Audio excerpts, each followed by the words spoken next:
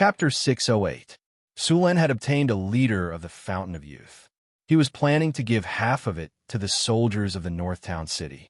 Most of the soldiers were humans, and their lifespans were limited. Sulen had no use for the Fountain of Youth, but it was a good idea to give it to his men.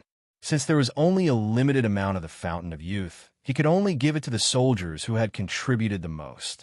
It was very beneficial to the North Town City. Not only would it make them work harder, the soldiers would also benefit from it. They would support Sulen even more. Most importantly, even if one thought that the Fountain of Youth would grant them a lifespan of 150 years, what would happen in reality? The peak life of a soldier below the legendary rank was 45 years old. Their lifespan would start to decline after that. The peak life of a soldier below the legendary rank was 120 years old. However, after consuming the Fountain of Youth, the peak life of a soldier below the legendary rank was over 200 years old. Those above the legendary rank could live up to 300 years old. It was a great deal. Overall, the soldiers were working hard to exchange for the Fountain of Youth to extend their lifespan. They could continue to contribute to the work of the North Town City. Even though the soul-binding zombie monster had been killed, the problem it had left behind was still unsolved. He had to deal with the Land of Death. Sulen had already decided to turn the place into a training ground for new players. It would also become a soul crystal resource point. However, Sulen had to seal off the Land of Death and place the black jade skeletons here to prevent others from coming in and destroying the place. It was easy to deal with. He just had to bury the black jade skeletons in the Land of Death, and they would merge on their own. Sulen then added another layer of seal to the Land of Death. The seal only allowed people to leave, but not enter. Sulen left after seeing the undead being born in the Land of Death again. Outside the Valley of Death, the soldiers of the North Town City were still guarding the altar. A teleportation light flashed, and Sulen appeared. "Your Majesty, you're back," a servant said respectfully. "It's done. Let's leave," Sulen said. The team soon swept through the army and arrived at the entrance of the Valley of Death. Sulen had already decided to turn the place into a training ground and a soul crystal resource point. It was necessary to modify the place. Thunder Domain. Sulen stood at the entrance of the Death Canyon. Dazzling lightning instantly enveloped his body, and the entire sky darkened at this moment. Countless lightning bolts rolled in the sky, as if they were about to fall in the next second. The powerful energy directly lifted Sulen's body in midair. Countless lightning snakes swam in midair, and the entire world seemed to be about to be destroyed at this moment. A golden light appeared on Sulen's body. Then, Sulen's entire body was wrapped in a layer of golden light. At this moment, a golden shadow rose from his body, surrounded by countless lightning bolts. The surrounding soldiers had already retreated far away. Sulen directly exploded with nearly 80% of his strength at this moment. Mana control. Mud to stone. Dazzling magic energy emerged from Sulen's body. Then, an 800-meter-long stone wall suddenly rose at the entrance of the Death Canyon. Under the influence of this powerful magic, the stone wall quickly rose. It soon rose to 50 meters before stopping.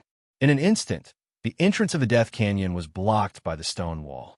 Then, Sulen gently waved his hand. A golden light appeared, and then the golden light flashed and disappeared into the stone wall. The original stone wall became even stronger. After completing all this, Sulen slowly breathed a sigh of relief. The oppressive power on his body also slowly dissipated. Soon, the lightning dissipated, and Sulen returned to his previous appearance. The only change was that the entrance of the Death Canyon was blocked by a 50-meter-tall stone wall. After sealing the Death Canyon, Sulen led the soldiers back to the northern battlefront city. The rest of the matters were left to the others.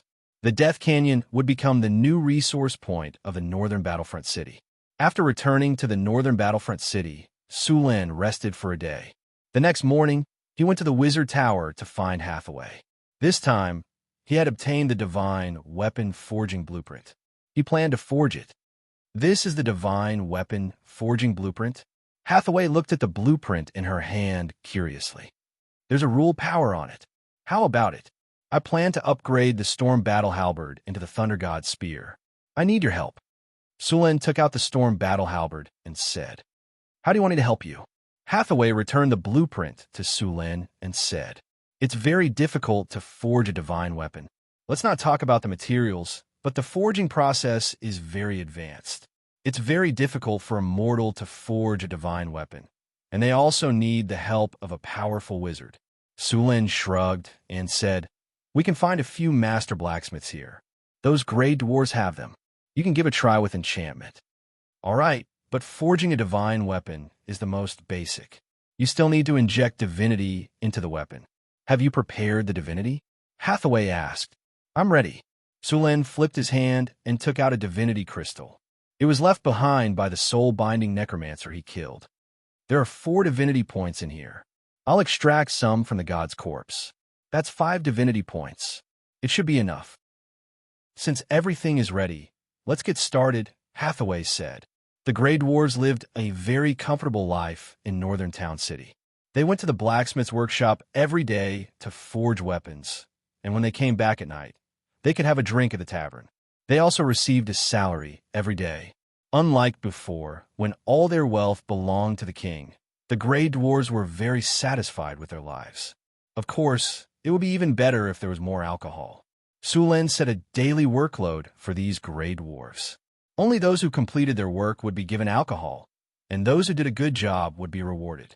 Of course, to not affect their work, there was a limit to the amount of alcohol they could get every day. Northern Town City adhered to the idea that labor would be rewarded. The more work, the more rewards. When they heard that the city lord wanted to forge a powerful weapon, and that he needed the Grey Dwarves with the best forging skills, the Grey Dwarves were very enthusiastic. Soon, the Grey Dwarves with the best forging skills appeared in front of Sulen. Nice to meet you. Sulen smiled at the 3 Grey Dwarves in front of him. I'm sure you already know that I'm here to forge a powerful weapon for you. Your Majesty, what weapon would you like to forge? Please don't hesitate to ask.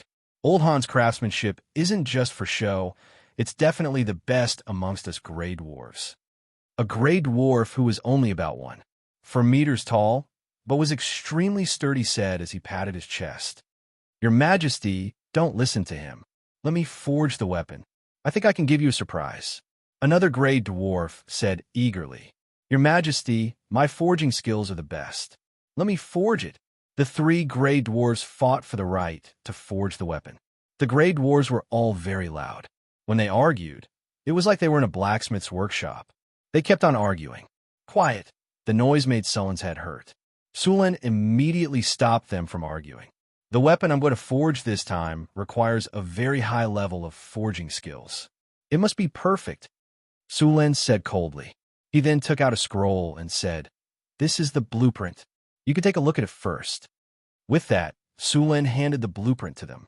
The 3 Grey Dwarves took the blueprint and opened it.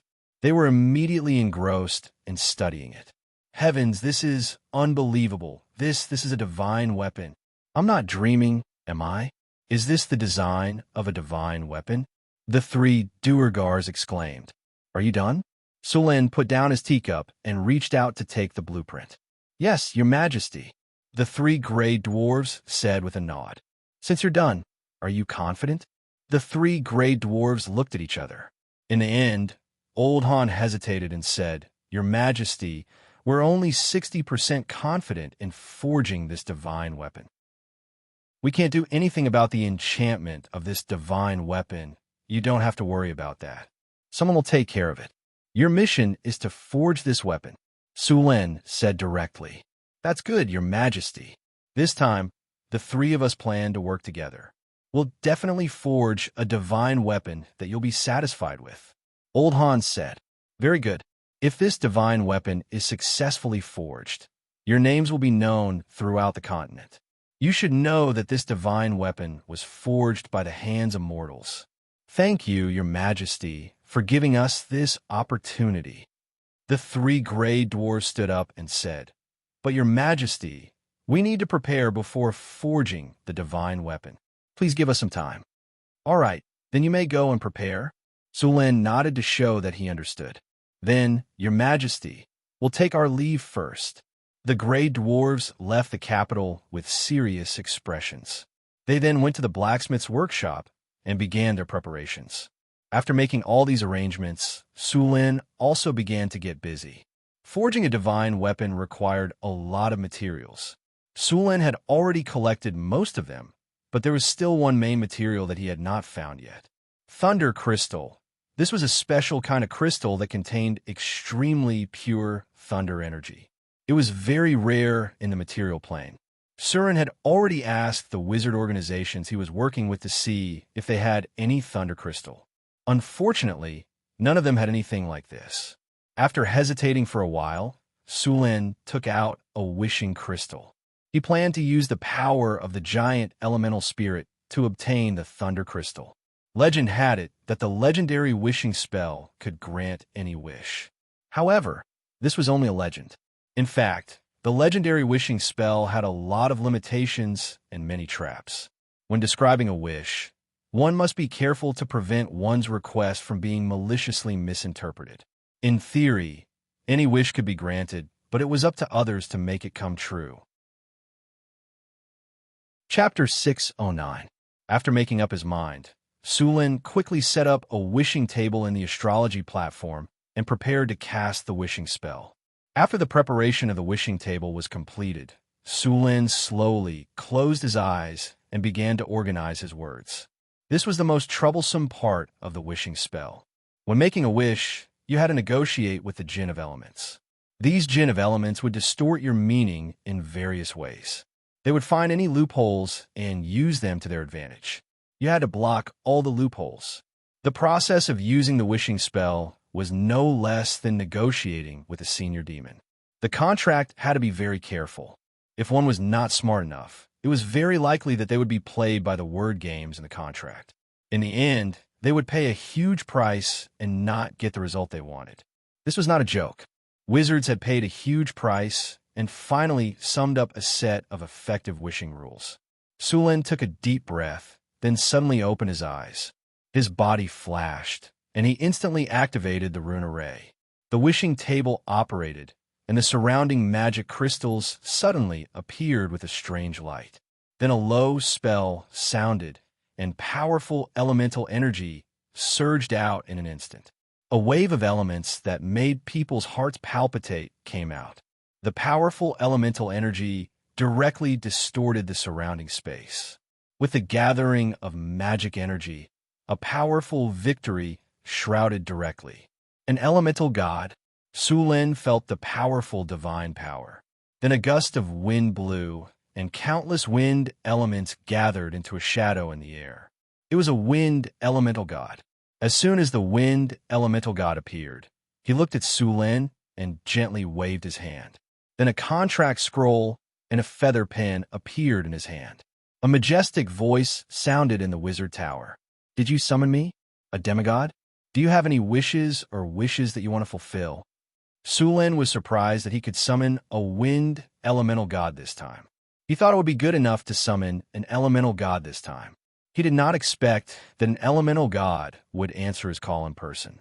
Of course, compared to an elemental god, elemental gods could fulfill more wishes, which was also good news. It was said that if a god used the wishing spell, he would summon the oldest 4 elemental gods. "Demigod, state your wish," the wind elemental god urged. "Greetings, respected wind elemental god. I want a thunder crystal." Sulin expressed his wish. The wind elemental god nodded. "Yes, but you need to pay a certain price. In addition, you need to write your wish on this contract scroll. Only when you sign the contract will I grant your wish." Sulin took the contract and wrote down his wishes. This was a very important step. This kind of contract had to be strict. In fact, it was very suitable to let a lawyer write it. They would rack their brains to block all the loopholes. After spending some time, Sulin finally finished writing all the words. After making sure that there were no loopholes, he handed the contract scroll to the god of wind elemental. 1 thunder divinity crystal obtained. The wind elemental god nodded slightly. The Thunder Divinity Crystal is very rare and valuable. Are you ready to pay the price? After seeing Sulen nod, the Wind Elemental God picked up a goose feather pen and quickly wrote the transaction content on the contract. After writing, the Wind Elemental God handed the contract scroll to Sulen again for inspection. He wanted to make sure that the contract was correct. 1 Thunder Divinity Crystal. You need to pay some divinity or a part of your soul power. If you agree, leave your soul mark on it. Sulen took the contract scroll and read it carefully. He had to be careful. Next, Sulen and the Wind Elemental God modified a few details on the contract. After making sure that there were no problems, he left his soul mark on it. I want to use this crystal as a payment. Sulen took out the wishing crystal that he had prepared earlier. Wishing crystal? I haven't seen such a thing for a long time. Young demigod, you are lucky. The Wind Elemental God was a little surprised. Then, he directly agreed to Sulen's payment.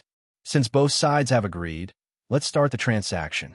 The Wind Elemental God waved his hand gently. The contract scroll instantly turned into specks of light and dissipated.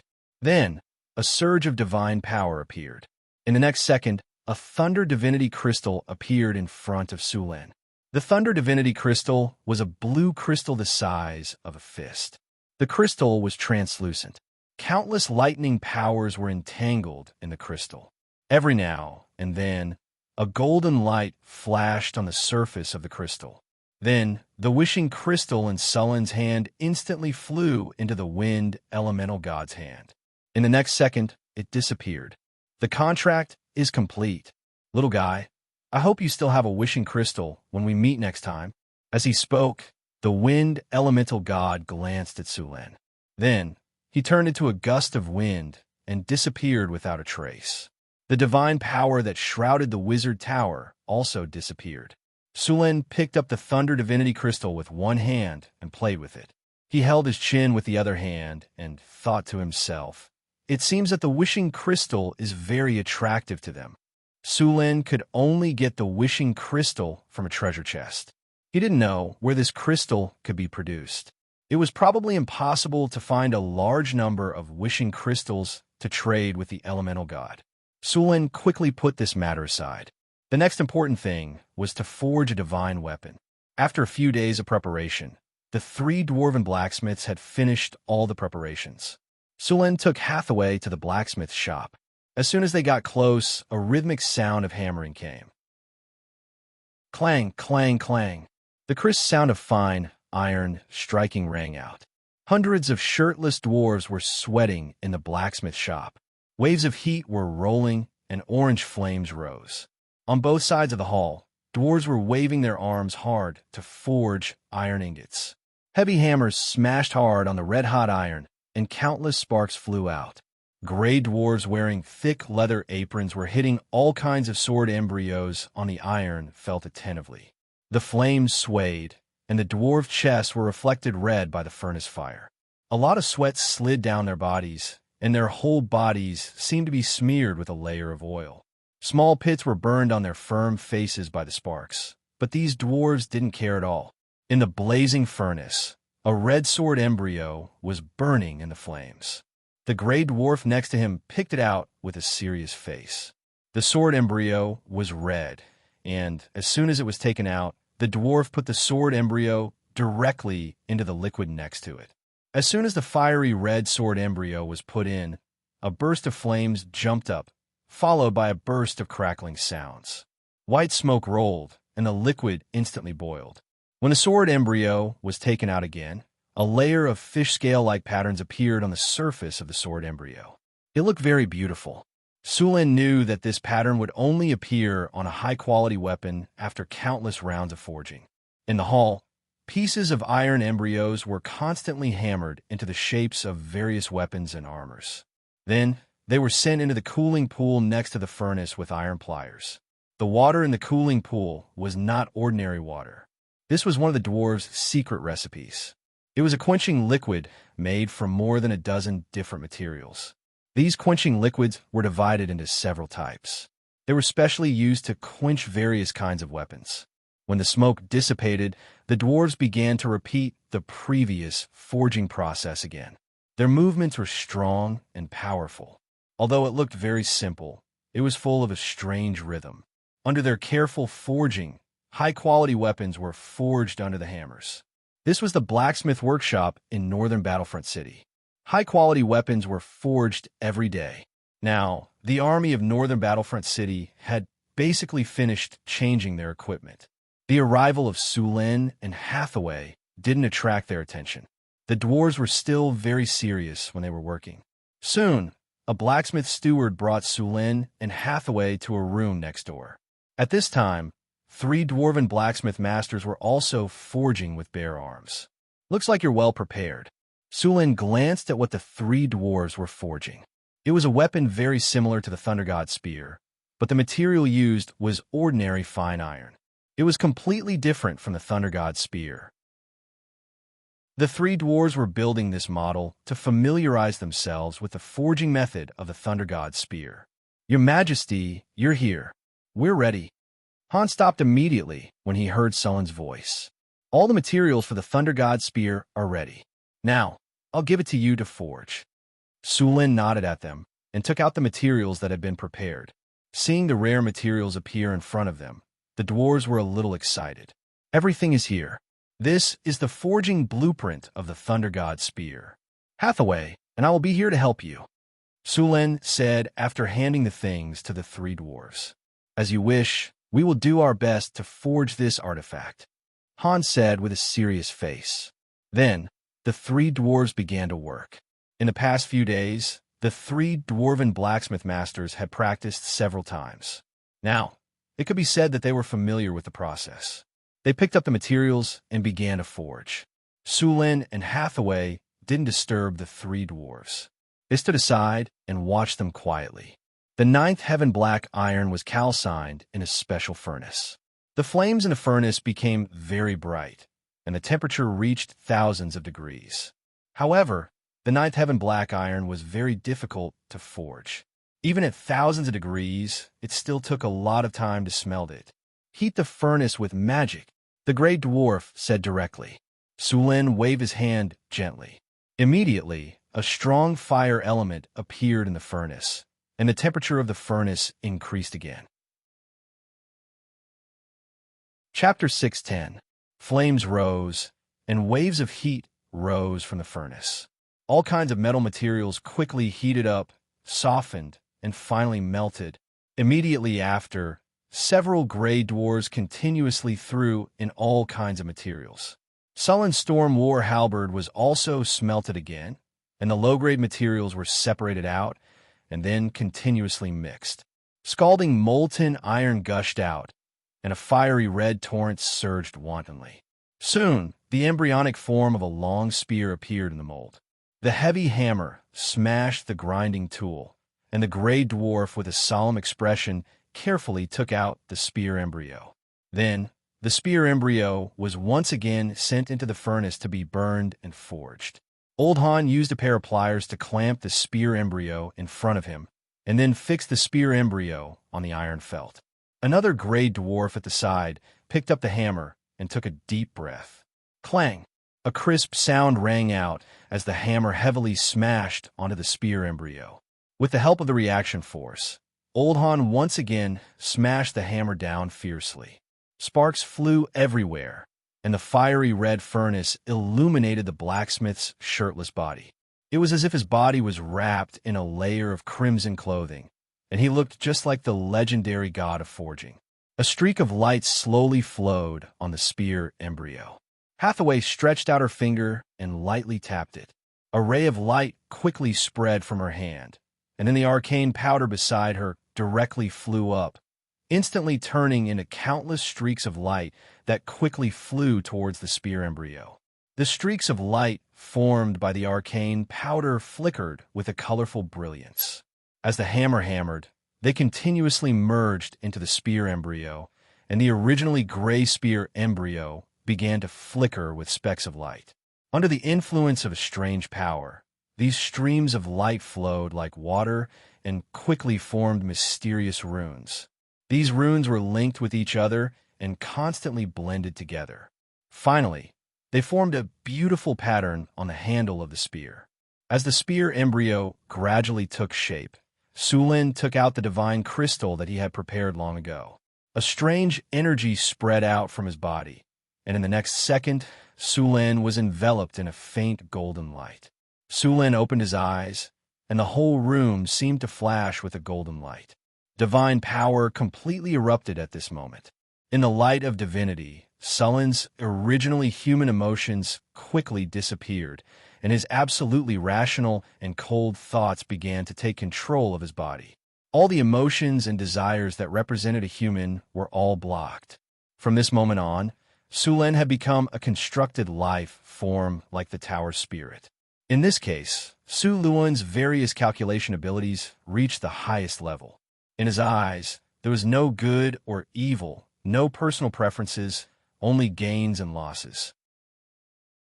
Coldness and rationality, which represented his divinity, were completely revealed at this moment. At this moment, Sulin's eyes were cold and merciless as he looked at everyone. He was absolutely rational, like a god, as if he was indifferent to everything else. Streaks of light quickly appeared around him, and the power of thunder and lightning turned into chains. Golden divine power slowly emerged from Su Luan's body, and lines of golden runes emerged. Sulin's palm exerted force, and a golden light instantly merged with the divine crystal. In the next second, the divine crystal burst into a dazzling golden light, and then this golden light slowly flew out of the quiet room under Sulin's command. At the same time, another divine crystal of thunder also flew up. The golden light linked with the divine crystal of thunder, and the divine crystal of thunder quickly turned into a ball of purple energy. Then, a huge amount of divine power was released at this moment. The divine power and the divine power of thunder intertwined, and golden light constantly flashed in the purple gold energy. In the end, under Sulin's manipulation, the golden light slowly flew to the spear embryo and finally merged with it. The originally gray spear also turned purple gold. The three dwarven blacksmiths took turns forging, and a very rhythmic sound of forging rang out continuously. Sparks burst out, and the divine weapons slowly appeared in the flames. The whole process lasted for 3 days, and when the last hammer fell, all the sounds seemed to disappear at this moment. Sulin took out the divine weapon forging blueprint, and the blueprint slowly flew up and soon floated above the thunder god's spear. Then, the blueprint quickly burned, and a strange power slowly fell and merged with it.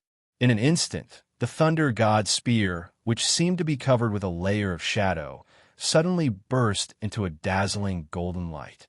Golden lightning surrounded the surface of the thunder god's spear, and at this moment, Sulin immediately burst out all the lightning power in his body and then merged it with the spear. A dazzling divine light appeared, and with the complete integration of the divine power, the divine weapon forging blueprint also merged with the strange power of law. The Thunder God's spear was finally completed. Item type: Thunder God's spear item grade. Tier 2 divine weapon item description. This was once a weapon that had its fill of blood. This weapon had followed its owner into battle and killed countless enemies. One after another, experts had fallen under its sharp blade. This weapon was stained with the blood of legendary experts, demons, and abominations. Later, its owner once again injected divinity and the divine power of thunder into this weapon. This weapon had undergone a complete transformation. Requirements: Order, Strength 20 points. Owner: Sulin Soulbound.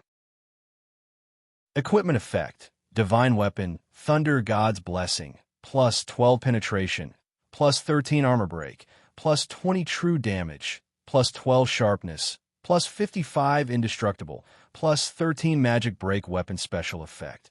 Blessings of the Thunder God. Wielding this weapon grants the user the blessings of the Thunder God. Resistance to all abnormal statuses, plus 20. Immunity to paralysis, drowsiness, lightning, and other magic effects. Also, the user gains an electrostatic field. The electrostatic field deals 15 lightning damage to all enemies within a 50-meter radius. The target must pass an immunity test every minute. Otherwise, the target will be paralyzed. Weapon special effect: indestructible. This is a powerful legendary weapon. It can't be destroyed by conventional means, and it is also immune to disintegrate. Only legendary disintegrate has a 0.1% chance of destroying this weapon, but the destroyer will also receive a backlash from the weapon. Weapon special effect: power of lightning. Each attack will deal an additional 80 points of lightning damage. The damage can be stacked. When the damage is dealt, the target will be paralyzed. Any target whose constitution is unable to resist will be paralyzed for 1 to 3 seconds. When using lightning energy, the damage of lightning energy will be increased by 100%, and the consumption will be reduced by 80%. Weapon special effect: slow. After being quenched by the blood of Cryopterus, Ice Quetzalcoatlus, and the blood of legendary water demons, each attack of this weapon will add 15 ice damage and reduce the speed of the target by 20%. Constitution test is required. Weapon special effect: life absorption. Every time after killing an enemy, this weapon will absorb a part of the power. The absorbed power can be used to heal the user's injuries. After killing the enemy, the user will recover 20 HP. Protection. After the user's physical strength reaches the maximum value, the power absorbed by the weapon will automatically be stored and form an energy shield. When a user is injured, it can directly help the user to resist the damage. Weapon special effect: magic break. As a divine weapon, this Thunder God Spear has a terrible magic breaking ability. It can easily break part of the magic defense. When attacking, it can ignore all defensive spells and energy fields below the 6th circle. At the same time, the effect of defensive spells above the 6th circle is reduced by 35%. Weapon special effect: armor break. As a divine spear, the Thunder God Spear has an extremely terrifying armor-breaking ability. It can easily break through the protection of most armors. In the case of hitting the enemy, the Thunder God Spear directly ignores all armors below the legendary level. Weapon special effect: legendary blood. This weapon has killed a lot of strong people. It is soaked in the blood of legendary masters, high-level demons, abominations, and other monsters. This weapon will cause a shock to enemies below the high-level legendary level. All enemies must undergo a test of will. If they fail, their body will be stiff for 1 second. This weapon will cause a shock to legendary enemies, but there is also a chance that it will completely anger the enemy. The golden light on Sullen's body slowly dissipated, and the power of thunder that had shrouded the whole blacksmith shop also disappeared. Hathaway also withdrew her power, and the whole blacksmith shop returned to calm at this moment. A divine weapon was finally forged under the joint efforts of the 5 people. Sulin invested a lot of resources and consumed a lot of resources. At the same time, the integration of 5 points of divinity made this weapon directly reach the level of a 2nd-grade divine weapon. Even a true god would feel the pinch of such a cost, but the divine weapon in the end was unexpectedly powerful. After Hadung and the other 2 completed the forging of the divine weapon, their originally tense spirits suddenly relaxed, and their originally rock-like faces seemed to have aged a little at this moment. Your Majesty, thank you for your trust in us, allowing us to participate in the forging of such a divine artifact in our lifetime. To be able to complete such a magnificent work of art in our lifetime, we can die without regrets. Old Hadding exclaimed in elation. Thank you for your dedication to forge such a powerful weapon for me. I will ask someone to send you a bottle of Fountain of Youth as a reward. Now you are too tired, and you need to rest as soon as possible to recover, Sulin said seriously. After hearing about the Fountain of Youth, the eyes of the dwarves instantly lit up, and they said excitedly, "Thank you for your generosity. Okay, you guys go back and rest first." Sulin and Hathaway returned to the Tower of the Northern Wind together. The 2 of them were a little tired after 3 days of casting spells. Originally, their work was not very difficult, but because they were worried that something would go wrong, the two of them were nervous all the time. Su Lin only collected a set of materials to forge the divine weapon in total. If there was a mistake that caused the power of the divine weapon to decrease, and there were no spare materials, he would have nowhere to cry. Fortunately, Su Lin and Hathaway did not have any problems, and finally successfully completed the enchantment process of the Thunder God's Spear. Chapter 611. The Thunder God's Spear was a level 2 divine artifact, which was quite good among the divine artifacts. The abilities of this divine artifact were also very good. For example, true damage was very rare even among the divine artifacts. True damage was different from other types of damage. The damage caused by it could not be avoided, so 20 points would be 20 points. Although the lightning damage was as high as 80 points, it needed to be reduced by the original magic resistance and other resistances to cause damage. It was very effective against weak cannon fodder, but its effect was very limited against powerful enemies. Just like the abomination, this creature's body was surrounded by a divine force field. It had high resistance and all kinds of damage immunity. The lightning damage carried by the Thunder God's Spear could only cause single-digit damage to it. It was not even as strong as its recovery ability. Of course, if this ability was combined with another weapon special effect, Life Drain, it would be very powerful. Life Drain was a very rare ability. After killing the enemy, it would draw the power of the enemy to recover. Individually, killing one person would only recover 20 points of HP.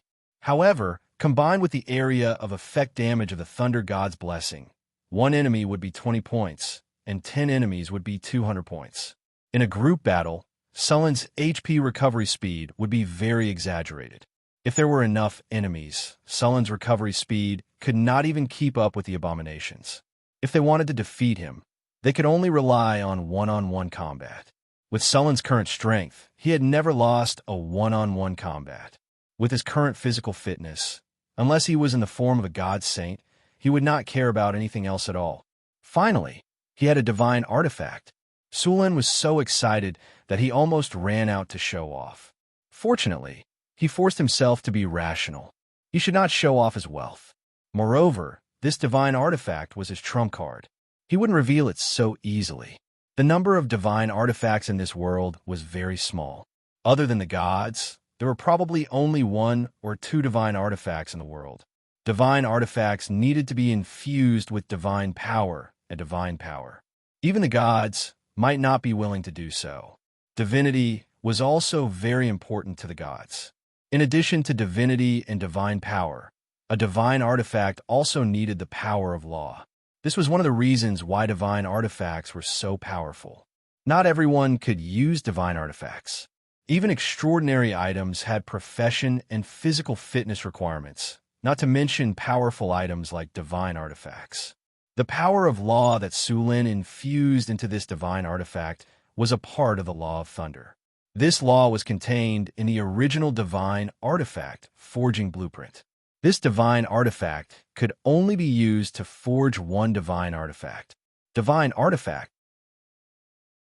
Even if Su Lin collected another set of materials, without the power of law, this divine artifact's divine artifact. During the forging process, Su Luan had integrated a trace of his soul force into the Thunder God's Spear. This way, the Thunder God's Spear would become Su Luan's personal divine artifact. Even if the Thunder God's Spear fell into someone else's hands, that person wouldn't be able to display its power and would even be attacked by the divine artifact. For example, there was once a divine artifact called the Lord of the Rings. The Lord of the Rings was very powerful. For some reason, this divine artifact fell into the material plane and was obtained by many people. However, the people who obtained the Lord of the Rings did not gain great power. Instead, most people were bewitched by the Lord of the Rings. They even became puppets and slaves of the Lord of the Rings. The Lord of the Rings would even control these slaves to go to the location of its real master. Su Lin, if others wanted to use this divine artifact, they had to obtain his approval. Only then could they use it in a limited way. Of course, Su Lin could also make some modifications. As long as one had his blood, They could also use this divine artifact. Of course, this right to use it was temporary. As long as Sulin was willing, he could take it away at any time. Many powerful gods had left such divine artifacts, such as the King of Dawn, the God of Justice, and the God of Light. For example, the strongest divine artifacts of the Paladins, the Pale Justice and the Holy Avenger, both of these divine artifacts require the user to be aligned with the lawful good, and the user had to be a paladin. Therefore, these two divine artifacts were also called holy swords. The paladins were a group of very troublesome existences. This was because the paladins seriously could not tolerate evil. However, this world had never been bright and righteous. It could be said that almost all cities were hiding evil. Even Sulin's northern city was no exception. There were a large number of slaves and serfs in the northern city. According to the standards of the paladins, these were also evil. However, this world could not be without paladins. They were the bottom line of this world and the hope of all the good people. As people who adhered to the lawful good, they had very strong will and beliefs. If wizards were 1 in 1,000 or 1 in 10,000, then paladins were 1 in 100,000. It was difficult to become a paladin not because one was not talented enough, but because one had to firmly believe in justice and kindness.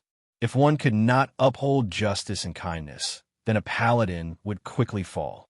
Once a paladin fell, then the power they possessed would disappear, and they would eventually become an ordinary warrior. Of course, it was also possible that their beliefs would collapse, and they would completely fall into darkness, becoming a dark warrior. Paladins pursued justice and kindness. Their beliefs were to protect kindness, pursue justice, and destroy evil. However, very few people could do it. Even the most ordinary civilians, if you used alignment testing spells, you would find that many of them leaned towards evil. Even in the 21st century, when technology was advanced, society was prosperous, and the legal system was improving day by day, there were all kinds of criminals, gray areas, collusion between officials and businessmen, and crimes committed by officials. Not to mention the Middle Ages. In this era where productivity was lagging behind and the power of the nobles was almost at its peak, who would expect the nobles to uphold justice? They only knew how to protect their own status and interests, not so-called justice. In any city in this world, if the paladins were to clean it up, a large number of people would be executed in the end. Corrupt officials, nobles who had no regard for human life, merchants who cheated and sold shoddy food, harmful food, expensive drugs, black-hearted minds, and so on would all be executed. How many of those nobles, officials, and merchants could be counted on to be clean? Just like the merchants who came to the northern city to trade, they were all well-behaved in the city like good people. But if they encountered them in the wild, they would be very skilled in killing and robbing. One could tell at a glance that these people were veterans. As for those kind merchants, they only had two choices in this environment. Either they would wallow in the mire and become the same kind of people, or they would give up this path. According to Capital, when Capital came to the world again, blood and filth would drip from every pore from head to toe. So, according to the standards of the Paladins, the whole city was basically ruined. But if the Paladins were asked to ignore this, then the Paladins were asking them to give up their insistence, and they would no longer be Paladins. Although Sulin did not like the Paladins, he respected them. If he was still the hot-blooded young man of the past, maybe Sulin would also become a Paladin. But after experiencing so many things, he had long understood it, but he was powerless to change it. After completing the divine weapon Thor's lance, Sulin began other work. Deepwater City needed to continue to open up new channels, in addition to the trade route to the eastern continent, and also the channel to the southern sea. If Deepwater City wanted to develop, it must have as many ships as possible docked here to trade.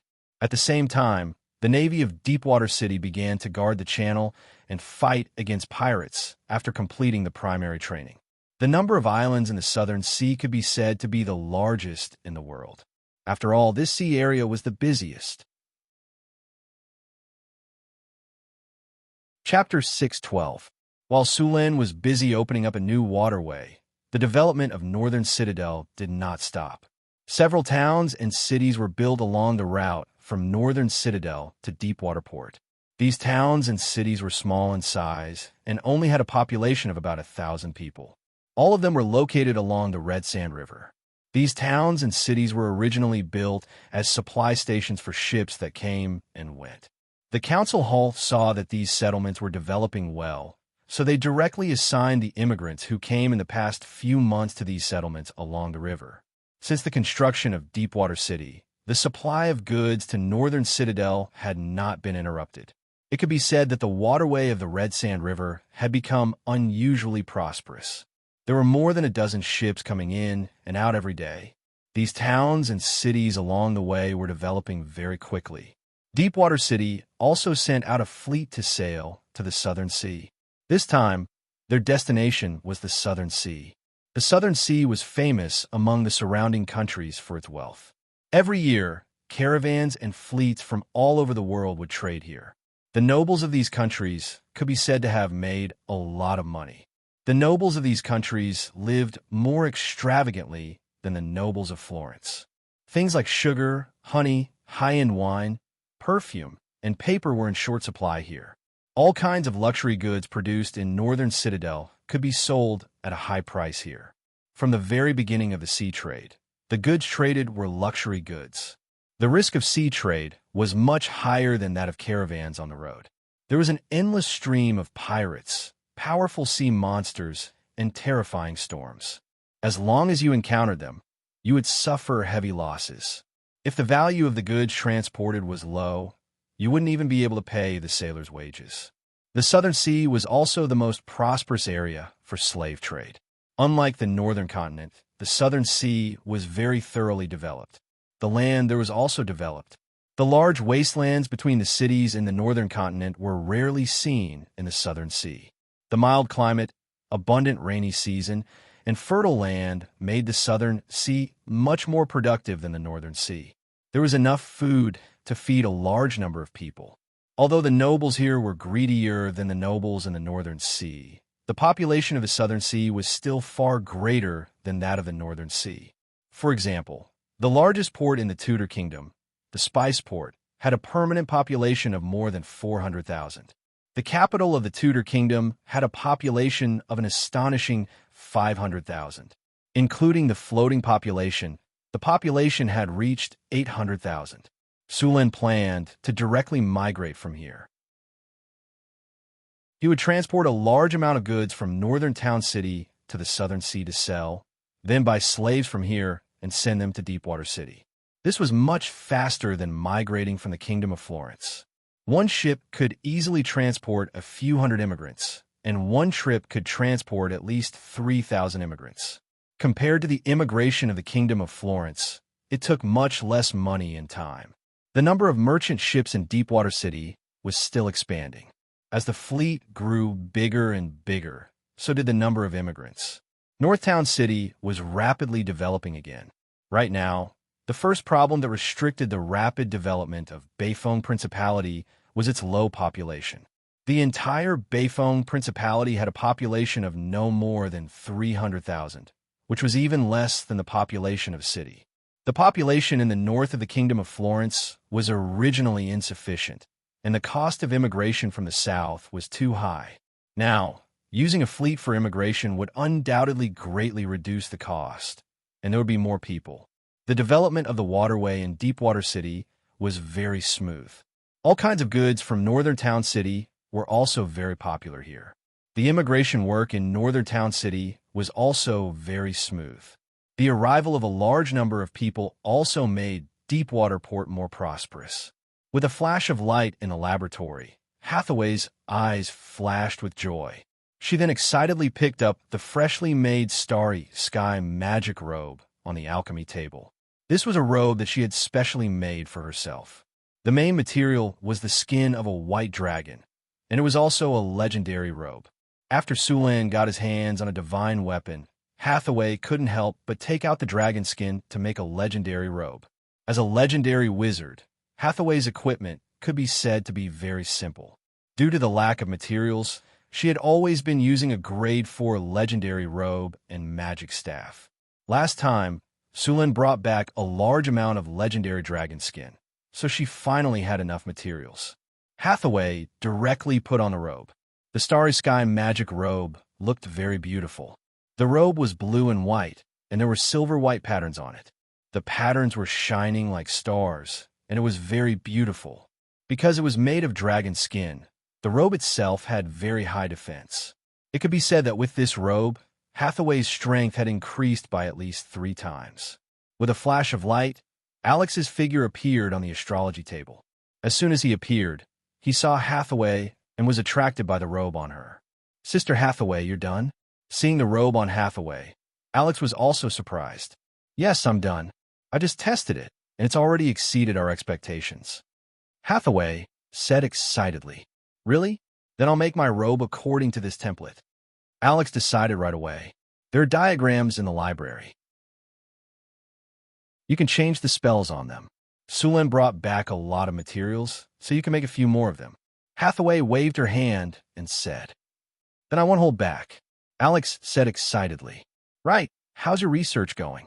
Hathaway suddenly thought of something and asked, "It's a lot worse. Sulin brought back a lot of information last time. I've already tested it. There's no problem at all." Alex said, "Look."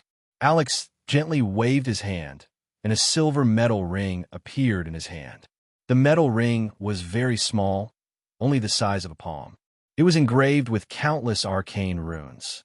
The material of the metal ring was silver white, and there was a strong force flowing on it. "It looks good." Hathaway nodded and said, "This floating ring has only gone through a simple test. Further tests will require a lot of data to analyze." Alex didn't make this floating ring for the Wizard Tower, but for the floating city. Of course, this floating ring was only a model. The floating city's floating ring needed more power, and it also needed to be distributed to various parts of the floating city. This way, the floating city wouldn't break due to its own gravity. "Let's test it first." Alex nodded, and then Hathaway and Alex surrendered their gazes to the steel golems standing next to them. Hathaway gently waved her arm, and the heavy bodies of the steel golems flew up. The floating ring covered a very large area, 10 times larger than the previous one. The golems in this area all floated at the same height. This levitation ring had been modified to distribute the buoyancy evenly to the surroundings. It was specially made for the floating city. In the future, the floating city would definitely have more than one set of levitation rings installed. In order to prevent one set of levitation rings from malfunctioning, a floating city would have at least 3 to 4 sets of levitation rings installed. Once a levitation ring in operation had a problem and stopped working, a spare levitation ring would immediately restart. This was to prevent the floating city from falling from a high altitude. The 2 legendary wizards worked together and began to test the floating ring. As mana was continuously injected, the floating ring flickered with a faint spiritual light. A few steel golems moved around under the control of the 2 wizards. They moved up and down, left and right. The 2 of them quickly became familiar with the controls of the floating rings, recording their movements as they operated them. Experiment successful. Organize and archive the information about the floating ring. With the end of the test, Hathaway's hand flashed, and the floating ring slowly closed. The steel golems also slowly descended from the air. According to this ratio, a floating city weighing tens of thousands of tons or even hundreds of thousands of tons needs a floating ring 100 times larger, Alex said slowly. According to this ratio, we don't need enough materials now. The manufacturing process of the floating ring was very difficult, and the materials needed were also very precious. After all, it had to lift a city weighing hundreds of thousands of tons into the sky. There could not be any mistakes. Part of the metal used in the floating ring was mithril. In addition, it also needed a lot of alloys. This alloy was a special metal researched during the Arcane Empire, and its main purpose was to build a floating city. The 2 major cores of the floating city, the energy system and the floating ring system, were very important. Only sufficient energy could maintain the floating ring's operation. After solving the problem of the floating ring, the next thing was the elemental fusion furnace. The theory of the elemental fusion furnace had been perfected long ago, and even the elemental fission furnace had been officially used. However, it was not a simple matter to actually build an elemental fusion furnace. In fact, during the Arcane Empire, the elemental fusion furnace had been widely used. Compared to the intense radiation and pollution of the elemental fission furnace, the elemental fusion furnace had almost no radiation, and the energy output was hundreds or even thousands of times higher. The elemental fission furnace could also be used as the energy core of the floating city, but it required the elemental fission furnaces to form an energy matrix and rely on several elemental fission furnaces to provide sufficient energy. However, this method consumed several times more elemental fuel, and the endurance would be greatly reduced. Sister Hathaway, how's the research on the elemental fusion furnace? Alex asked as he put away the floating ring. Hathaway shook her head. There's still some problems. The elemental fusion furnace produces too much energy, and ordinary materials can't support it. But I already have some ideas. Chapter 613. Death Canyon. After Suluan had used mud to rock to block the entrance of the canyon, it had become an important resource and farming spot for northern Garrison City. At the entrance of the canyon, a military camp had been renovated. The new recruits from Northtown will be sent here to kill zombies and skeletons to level up after completing their basic training. At the same time, they would collect all kinds of soul crystals. In this military camp, apart from the new recruits, there were 2 teams of Stage 3 elites. The leaders of these teams had reached Stage 4. In addition to protecting the new recruits, they were also responsible for killing the high-grade undead creatures in Death Canyon. There weren't many of these high-grade undead creatures. On average, there were about 5 of them per month. These high-grade undead creatures would produce high-grade soul crystals, which were the main material for making the soul cores of steel golems. Sulen now had a clay golem assembly line, a rock golem assembly line, and a steel golem assembly line. He had already moved the steel golem assembly line from the secret realm to the wizard tower. The steel golem assembly line was different from the clay golems and rock golems. The entire steel golem factory looked like a modern production workshop.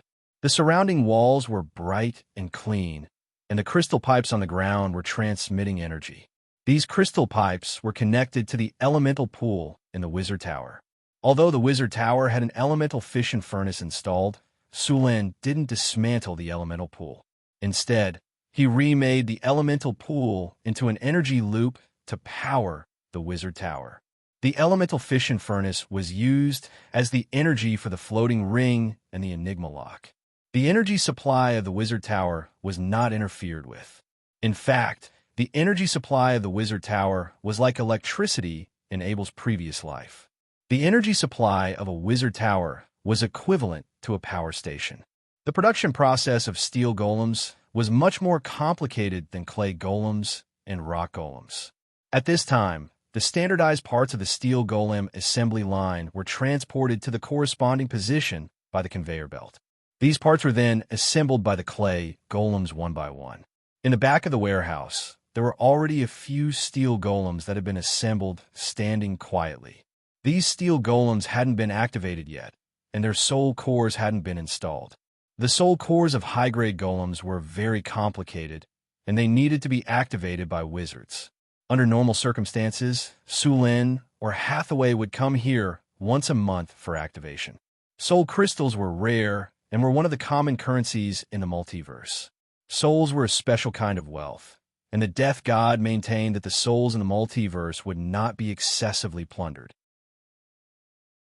He would send a large number of souls back to the Origin Sea for reincarnation, but there would always be many devils and demons who wanted to challenge the Death God's bottom line. In order to obtain large amounts of soul crystals, wizards created the soul binding spell. After killing an enemy, they would use the soul binding stone to bind the enemy's soul and imprison it in a magic gem or other crystals. Demons and devils loved soul crystals. In the lower planes, soul crystals had an astonishing purchasing power. A legendary soul crystal was enough to hire a group of greater demons to serve you. As for demons, they preferred to rob rather than trade. The lowest level of soul crystals were gray soul crystals, which mostly came from low-level undead creatures, such as ghosts and skeletons. They had a very low chance of dropping these low-level soul crystals, which could be used to activate the clay golem. The price of such a soul crystal was about 2,000 kinner. Ordinary people would not drop soul crystals after death. Even if they used the soul binding spell, they could only obtain incomplete soul crystals. Dozens of the smallest soul crystals required at least grade 1 professions. Sulen planned to build the Golem Legion. The main combat power of the Golem Legion was the Steel Golem. Making the Steel Golem not only required the use of living constructs, but also the use of limited wishes. The Steel Golem's intelligence was already very high. Clay Golems and Rock Golems were now on sale. These Clay Golems and Rock Golems were absolutely loyal soldiers. They were strong and fearless of death. As long as they had energy, they would fight to the last quarter of an hour. In addition to fighting, the Clay Golems and Rock Golems could also do all kinds of heavy work. They had infinite strength and were much more useful than humans. Sulen planned to place some Rock Golems at the dock of Deepwater City and let them guard the port. These Rock Golems were more suitable for guarding than humans. They would not accept bribes. As long as they were given an order, they would carry it out meticulously. The port could be said to be the most prone to disputes. Most of the time, the guards cannot be fair, but the Rock Golems could. The Clay Golems and Rock Golems sold in the Northern Citadel were not cheap. Moreover, the Golems needed to be recharged every once in a while. So although many people coveted the Golem's powerful strength, there were not many who really wanted to buy them.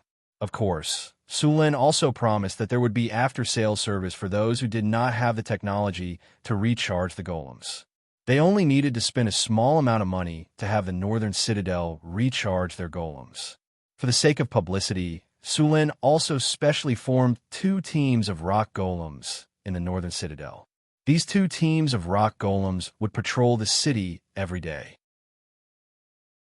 Compared to the warriors of the Northern Citadel, these 3-meter-tall Rock Golems were more oppressive. While Sulen was promoting the Golems, a merchant ship slowly sailed in from the Southern Sea. The ship looked like it had gone through a great battle. There were many burning holes in the sails, and the bloodstains on the deck had not been cleaned up. Not far away, a few sailors were carrying a corpse, planning to throw it into the sea. On the other side of the deck, a sailor was holding a Bible with a damaged cover and praying farewell. This was a sailor's funeral. All the corpses had to be thrown into the sea. The space on the ship was limited. After the corpses rotted, they would contaminate the food on the ship. If they were not careful, the whole ship would turn into a ghost ship and everyone would die. After the prayer, 2 sailors threw the corpse into the sea. The waves splashed, and the smell of blood spread in the sea. Soon, people saw sharks in the distance rushing over. They swallowed the corpse. The ship steadily docked at the dock. Soon, a team of soldiers quickly walked to Sullen's room. "You said the fleet was attacked by pirates?" Sullen's eyes flashed coldly. "Yes, Your Majesty. We have 4 ships in total. 3 of them were taken away. This is the only ship left. Please help us get the ship back." Pirates had already set their sights on this place. Sullen's face was expressionless. He was thinking about how to make an example out of them. Chapter 614. The atmosphere in Deepwater Port was a little tense. In the morning, a ship docked and brought back news of pirate attack.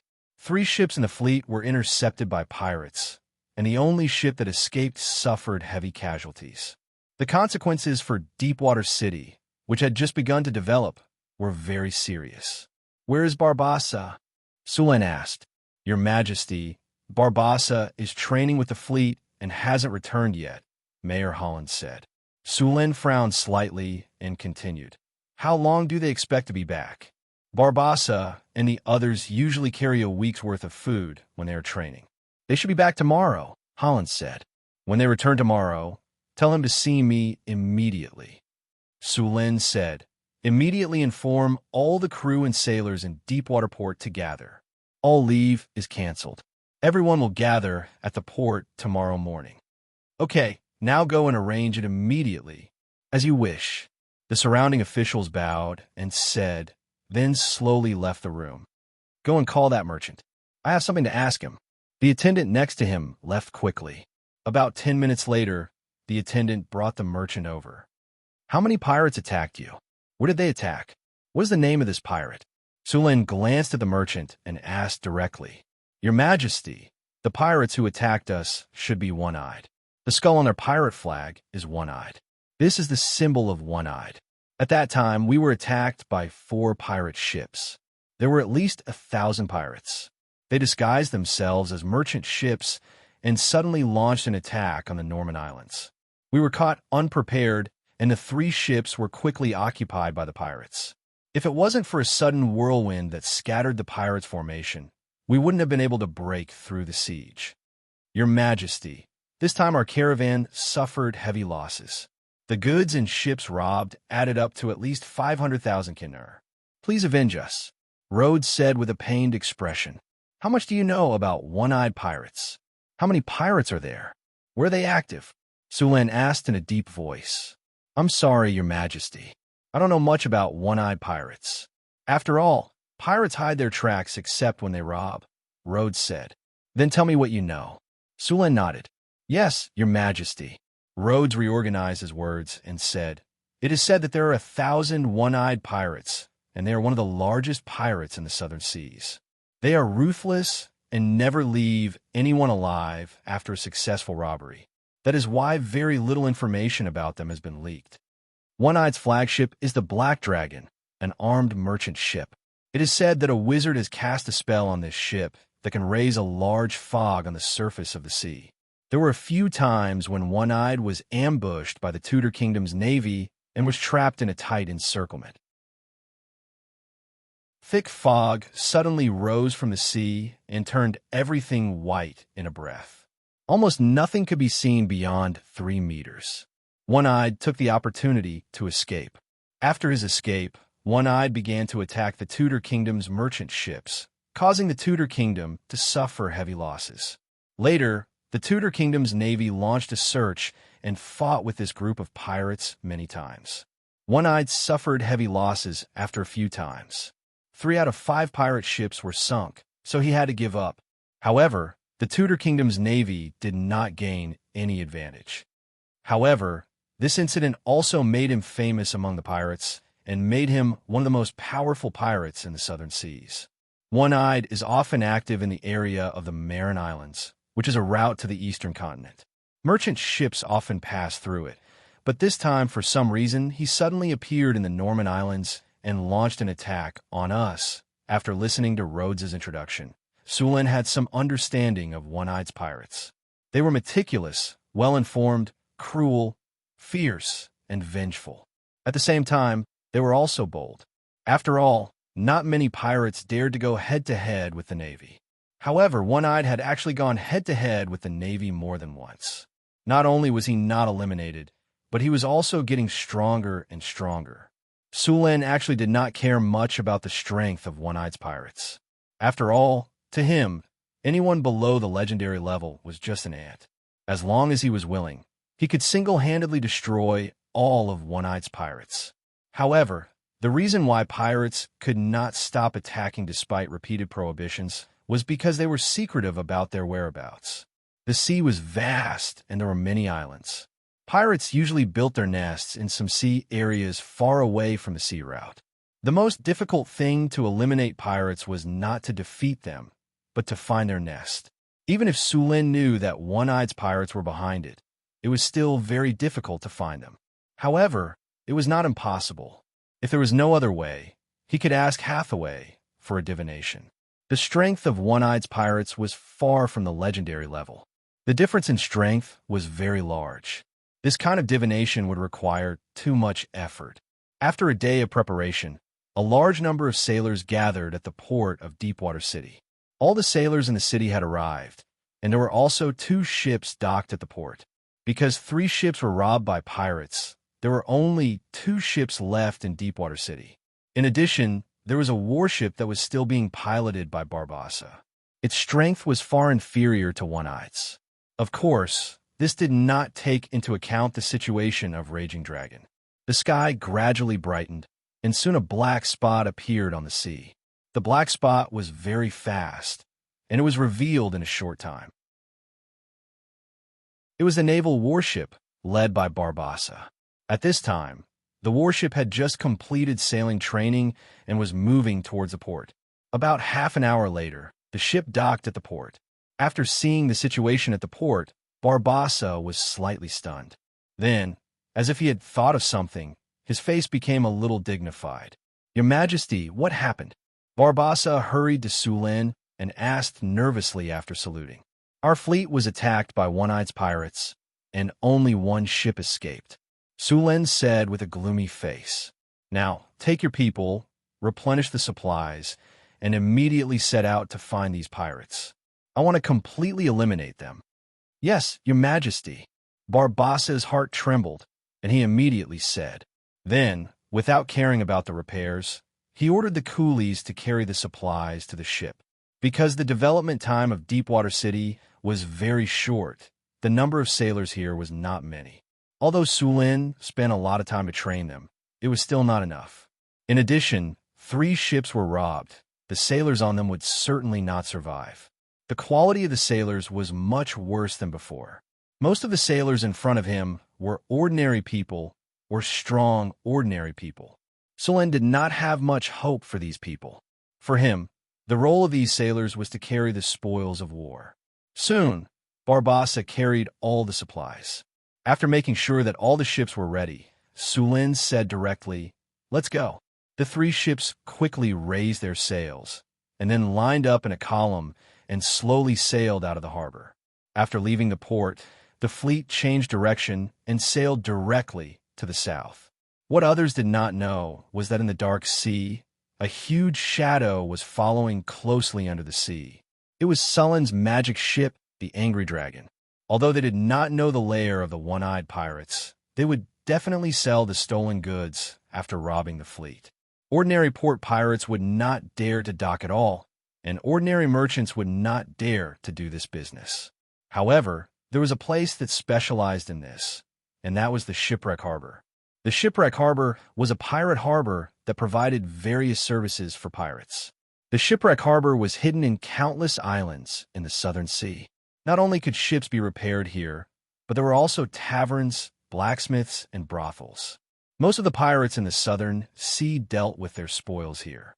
In addition to pirates, there were also various smugglers. As long as you had money, those smugglers would even dare to sell warships. This was also the treasury of most pirates. After robbing, those pirates liked to come here to relax. It could be said that the prosperity of this harbor was not worse than ordinary ports. Although Sulin did not know the specific location of the Shipwreck Harbor, Barbossa, as a former pirate captain, naturally knew the location of the Shipwreck Harbor. Therefore, he led the fleet directly to the Shipwreck Harbor. The attack of the One-Eyed pirates also made Sulin realize the danger that Deepwater City was facing. After opening the channel, not only would there be caravans coming, but there would also be pirates eyeing this place. According to the current strength of Deepwater City, it would be very difficult to protect this channel. At present, Deepwater City only had Barbossa's navy, and the number of people was less than 300. It was impossible to ensure the safety of the channel. Therefore, to ensure the safety of the channel, Sulin needed to use some other methods. The simplest and most violent method was to establish his power and directly eliminate a few pirates with thunderous means. This way, other pirates would be deterred. Sulin was very clear about what pirates were. These guys were brave, ruthless, cruel, and greedy. They seemed to be very difficult to deal with. In reality, pirates were all a bunch of wretched wretches. They knew how to steer according to the wind. As long as you were strong enough and your fists were hard enough, they would know what humility was. Those who were disobedient would be chopped to death, and the rest would be obedient. The rule of bandits was the law of the jungle. They had no so-called loyalty. Betrayal could be said to be a common occurrence. As long as you were strong enough to lead other pirates to rob gold, silver, and jewelry, then these pirates would support you. However, if you could not lead them to gain benefits, then the pirate group would quickly fall apart. Your Majesty, do we go directly to the shipwreck harbor? Barbassa asked. Yes, go directly to the shipwreck harbor, Sulen said in a deep voice. Your Majesty, there is no problem going to the shipwreck harbor, but there is a rule in the shipwreck harbor.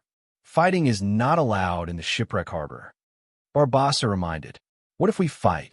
Sulen sneered. If we fight, we will be wanted by the pirates, and all the pirates will attack us. Barbassa swallowed and said. Chapter 6:15. Wanted by pirates? Sulen raised his eyebrows. Yes. Barbassa continued. This is the rule set by several pirate kings and written in the pirate code. All pirates must be on guard. Sulen sneered. Pirate code? What does it have to do with us? We are not pirates. We are the Navy of Deepwater City. We are here to eliminate pirates. Besieged by pirates? That's exactly what I want. I was worried that they would run away. The shipwreck harbor was located in an archipelago with complicated waters. It was originally a barren island, but it gradually prospered because of pirates. The pirates robbed a lot of goods, but had no way to sell them, so they could only abandon them. Later, some smugglers tried to contact the pirates and buy the goods at a low price. After tasting the sweetness, the smugglers and pirates hit it off. Thus, the shipwreck harbor was created. From the beginning, they sold goods, then later, they repaired ships, modified ships, sold weapons, and even found prostitutes to open brothels and taverns for the pirates to enjoy. It could be said that the smugglers made a lot of money here. Of course, the shipwreck harbor was also a treasure trove for several pirate kings. The smugglers who did business here had to pay a lot of protection fees every year before they were allowed to make money here. All the pirate leaders wanted to get involved here, but there were only 7 pirate kings here. Only by defeating one of the pirate kings could they get the benefits here. Sullen's goal was very clear, which was the shipwreck harbor. The one-eyed dragon was most likely in the shipwreck harbor. The speed of the fleet was very fast. 2 days later, the fleet arrived at the Norman Islands, which was the area where the one-eyed man attacked the Deepwater Port fleet. This island was an uninhabited island. The vegetation on the island was lush, but there was not much production. There was even little freshwater resources. Sulen let the fleet search around here, but unfortunately, they did not find any survivors.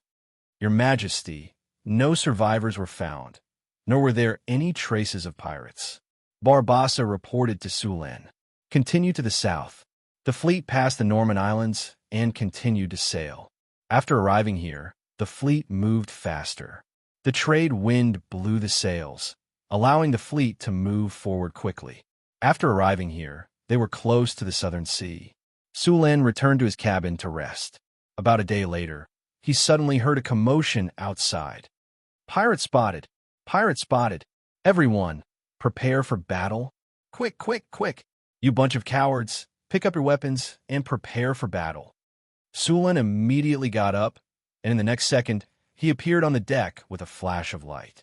At this time, Barbassa was already standing on the bow, and next to him was the Marine who had already picked up their weapons. The Marines on the deck were still a little flustered. It was their first time encountering pirates, so they were very nervous. However, Barbassa's training was still very effective. Under his loud roar, these fledgling Marines quickly calmed down. They picked up their weapons and aimed at the ships that were coming quickly. It's a tiger shark. A Marine quickly recognized the pirate ship. When Barbassa was training the Marines, he told them about the pirates that were active on the sea. The tiger shark pirates were one of them. The leader of this pirate group was said to be a believer of Dagon. He was a mixed blood and had part of the mud giant's blood. His birth was entirely due to Dagon's sacrificial ceremony. So when he was born, he received Dagon's blessing, which gave him the ability to control sea creatures. The reason why the tiger shark pirates were called the tiger shark pirates was because they raised a tiger shark. It seems that we are being treated as fat sheep. Barbassa said as he looked at the approaching pirate ship. Sulin looked up, then he exerted force on his feet. His body instantly rose from the ground. Then he turned around and landed on the mast. He then looked at the pirate ship in the distance. There was a pirate ship approaching. The pirate flag fluttered with a skull and a shark. Around the pirate ship, there were more than a dozen small sampans that could only seat 5 or 6 people. They had hooks and scimitars in their hands, and they were looking at them with a grin. These pirates were prepared for boarding battle. The pirates rotated the hooks in their hands quickly. Once they reached a certain distance, they would throw them onto the ship and quickly board the ship to fight. Tiger shark! It's that tiger shark! In the sea, a huge shadow appeared. It was the tiger shark raised by the pirate leader. Originally, tiger sharks were only 4 or 5 meters long. Although they were very fierce, they were not a threat to ships. However, the tiger shark in front of them was obviously more than 4 or 5 meters long. The shadow in the sea was at least 20 meters long. With such a huge body, it would not be an exaggeration to say that it was a whale, let alone a shark. It was clear that this tiger shark had become larger and larger for some reason. However, Sulin did not feel any other aura from the tiger shark. Obviously, this tiger shark did not have Dagon's power. He did not know how the mixed-blood giant raised the tiger shark to such a size. With such a huge body, it could directly sink some ships. No wonder he dared to rob Sulin's fleet with only one ship. Want to use the tiger shark to deal with me? Sulin sneered.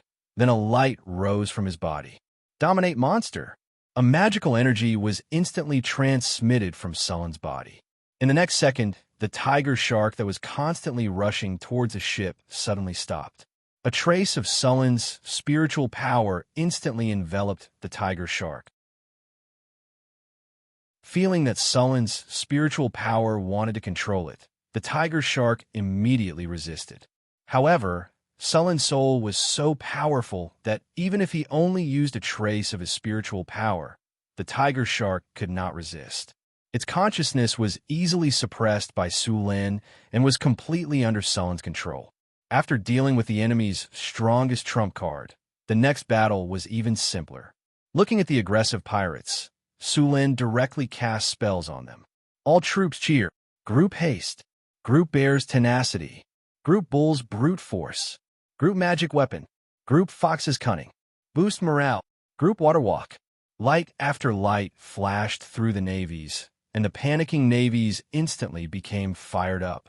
Even the weakest of goblins would become incomparably courageous at this moment with the support of the spell that boosted morale and uplifted morale. Under the numerous spells, the fighting strength of all the soldiers soared by several levels. Feeling the formidable power in their body, many soldiers directly jumped down from the ship. Under the shocked eyes of those pirates, they stepped on the sea water as if they were walking on flat ground and rushed over. Chapter 6:16. Many of the soldiers jumped down from the ship and ran quickly on the surface of the water under the stunned eyes of the pirates. After being buffed with various statuses, the soldiers' combat power was off the charts. They quickly covered a distance of a few hundred meters. How is this possible? How can they run on the water? On the pirate ship, a pirate with a hideous scar on his face was in disbelief. Adepts! They have adepts! At this moment, one of the pirates cried out in panic. The face of the leader of the pirates changed slightly. With a sweep of his scimitar, a cold light flashed, and the throat of the pirate who was shouting in panic was cut open. Blood gushed out in an instant. The pirate covered his neck with both hands and wanted to say something, but the light in his eyes quickly dimmed. What wizards? It's just a small trick. If you dare to disturb the morale of my troops again, you will be beheaded. The leader of the pirates shouted. A trace of fierceness flashed in his eyes as he swept his gaze across the surrounding pirates. All the pirates who met his gaze felt a chill in their hearts. Everyone, get ready for battle immediately. Kill all those who dare to resist, and you'll get an extra 30% of the rewards this time. Tiger Shark Walton immediately shouted when he saw the enemies rushing towards him. Behead one person and you will get 5 gold coins. Behead 2 people, and you'll get 12 gold coins. Behead 3 people, and you will get 20 gold coins. Hearing Walton's reward, the eyes of these desperados lit up and their faces flushed. The morale of the pirates, who were panicking because of those people running on the water, was greatly boosted. However, this morale only lasted for a short few minutes. Soon, those people were already in close combat with the pirates on the small boats. These Navy soldiers who were buffed with various statuses were all very powerful. The pirates who were originally brandishing their scimitars were cut in half. Originally, the weapons were carefully crafted by the dwarves. After being enchanted by Sulin, they became even sharper. The scrap metal of these pirates was no match for them at all.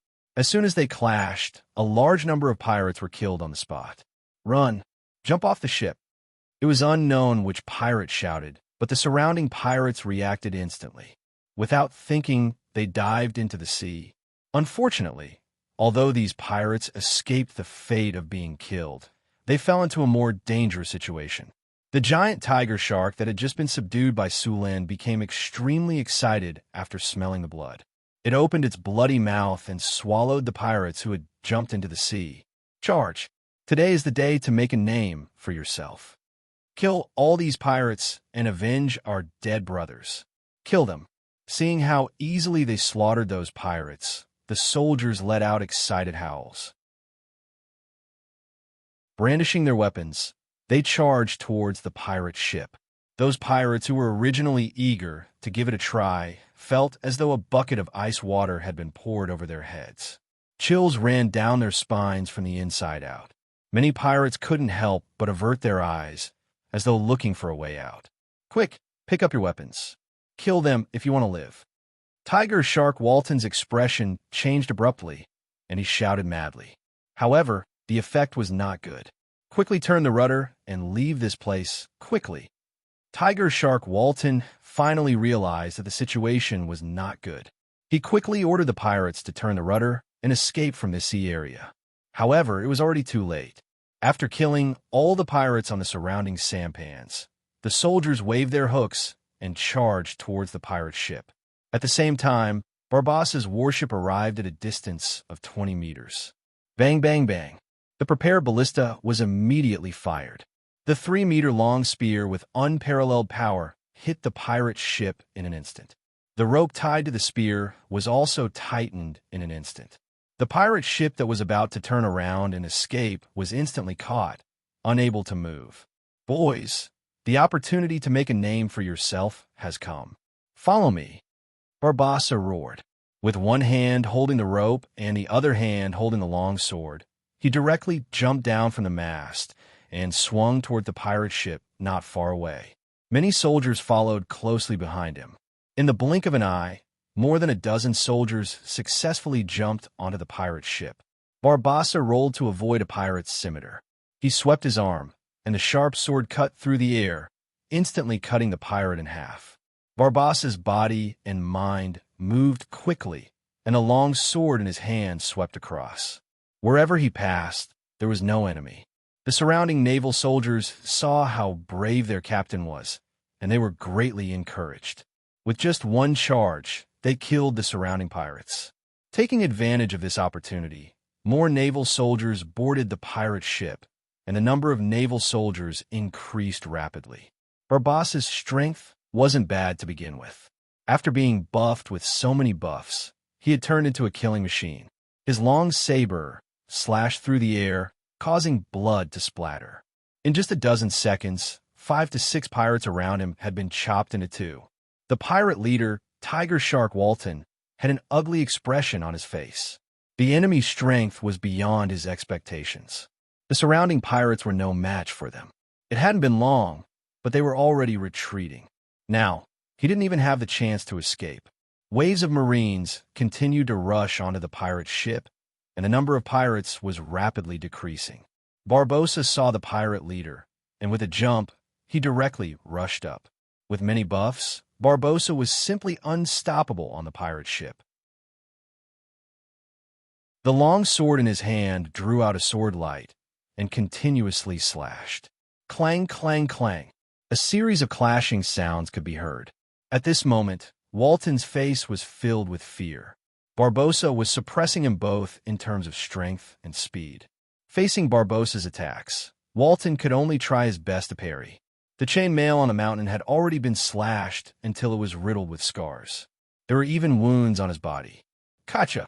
The sound of metal breaking was heard, and the curved sword in Walton's hand could no longer withstand the destruction and directly broke.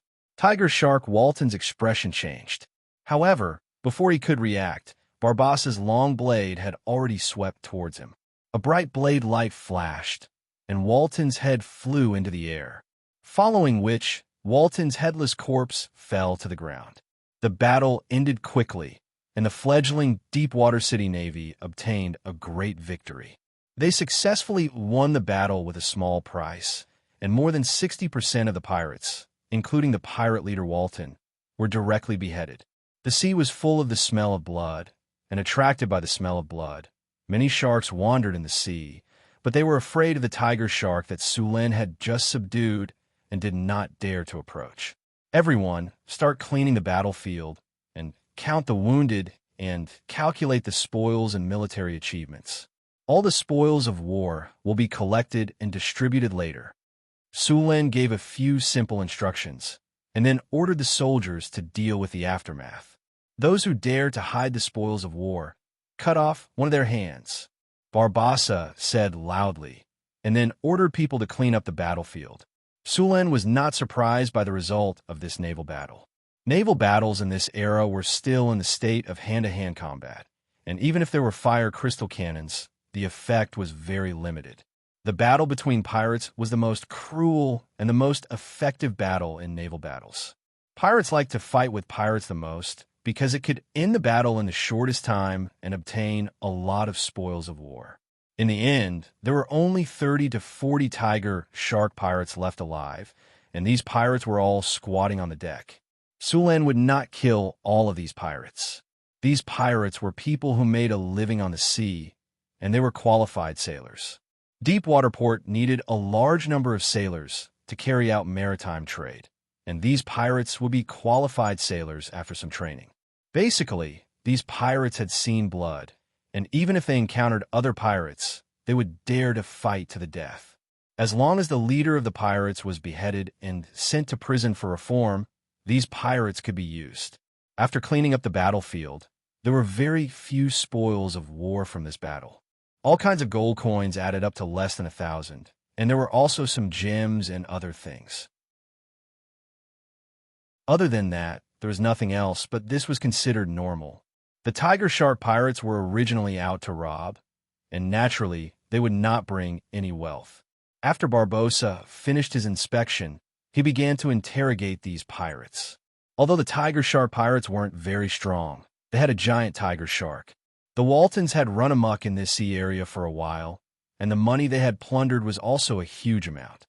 Even if the pirates spent money like water, they would still accumulate a huge amount of wealth, and Walton should have hidden the rest of the wealth.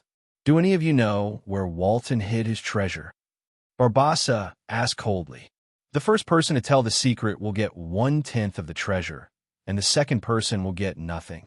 Now tell me your answer, Barbossa said with a smile.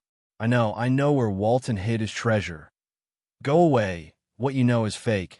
I know where Walton hid his treasure. I want to tell you. As soon as Barbossa's voice fell, the surrounding pirates went crazy, and they wanted to tell the location of the treasure, and they wanted to get the more generous reward. Soon, Barbossa found out the location of Walton's treasure, which was their old nest, Black Shark Island, and the name was also given by Walton. This was originally a remote island, and after the tiger shark pirates made it their stronghold, the island was developed, and a simple dock was built. There were also brothels, casinos, and other areas on the island. After confirming the location of Walton's treasure, Barbossa began to report to Sulen. You said that there is a huge amount of treasure on Black Shark Island? Sulen continued after thinking for a while. Yes, Your Majesty, Barbossa said. Adjust the direction of the fleet. We are going to Black Shark Island, Sulen said without hesitation. The fleet slowly turned and set off in the direction of Black Shark Island. In the sea below the ship, the shadow of a huge monster appeared on the sea surface. Chapter 617. After defeating the Tigeshark pirates, Deepwater City's fleet was reduced to 4 ships. He transferred some of his men from the other 3 ships, and with the help of the captured pirates, he restarted the pirate ship. Soon, the sails of the 4 ships swelled, and they quickly sailed in the direction of Black Shark Island. The Tigeshark that he had just subdued also followed closely behind. This Tigeshark was too big. Not to mention a shark, it was not an exaggeration to say that it was a whale. If it encountered a smaller ship, it would not be surprising if it directly overturned it. Otherwise, the Tigeshark pirates would not have relied on him to become a powerful pirate group. Under the guidance of these pirates, the fleet bypassed the channel here and then headed towards the Southern Sea area. The Southern Sea area was very large, and there were many islands here. It was said that there were at least 10,000 islands of various sizes in this sea area. Because of this sea area had another name, Myriad Island Sea Area. Tens of thousands of islands were scattered all over this sea area, and because there were so many islands, the sea situation in this area was very complicated. Many pirates regarded this place as their lair. With so many islands, if one did not know the location, it could be said that it was as difficult as ascending to heaven to find the pirate lair. It was said that there was a hidden treasure island among these islands.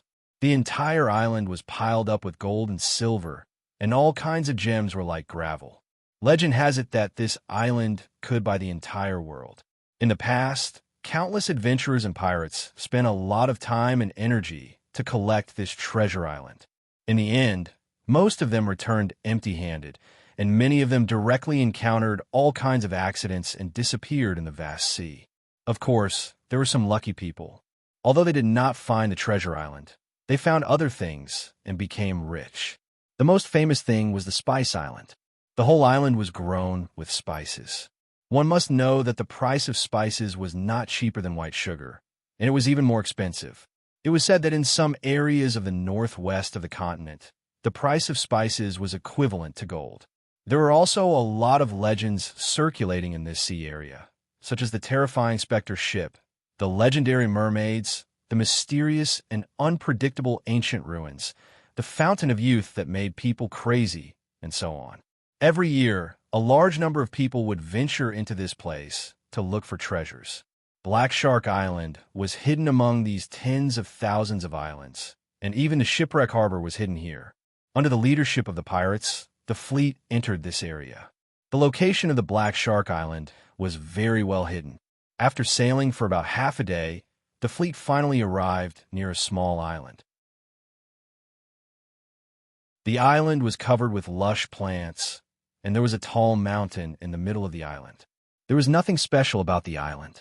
They continued to drive around the island, and soon Sulin saw a naturally formed bay behind the island. A river slowly flowed out of the bay. Small boats could pass through the river in the bay. There was a small harbor hidden in the bay. The harbor was not big and could only accommodate 3 or 4 ships. The Tigeshark pirates were originally just an inconspicuous group among the countless pirates. After Walton joined, they began to rise. They obtained a leadership position by killing the original leader. After that, they started to divide and recruit other pirates to strengthen themselves. Pirates had no loyalty. They were only interested in benefits. As long as he led them to plunder all kinds of treasures, these pirates would support him. Basically, all the pirates grew in strength this way. The harbor of the Black Shark Island was very simple and crude. There were many pirates guarding this island. As their nest, the pirates still valued it very much. Otherwise, if the enemy came to sneak attack, the large amount of wealth they had accumulated would very likely be in the pocket of the enemy. After seeing the pirate ships escorting the 3 ships back, the pirates guarding the Black Shark Island cheered excitedly. 3 ships, this was definitely a big harvest.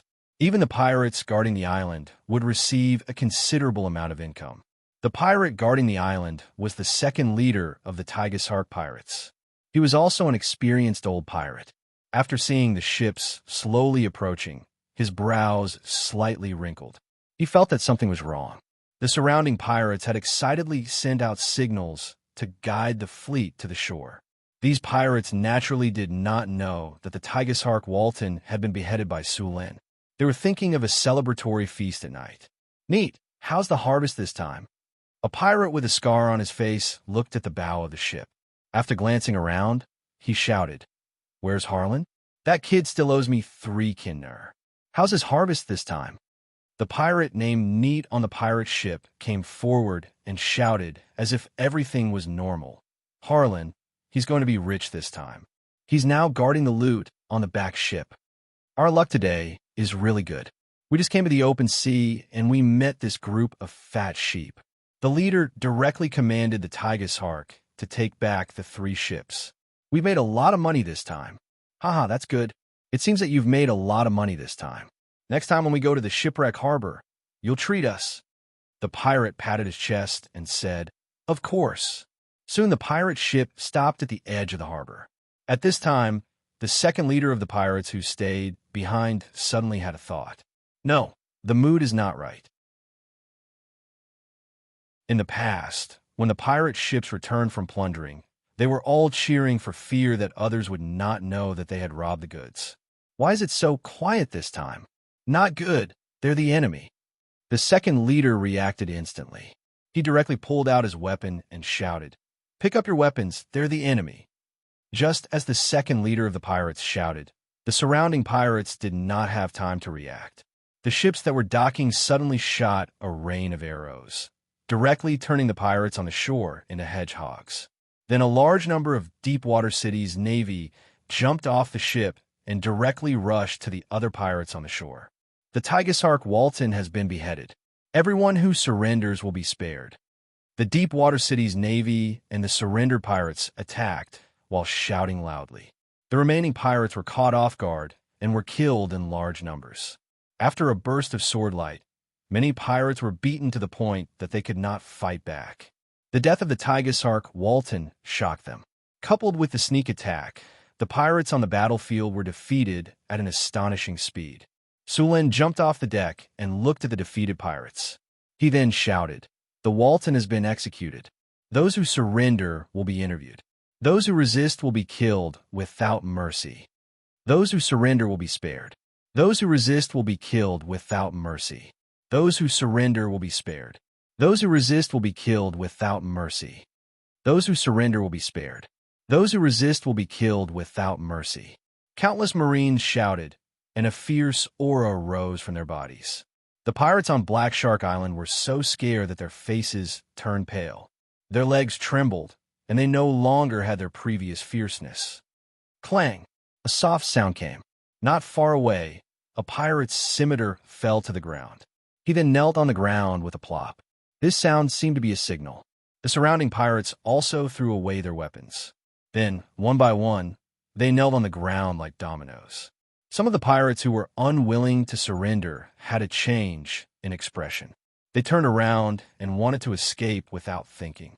But before they could run a few steps, lightning suddenly fell from the sky and struck them into charcoal.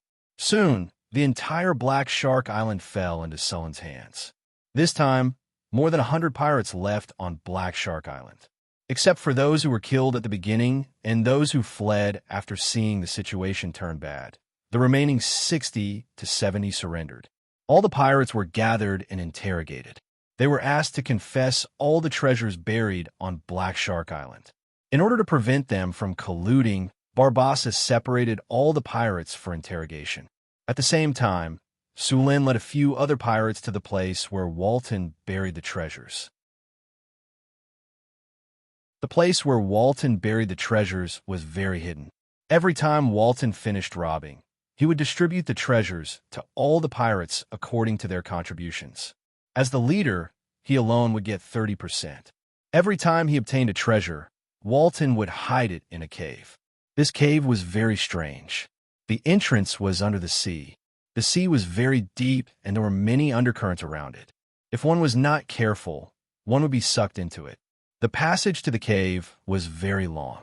Even the pirates with the best swimming skills were not sure if they could enter. Only Walton could enter by hiding in the mouth of Tiger Shark. Even if the other pirates knew the location of the treasure, they could only look at it and sigh. There was nothing they could do. Moreover, there were sharks wandering outside the treasure vault. These sharks had been tamed by Walton. They would attack all creatures that came close. After coming to a beach, a few pirates pointed at the sea not far away and said, "Sir, Walton's treasure is hidden here." However, the environment below is very bad. Not only are there undercurrents, but there are also sharks. We can't get close. But it's not difficult for you. You just have to let the tiger shark bring you in. Can't get close? Don't worry, it's not a problem for me. Sulin snorted.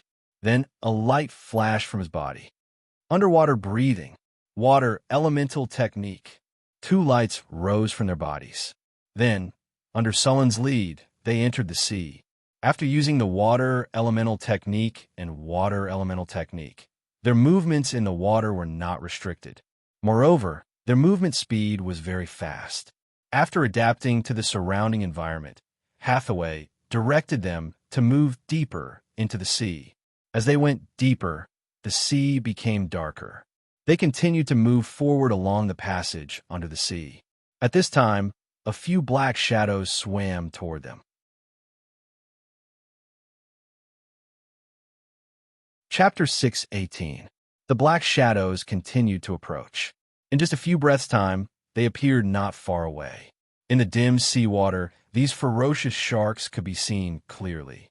Their sharp, dagger-like teeth gleamed with a cold light.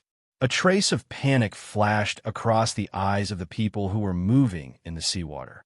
Although they were blessed with underwater breathing and water travel, their combat power in the water was still inferior to those sharks.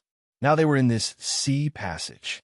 The faces of these ordinary pirates changed drastically when they suddenly encountered these sharks.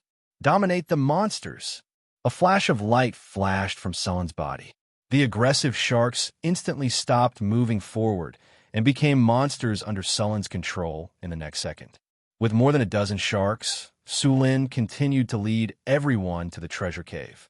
After swimming for a few more minutes, they finally reached the end of the seawater passage. A ray of light shone through the dark seawater. After seeing the light, everyone floated up.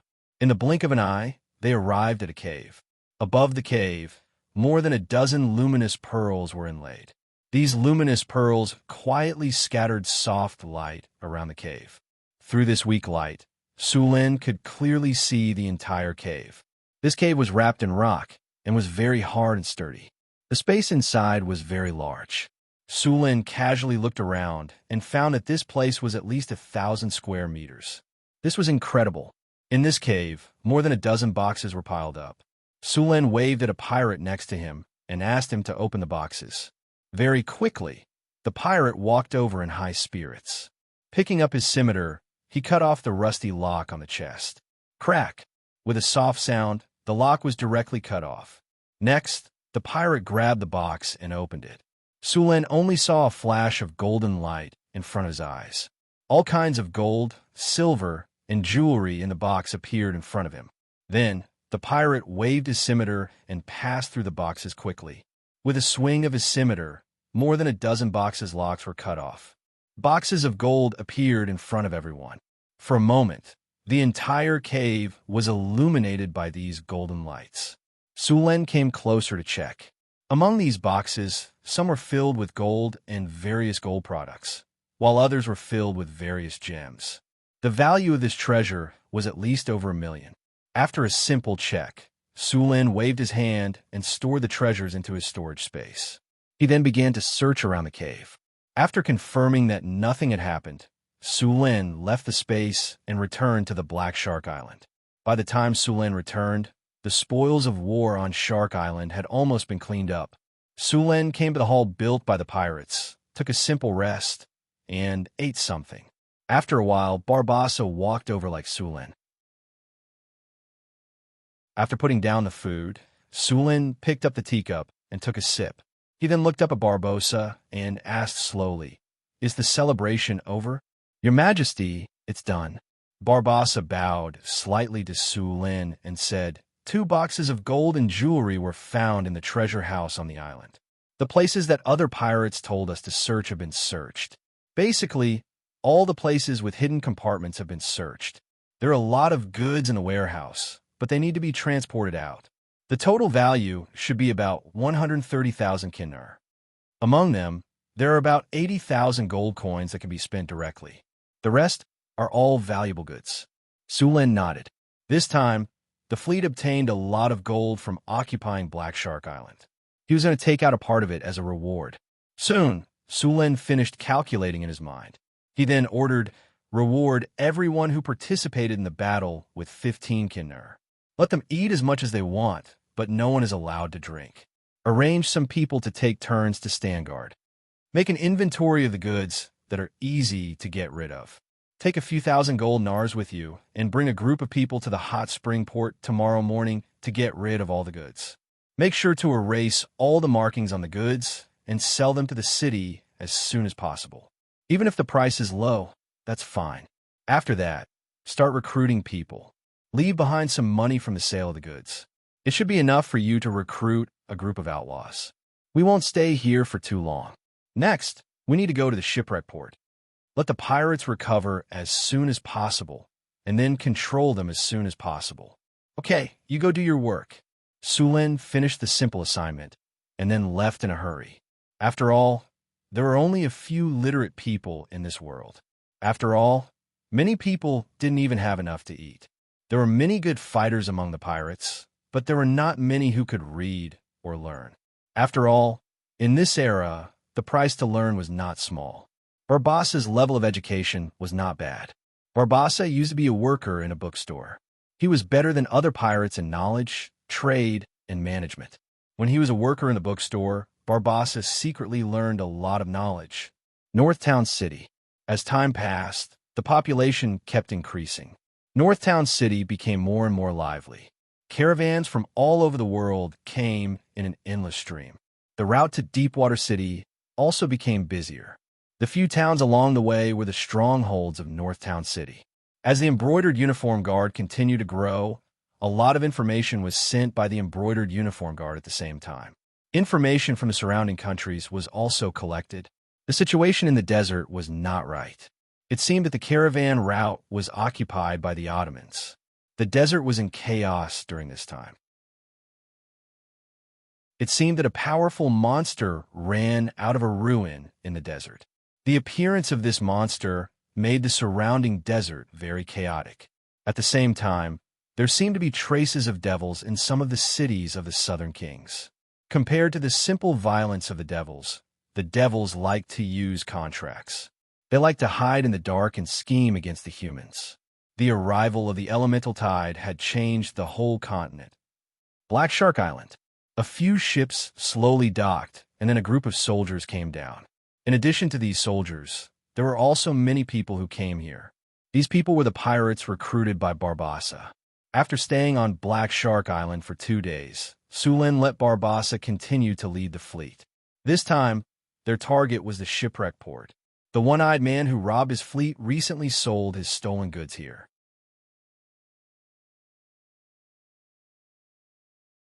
Chapter 619. On Black Shark Island, Sulin disposed of all the goods that were not easy to transport at a low price, and then asked Barbossa to recruit some sailors to add to the ships. Finally, the number of people on the 4 ships was complete. The pirates who had surrendered were all scattered and assigned to the 4 ships. Although these pirates were very respectful and obedient, and the pirate tradition was that the strong preyed on the weak, Sulin did not fully believe them. Who knew if these guys would rebel at a critical moment, so it was best to scatter them all to different places. Sulin stood on the bow of the warship, overlooking the entire port. Now the fleet of Deepwater City had reached more than 600 people. Barbossa stood respectfully behind him, and there were several brave and promoted Marines next to him. These people would be assigned to other ships as captains or first officers. The materials on Black Shark Island were all disposed of, and some of the kinnar had been given to everyone as a reward. The rest was kept in the storage space by Sulin. Next, it was time to deal with One-Eyed Pirate. You dare to rob my ship. This time I must make you spit it out with interest. Let's go. Sulin directly waved his hand and ordered. The 4 ships immediately put away their anchors, raised their sails, and began to sail slowly. While Barbossa was recruiting sailors, he also inquired about information regarding the one-eyed pirates in the surrounding ports. During this time, one-eyed pirate did not continue to commit crimes. He should be dealing with the looted materials. In addition to the news of one-eyed pirate, Barbossa also collected information about Shipwreck Port. Everything was normal in Shipwreck Port during this time. Now the pirate king in Shipwreck Port was Redbeard. He was a dragonborn sea giant. Originally, he was just a mixed-blood sea giant. Although his strength was good, he did not reach the level of a pirate king. But when he went out to sea to rob again, his ship encountered a storm, and the whole ship sank in the storm. Because he had the blood of a sea giant, he escaped. But he was also washed to an unknown island by the sea. It had to be said that this pirate king's luck was really good. After a series of setbacks, the dragon vein in his body actually awakened. He became a dragonborn sea giant. After awakening the dragon bloodline, the strength of the dragonborn sea giant increased greatly. Then, it rose rapidly like a comet. In a short 10 years, it became the overlord of the southern sea region. The dragonborn sea giant had many pirates under him, including humans, lizardmen, murlocs, and many other races. It could be said that he was one of the strongest pirate kings in the southern seas. There were a total of 7 pirate kings in the southern waters. These pirate kings had different backgrounds. One of them was said to have the shadow of the sea church behind him. Another pirate king had the shadow of the merfolk behind him. There were also the shadows of the human kingdom, the Amazons, the Dagon church, and the wizards. Although the pirate kings were powerful, they were inextricably linked with the various forces around them. If Sulin wanted to make a move in the Shipwreck Harbor, then he would have to face the power of the dragonborn sea giant, the Pirate King. The northern battlefront city was very famous in the north, but it was very common in the south. After all, it was too far away. But if Sulin directly defeated a pirate king this time, then other pirates would have to consider whether they could bear the anger of the Deepwater City before robbing the ships of the Deepwater City. The fleet slowly sailed south under the command of Barbossa. The location of the Shipwreck Harbor was very hidden. A day passed quickly, and the ships of the Deepwater City finally entered the Shipwreck Harbor. There were hundreds of large and small islands around the Shipwreck Harbor. The Shipwreck Harbor was the largest smuggling harbor in this sea region. Most of the pirates in the southern seas sold their stolen goods here, including the one-eyed dragon pirates. This time, Sulin's target was very clear. It was the one-eyed dragon pirates. At the Shipwreck Harbor, dozens of pirate ships gathered here. Compared to this place, the simple harbor of the Deepwater port was simply unsightly. Sulin stood at the bow of the ship and looked at the pirate ships in the harbor. These pirate ships in front of him were full of all kinds of flags. Sulin did not make a move directly. Instead, he asked people to dock the ships. Soon, the 4 ships were docked in a relatively remote location. Barbossa took people ashore and began to look for the one-eyed dragon pirates. The one-eyed dragon was still very famous in the southern seas. After all, he was second only to the pirate kings. Sulin waited on the ship for about 3 hours before Barbossa finally returned. Found the one-eyed dragon? Sulin asked directly. Barbossa nodded. Found him, Your Majesty. The one-eyed dragon pirates have just disposed of the goods and are now buying supplies. It won't be long before they set sail. Then wait for him outside the harbor, Sulin said in a deep voice. Yes, Your Majesty. The 4 ships quickly set sail again and then came near the Shipwreck Harbor. He did not have to wait for long. Soon, a fleet of 6 pirate ships slowly sailed out of the harbor. This fleet was the one-eyed dragon pirates that robbed the Deepwater City's fleet. The one-eyed dragon pirate ship originally had 6 ships. After robbing the Deepwater City's fleet, they directly owned 9 ships.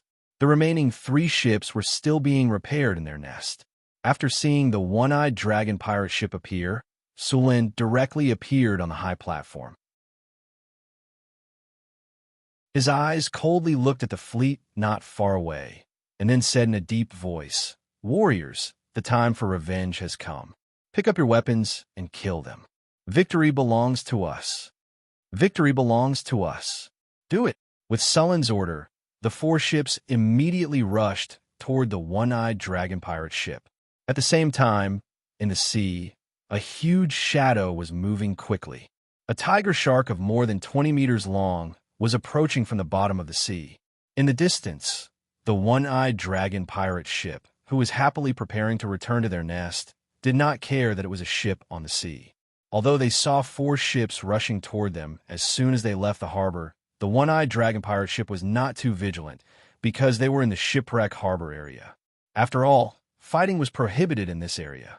No one dared to disobey the orders of the 7 pirate kings, but they obviously miscalculated. This time, their opponents were not pirates. It was not until the ships in the deep-water port were only 200 or 300 meters away from them that the one-eyed dragon pirate ship reacted. Enemy attack! Enemy attack! Full rudder to the port. Everyone, pick up your weapons and get ready to fight. Seeing that the 4 ships did not slow down at all, the one-eyed dragon pirate ship immediately realized that the situation was not right. He immediately ordered the pirates to get ready to fight, but unfortunately, it was too late.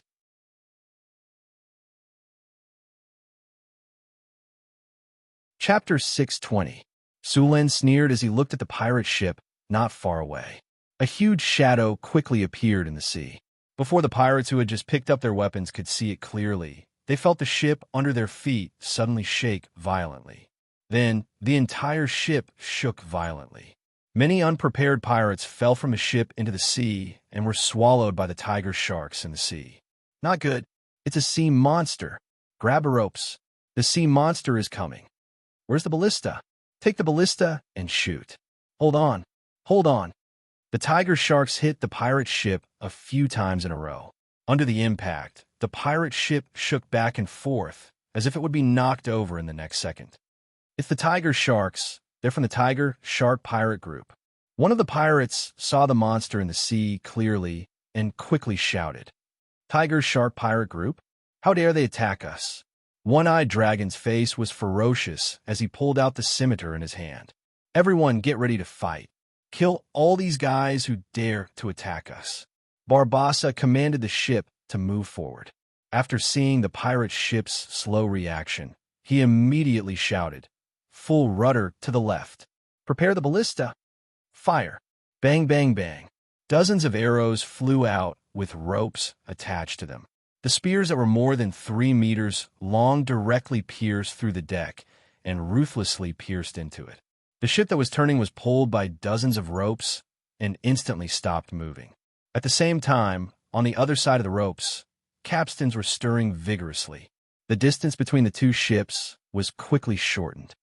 Archers, get ready. 45 degrees, fire in unison. Fire. Buzz. With a buzzing sound, hundreds of arrows instantly flew up and enveloped the pirate ship. A large number of pirates were pierced by the arrows that fell from the sky. After 3 rounds of arrows, the deck was in a mess. Dozens of pirates who could not dodge in time were directly nailed to the deck. Prepare to jump ship and fight. After 3 rounds of arrow rain, Barbassa directly pulled out the long sword at his waist. Then, he grabbed a rope and swung toward the ship not far away. After 3 rounds of arrow rain, the pirates suffered heavy casualties. They were simply unable to stop the enemy from jumping ship and fighting. Sulen had also blessed the army with all kinds of buffs at the start of the battle. These soldiers were full of vigor, and the pirates of the One-Eyed Dragon Pirates weren't their match. After being enchanted, the Navy's weapons were all equivalent to Transcendent Rank 1 or Rank 2 weapons. Facing the ordinary weapons of the pirates, their scimitars were directly cut in half. Deepwater City's navy was very fast. Under the effect of greater haste, these people were like ghosts. Every time their blades flashed, an enemy would fall. The same scene played out on the other pirate ships. Although Deepwater City's navy had fewer ships, they still had the upper hand with the support of arrows and spells. As the leader of the One-Eyed Dragon pirate ship, One-Eyed Sean had an ugly expression on his face. His men were losing ground on the battlefield. Just as he was about to lead his men to charge forward, a cold voice suddenly sounded in his ears. "You're one-eyed, Xian? Who is it?" Xiao's expression changed drastically, and he subconsciously swept the long saber in his hand in the direction of the voice. Clang! The sound of metal colliding was heard, and Xian's palm was slightly numb. Although he hadn't attacked with his full strength just now, his strength wasn't weak at all. However, the result was that his wrist was slightly numb. "Looks like it really is you." Sullen's palm exerted force, and the Thunder God's spear instantly burst out with dazzling lightning. One-eyed Xian was directly wrapped in lightning, and he lost control of his body in an instant. Streaks of lightning quickly flashed around, and the surrounding enemies were instantly hit by the lightning. The powerful lightning swept across, and the pirates with weaker physiques were directly burned to charcoal. Only a few pirates managed to survive. Since he had already made his move, Su Lin gently waved the Thunder God's spear in his hand. The originally clear sky was suddenly covered by dark clouds, and countless lightning snakes kept rolling in the dark clouds. The thunder clouds kept rolling, and the whole sky seemed to be destroyed. The next second, countless lightning bolts fell from the sky, and these lightning bolts instantly hit the pirates who were resisting on the pirate ship. The powerful lightning power directly paralyzed the pirates and made them unable to move. The surrounding navy immediately seized the opportunity and directly beheaded the pirates with their long sabers. It only took a few minutes for several pirate ships to be cleared out, and a strong smell of blood came from the air. At the same time, the battle on the sea attracted the attention of the shipwreck harbor. After a while, more than a dozen ships appeared on the sea, and they formed an arc to surround the fleet of Deepwater City. Su Lin glanced at the ships, and then let Barbassa clean up the battlefield. Soon, the pirates who saw that the situation was not good and surrendered were escorted over. Su Lin sat on a wooden barrel on the deck, and his eyes swept over the captives. Although a large number of enemies were killed in the battle just now, there were still many pirates alive. All the pirates knelt on the deck, trembling with fear. These pirates were completely stunned. From the beginning of the battle, there had been several waves of arrow rain, and then jumping to fight. These pirates were completely powerless to resist and were killed like vegetables. In the end, Su Lin directly summoned a group lightning spell to clear out the pirates. From the beginning to the end of the battle, less than half an hour, all the battles were over. The strength of these pirates was not high. Most of them were around Tier 1, and only a few of the leaders were Tier 2. Only the leader, One-Eyed Xian, had reached Tier 4. However, even a Tier 4 powerhouse was not much stronger than a goblin when facing Su Lin. With the divine weapon, Thor's spear, coupled with a profession level of over level 30, he could defeat the enemy with just a flick of his finger. Do any of you know where One-Eyed Xian's lair is? Su Lin looked at the captives in front of him and asked. Sir, I know. Sir, Xian. Bah, I know his lair. It's on Poison Dragon Island. Where is Poison Dragon Island? Su Lin asked in a deep voice. There are tens of thousands of small islands in the Southern Sea. Most of these islands did not have names, and they did not even have numbers. For example, Poison Dragon Island should be what they called it in private. If there was no familiar person leading the way, it would be impossible to find this island. Poison Dragon Island is about 300 nautical miles away from Shipwreck Harbor. It's a small island, one of the pirate captives said. Very good. I'll give you a chance. Those who submit to me will be free. Su Lin glanced at them and said, You should feel lucky that you didn't die on the battlefield just now. All right, I'll give you 30 seconds to consider. If you haven't made a choice by then, there's no need to choose.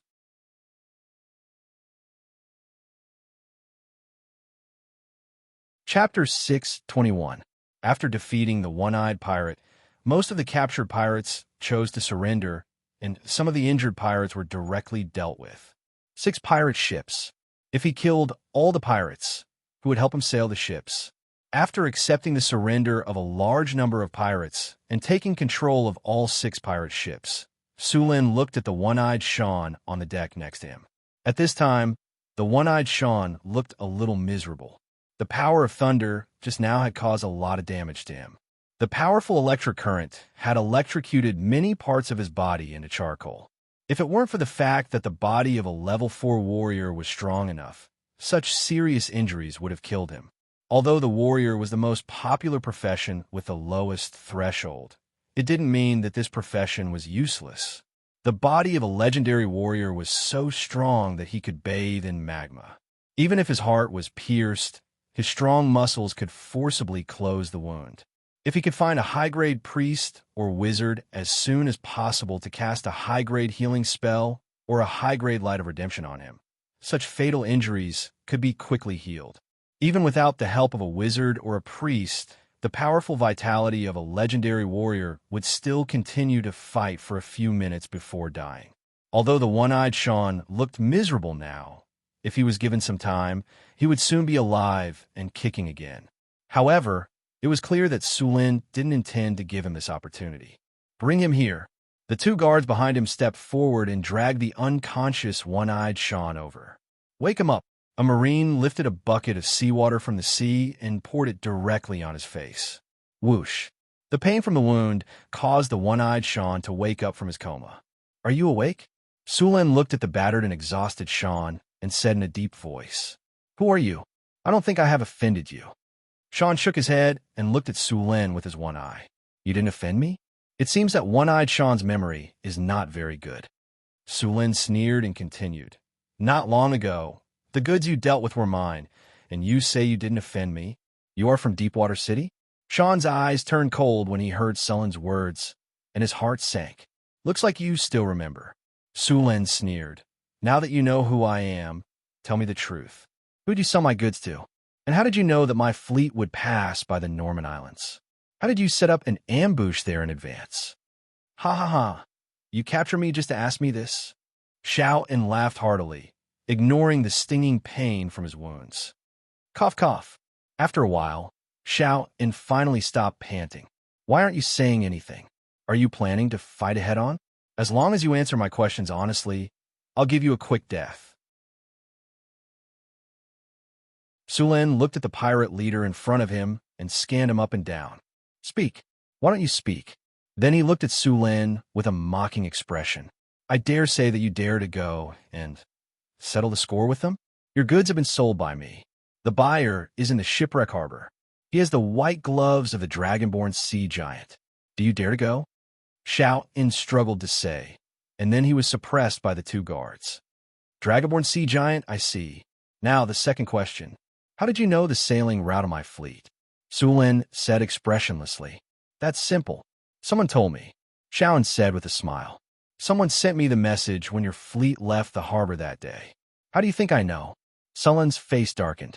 Although he had suspected that there was a mole in the fleet, now he finally confirmed it. "Why did you attack my fleet?" Sulin continued to ask. "It's simple. Someone doesn't want to see Deepwater City develop." Xiao didn't hide anything and directly told him what he knew. Someone has taken a fancy to the specialties of Deepwater City, so they want to monopolize it. I'm just their pawn. Even if you can catch me and kill me, so what? You still can't keep your wealth. You don't even have the courage to take revenge. You want to monopolize the resources of Deepwater City. Sulin frowned slightly. This result surprised him. "You don't understand? You have to know that you produce sugar, honey, rum, perfume, and paper. These things are in high demand in the southern seas. They can be sold for a high price. How can no one be jealous of such a huge profit?" "Sure enough, money moves people." Sulin nodded and continued. "Didn't you want me to find trouble with those people? Tell me, who's behind this?" "The people behind this are very simple. They are the nobles of the Netherland Kingdom. You sent the goods here to sell. They want more, so they are ready to control the supply of goods in their hands.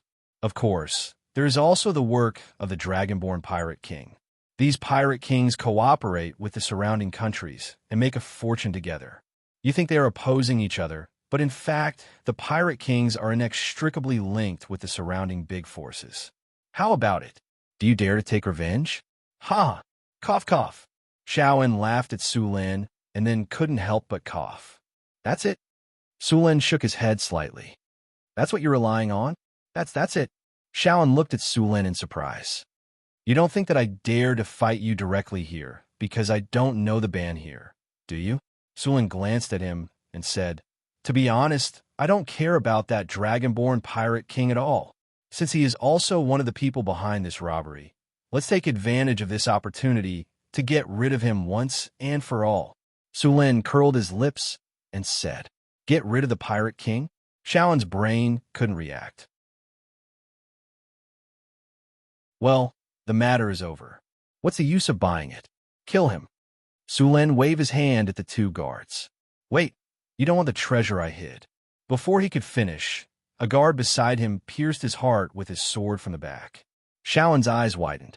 He couldn't believe that Su Lin didn't even ask about his treasure and killed him directly. As the long sword was pulled out, Xiaolan's body trembled slightly twice. Bright red blood spurted out from the wound, and the light in his eyes dimmed in an instant. Su Lin naturally wanted the one-eyed man's treasure, but the one-eyed man would definitely not tell the truth. So Su Lin planned to use a simpler method, which was to let Hathaway use a prophecy spell to find the treasure. As there were already enough clues, this kind of prophecy spell didn't need to pay any price, and it wouldn't cause any backlash. P.S. Recommend a friend's book, The Reborn Prince Charming Starts Making Games. He was reborn in 2000, made a dating game, bought 10 cents at the beginning, and had a single female lead.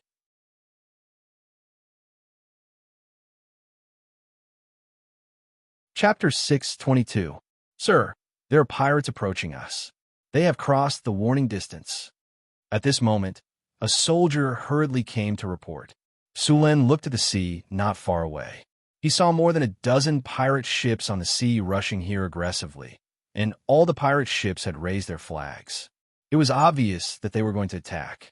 These pirate ships all belonged to the Dragonborn Pirate King. Several pirate kings took turns to be in charge of Shipwreck Harbor. During this period, the Dragonborn Pirate King was in charge. Now Su Lin directly attacked another pirate outside Shipwreck Harbor. This completely disregarded the Pirate King's ban. The Pirate King naturally would not let it go. Without any shouting, the pirates directly launched an attack. The Pirate King hated Sullen's behavior of breaking the rules. This was contempt of their authority. If these people were not dealt with as soon as possible, their so-called ban would become a piece of paper.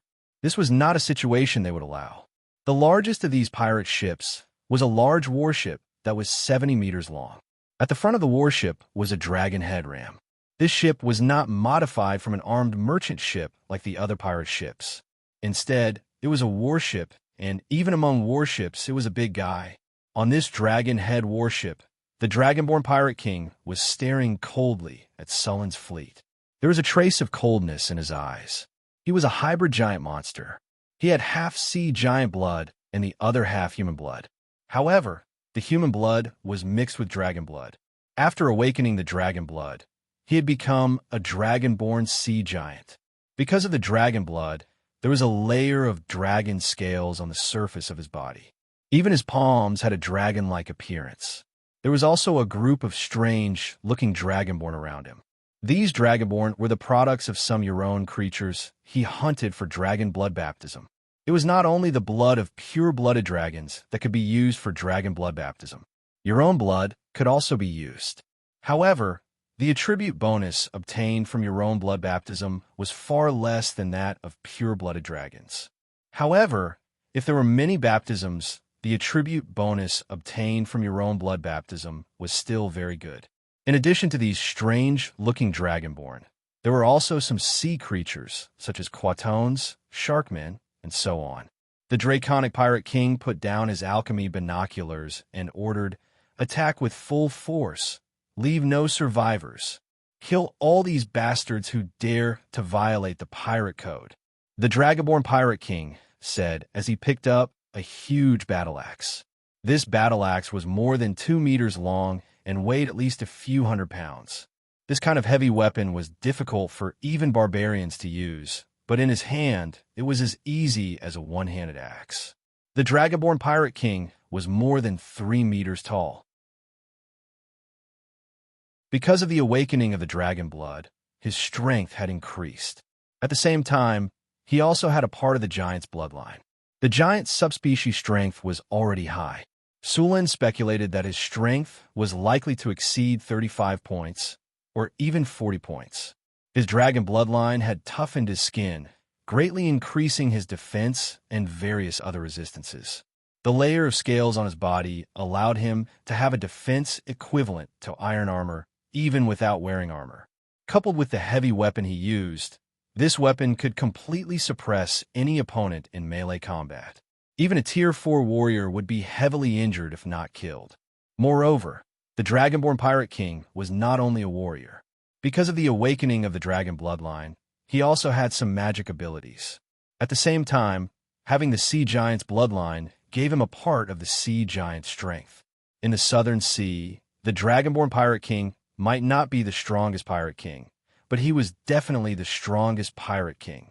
Quatones and Sharkmen, go to the sea. The Dragonborn Pirate King directly ordered after seeing the huge shadow of the tiger shark in the sea. Quatones and Sharkmen immediately jumped into the sea. Their role was to restrain the tiger shark. Although these fishmen were not a match for the tiger shark, it would not be easy for the tiger shark to kill them. These sea creatures were very flexible in the sea, and with cooperation, the tiger shark was not easy to deal with. Summon my pet. Let the fishmen cooperate with it to get rid of the tiger shark. Woo woo woo. A low conch horn sounded, and the sound of the conch spread quickly. Soon, a huge shadow appeared from the bottom of the sea. It was a giant octopus. In terms of size, it was not smaller than Sullen's tiger shark, and it was even bigger. With the appearance of this sea monster, the Quatones and Sharkmen sneered and dove into the sea. It seems that this pirate king is quite strong. Sulin saw the sea monster at a glance. It would not be easy to determine the winner between these two giant sea monsters. However, the octopus had a helper, and Sulin naturally could not let his tiger shark suffer. With a wave of his hand, a few spells directly covered the tiger shark's body, and its strength instantly increased by a lot. Go kill all those monsters and fishmen. The tiger shark shook its tail and quickly rushed towards the giant octopus. The Dragonborn Pirate King did not underestimate Sulin at all. The fact that he could kill the one-eyed dragon in such a short time was enough to prove how strong Sulin was. Open the cabin and release the bloodthirsty bats. The bloodthirsty bats were creatures transformed by the Dragonborn Pirate King using some evil spells. They were mutated bats that lived on the island. They were ferocious and were even larger than an adult. After being transformed by the Dragonborn Pirate King, these bats were even larger and more bloodthirsty. With the Pirate King's order, more than a dozen ships immediately opened the special cabins on the ships, and huge bats quickly flew out of the cabins. Hundreds of bloodthirsty bats gathered together and quickly flew towards Sullen's fleet. Flying monsters? You want to compete with Northern Battlefront City in the Air Force? Sulin sneered, and then a powerful energy rushed out of his body in an instant, and this energy quickly formed a runic circle. In the name of my Sulin, show yourself, my mount. The hexagram circle shone with a dazzling light, and then a spatial rift was directly torn open. The next second, a huge figure with a ferocious appearance appeared in midair. Then there was a sound of cold air being sucked in, and the figure of the red dragon Onyxvia appeared in front of them.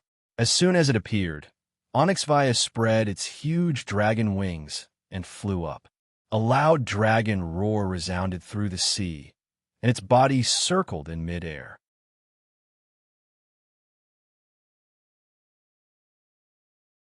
Chapter 623. As soon as the adult red dragon appeared on the battlefield, a powerful dragon aura spread out. Many pirates who were not strong enough directly collapsed on the deck under this pressure. Ordinary people could not resist the dragon's aura at all. Only a small number of pirates could resist this interference. The bloodthirsty bats that were originally rushing over were also affected by the dragon's aura and became a little stagnant. Master, is this the sea? Onyxvia looked around and was a little excited. This was the first time she saw the sea. In the fire elemental plane, she had only seen the magma sea at most. She only knew about the sea and the dragon's inheritance. It's this sea. Sulin smiled slightly. Aren't you an adult? Sleep every day, move around, go and shoot down those big bats for me. Onyx Vaya glanced at the bloodthirsty bats, not far away, then roared excitedly. I was just thinking about moving around. The dragon's huge body circled slightly, then its huge dragon wings flapped, and it rushed toward those big bats like a whirlwind. The battle could be said to be a one-sided massacre. Creatures like dragons were almost the overlords of the sky. Although those bloodthirsty bats were numerous and strong, they did not have the advantage in size or strength. Even the claws of these big bats could not even pierce the dragon scales. With the dragon breath of the red dragon, these bloodthirsty bats were directly burned into charcoal and then fell from the sky one after another. In the blink of an eye, all the bloodthirsty bats in the sky were killed. On the other side, when the dragon descendant pirate king saw the sudden appearance of the dragon, he suddenly had a bad feeling in his heart. Then the dragon killed all the bloodthirsty bats that had just been released. Even after eliminating those bloodthirsty bats, the dragon dived toward a pirate ship next to it. The pirates on the pirate ship were scared and hid everywhere. Many pirates even jumped directly into the sea. Boom! The scorching flame dragon blood instantly hit the pirate ship. The 40-meter-long sailboat instantly turned into a big fire torch. The whole ship was ignited by the dragon's breath. The pirates on the ship who had no time to escape were directly burned into charcoal. The whole sea was illuminated red by this flame. As soon as the battle began, the pirates had already burned down a ship. This is evil, evil dragon. Not good, it's flying over. Run. Many pirates were so frightened by the sudden appearance of the dragon that their teeth chattered. When these ferocious pirates saw a powerful pirate ship being destroyed in just a breath, their confidence was completely shattered. Don't be afraid, quickly rush to the enemy. The dragon descendant pirate king saw that his subordinates were about to collapse and immediately shouted, "Hurry up and get close." As long as we get close to those people's boats, the dragons won't be able to attack. Don't even think about running away. No matter how fast a ship can run, can it compare to a dragon's wings? The faster you run, the faster you die. Hurry, hurry, hurry. This dragon was summoned by the other side and has a time limit. As long as we survive the time limit, the dragon will leave immediately. This is our only chance to survive. It had to be said that the dragon descendant pirate king had a high prestige on the island. In this case, the pirates subconsciously followed the orders of the dragon descendant pirate king and rushed toward Sullen's fleet. The dragon descendant pirate king's approach was right. Escaping in this situation was courting death. Only by rushing up to Sullen's fleet and fighting hand-to-hand, the dragon could not use dragon's breath. In order not to accidentally injure Sullen's fleet, the dragon basically could not attack. Seeing the pirate ships rushing up, Sulin smiled slightly and waved the thunder god's spear in his hand gently. A flash of light instantly flashed from his body. In the next second, a large amount of seawater suddenly rose from the sea. The seawater poured down in all directions, and a behemoth rose from the sea. It was Sullen's magic ship, Angry Dragon. What kind of monster is this? This is a magic ship. Not good, Dodge. It's too late. The pirates who wanted to rush up and fight looked at the magic ship in horror. As soon as the magic ship appeared, it quickly moved. The terrifying ram flashed with a cold light, and the huge hull quickly collided with the pirate ship in front. Rumble.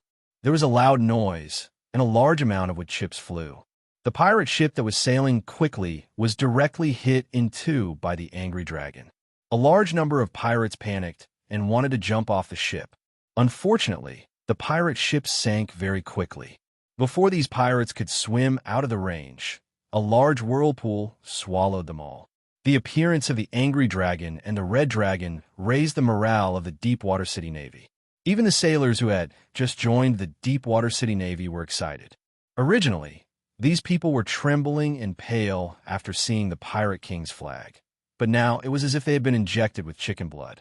There was a burst of cheers. Barbossa jumped directly on the mast, his whole face flushed red. An uncontrollable excitement came from his body. The long sword in his hand pointed at the pirate ship not far away and roared, "Charge! Kill these pirates! Destroy these trash! Long live the North Wind Kingdom! Kill these pirates! Long live the North Wind Kingdom! Charge!" The deep water city, navy all roared at this moment, and the deafening sound echoed on the sea. All the ships launched a charge and rushed in the direction of the pirate ship without hesitation. With the help of the Red Dragon and the magic ship, the morale of the Deepwater City Navy was greatly boosted. On the contrary, the morale of the pirates led by the Pirate King, which had just risen, fell instantly.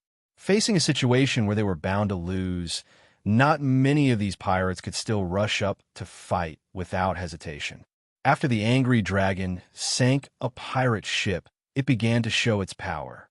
The ballistae on the ship that had been loaded immediately fired. These ballistae were very powerful, and they were nailed to the surrounding ships in an instant. In the next second, there was a flash of light on the angry dragon, and a flame appeared. The flame rushed up like a fire dragon and directly ignited the ship. This special oil was mixed by wizards, and it would burn for a long time if it stuck on it. Soon, these flames spread quickly on the ship. The pirate ship could not resist such an attack at all. Some of the pirates tried to use seawater to extinguish the flames, but after the seawater was poured, the flames did not extinguish at all. Instead, they burned on the seawater and spread to the surroundings. Soon, the entire pirate ship was ablaze.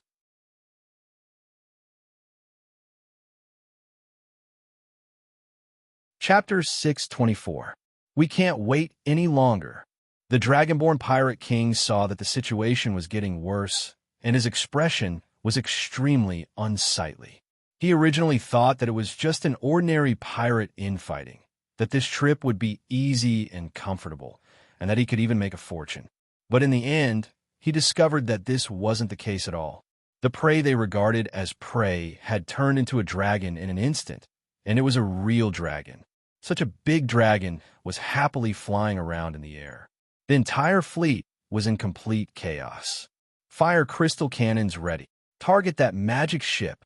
On the dragon-headed warship, the fire crystal cannons were pushed out by the pirates and quickly aimed at the angry dragon, which was attacking another pirate ship not far away.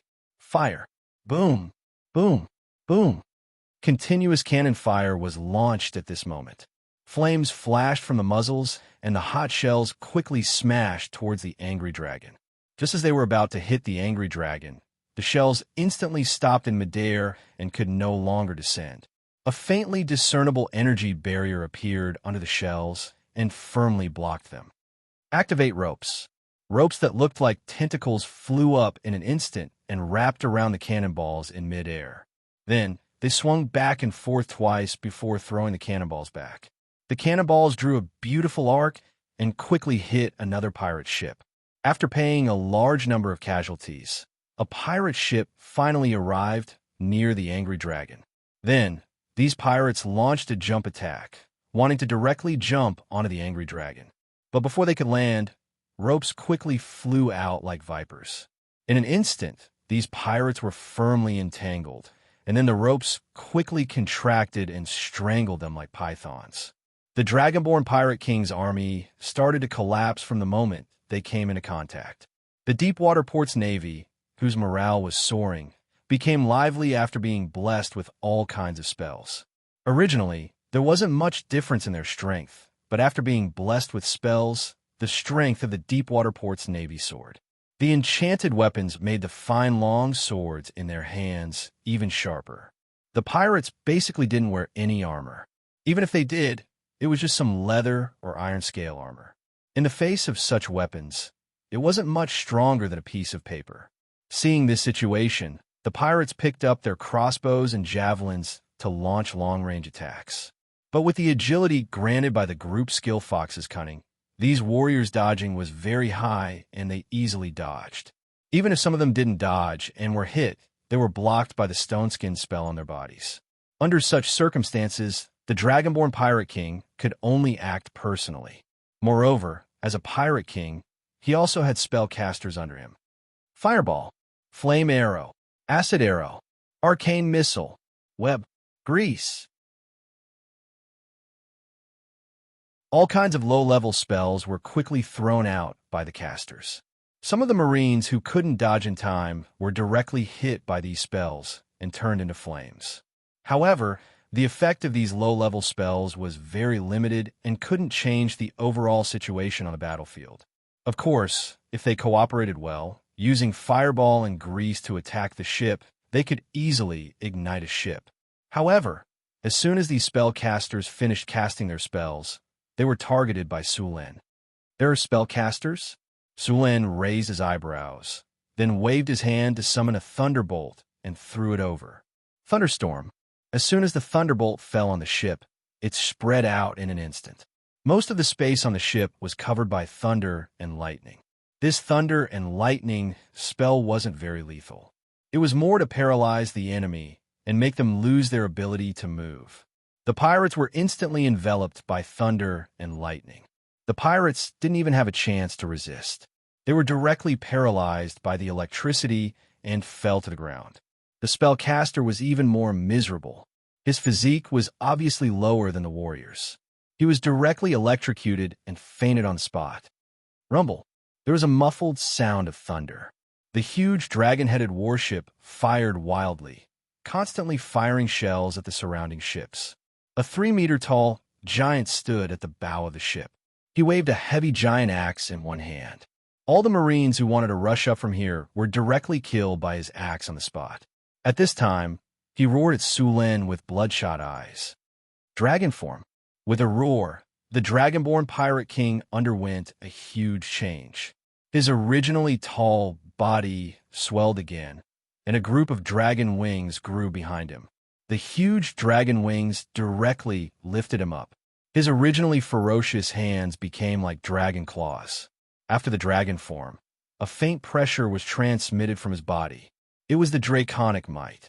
However, the draconic might of the Pirate King was obviously weaker than Onyxia's draconic might.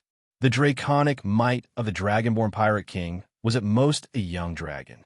After activating the dragon form, the Dragonborn Pirate King roared, flapped his wings, and rushed directly toward Sulan. At this time, the Dragonborn Pirate King had already understood that the defeat of this battle was inevitable. There was only one way to turn the tables, and that was to defeat or kill Sulan. After losing their leader, these soldiers were bound to be in chaos. This was also the only chance for the Dragonborn Pirate King. Evil aura. Blasphemy. An evil energy field instantly erupted from Sulan's body, and then the Dragonborn Pirate King rushed towards Sulan with a grin. Sulan frowned slightly. He could clearly feel that evil power. Then the power of thunder and lightning quickly spread out from his body. In an instant, Sulan directly opened the thunder domain, and the evil power was directly squeezed back under the effect of his soul domain. The Dragonborn Pirate King waved the giant axe in his hand and fell from the sky, smashing fiercely at Sulan. It looked like he was going to split Sulan in half. Clang! The deafening sound of metal colliding rang out. Sulan's Thunder God spear swept across and directly blocked the powerful attack of the Dragonborn Pirate King. Sulan's Thunder God spear swept across. The Pirate King, who had just landed, only had time to block with his giant axe, but the master was sent flying with his weapon. A large amount of lightning power appeared on the surface of his body. Lightning flashed, and even the Pirate King's strong physique trembled all over. However, in just a breath, the Dragonborn Pirate King withstood the lightning paralysis. Then, he swung his chain and smashed it again with a roar. Sulan's body moved and instantly appeared near the Dragonborn Pirate King. The Thunder God spear in his hand directly hit the Pirate King's body. The Dragonkin Pirate King's body flew away like a ball. Sulan didn't let him off. His body flashed and rushed up again. The dazzling lightning with unstoppable power fiercely stabbed down. The Dragonkin Pirate King wanted to resist, but all his defenses were vulnerable in front of the divine weapon. In the end, The thunder god's spear directly pierced through his heart. The endless power of thunder and lightning erupted, killing him completely.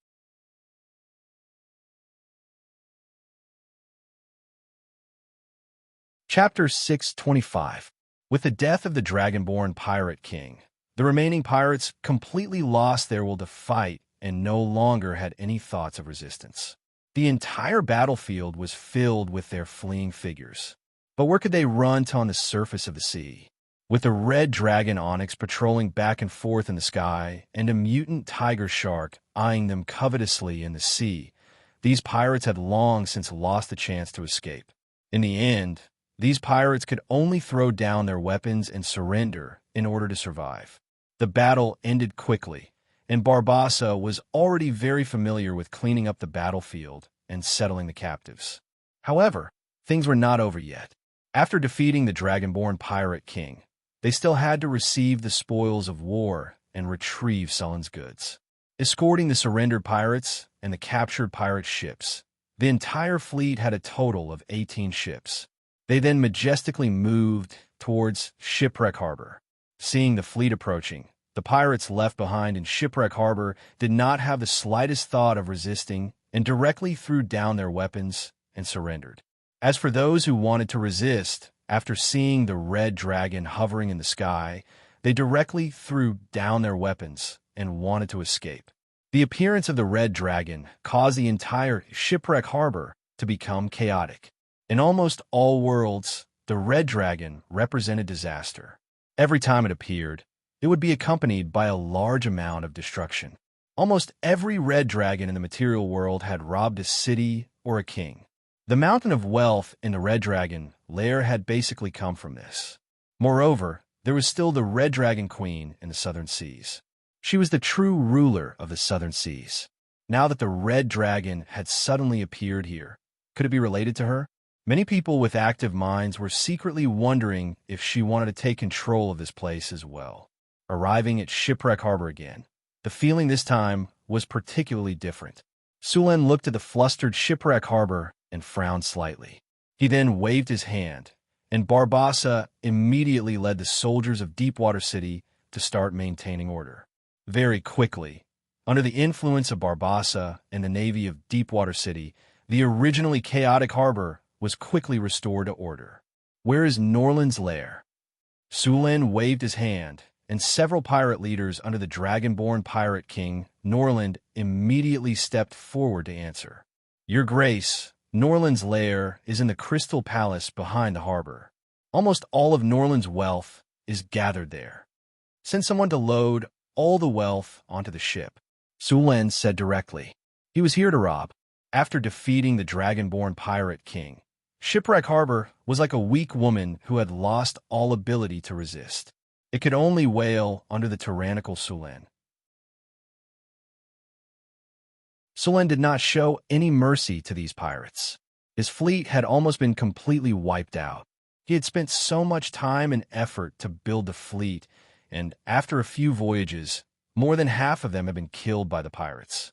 The pirates of this era were not like the Captain Jack in the movies and novels.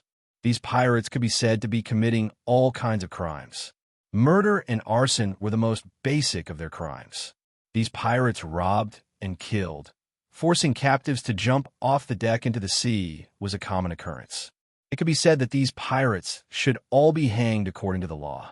Under Sullen's order, the soldiers of Deepwater City immediately began to collect the spoils of war. Sulen and his men were not familiar with Shipwreck Harbor, but the pirate captives were. These pirates were very skilled in treachery. They led the soldiers of Deepwater City to rummage through the city's wealth and send it to the ships docked at the harbor. Apart from the pirates, the richest people in Shipwreck Harbor were the black market merchants. These people could be said to be extremely daring, selling their souls for profit. As long as there were benefits, these merchants dared to trade with the devil. All kinds of goods stolen by the pirates were sold by them, and each of them could be said to be overflowing with wealth. Sulen naturally did not intend to let these merchants go. Carlos, take your men and let these captives lead the way. Go and catch the black market merchants for me. Also, find out how much money these merchants have and bring it to me. Suluan said to a marine admiral who had just been promoted by him. Yes, your grace. After saying that, he bowed and led a group of soldiers and a few surrendered pirates to capture the black market merchants. Shipwreck Harbor was the largest port among the pirates, and the wealth here was astonishing. Soon, boxes of Kinnar were transported over. Your grace, the wealth left behind by Norland is astonishing. According to our preliminary estimates, there are at least 5 million Kinnar, including a large number of gems, precious utensils, and so on. If all of them are converted, it's estimated to be more than 3 million Kinnar. Barbassa said excitedly. 3 million Kinnar. Sulan could not help but rub his hands. His northern city could be considered to be making a lot of money every day. Sugar, rum, paper, perfume, excellent weapons, and so on, all of these things added up to only a little more than 1 million Kinnar a year. After all kinds of expenses, there was not much left. He had only killed one pirate king, but there was actually so much wealth. Sulan immediately wondered if he should kill the other pirate kings as well. However, the other pirate kings did not provoke him. It would not be good to kill them directly. Moreover, these pirate kings also had other forces behind them. If he really did that, it was estimated that the entire southern waters would not do business with him. After thinking about it, Sulan temporarily put aside this tempting idea. Load all these things onto the ship. Sulan said.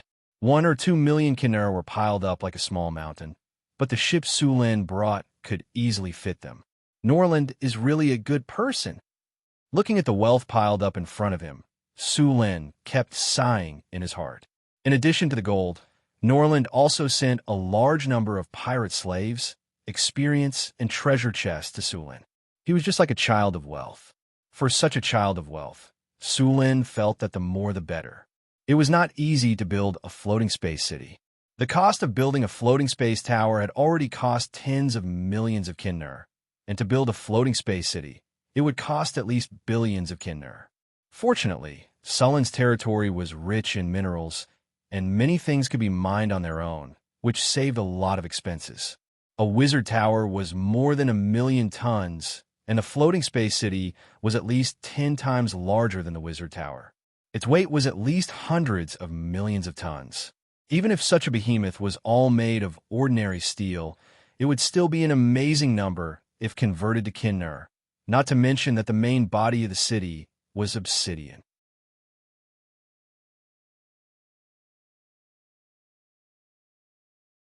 Chapter 6:26. Your Excellency the Grand Duke, Your Excellency the Grand Duke, please listen to my explanation. We are honorable merchants. A fat merchant shouted in a panic. Grand Duke, I went to the northern city to give you gifts this year. Please listen to my explanation. I really don't have any money. I just want to earn some hard-earned money. The merchant tried to rush over, but he was very polite. The guard beside him pushed him back and squatted on the ground. Even so, he did not give up struggling. Honest merchant? Sulan glanced at the crying merchant. This guy was wearing a linen shirt. The shirt had been starched until it was a little white. There were even a few patches on it. However, when the guard beside him was tearing it, he tore a hole in his shirt, and the silk underwear inside instantly leaked out. Hard-earned money? Sulan looked at him. He could afford silk underwear, but he said he didn't have any money?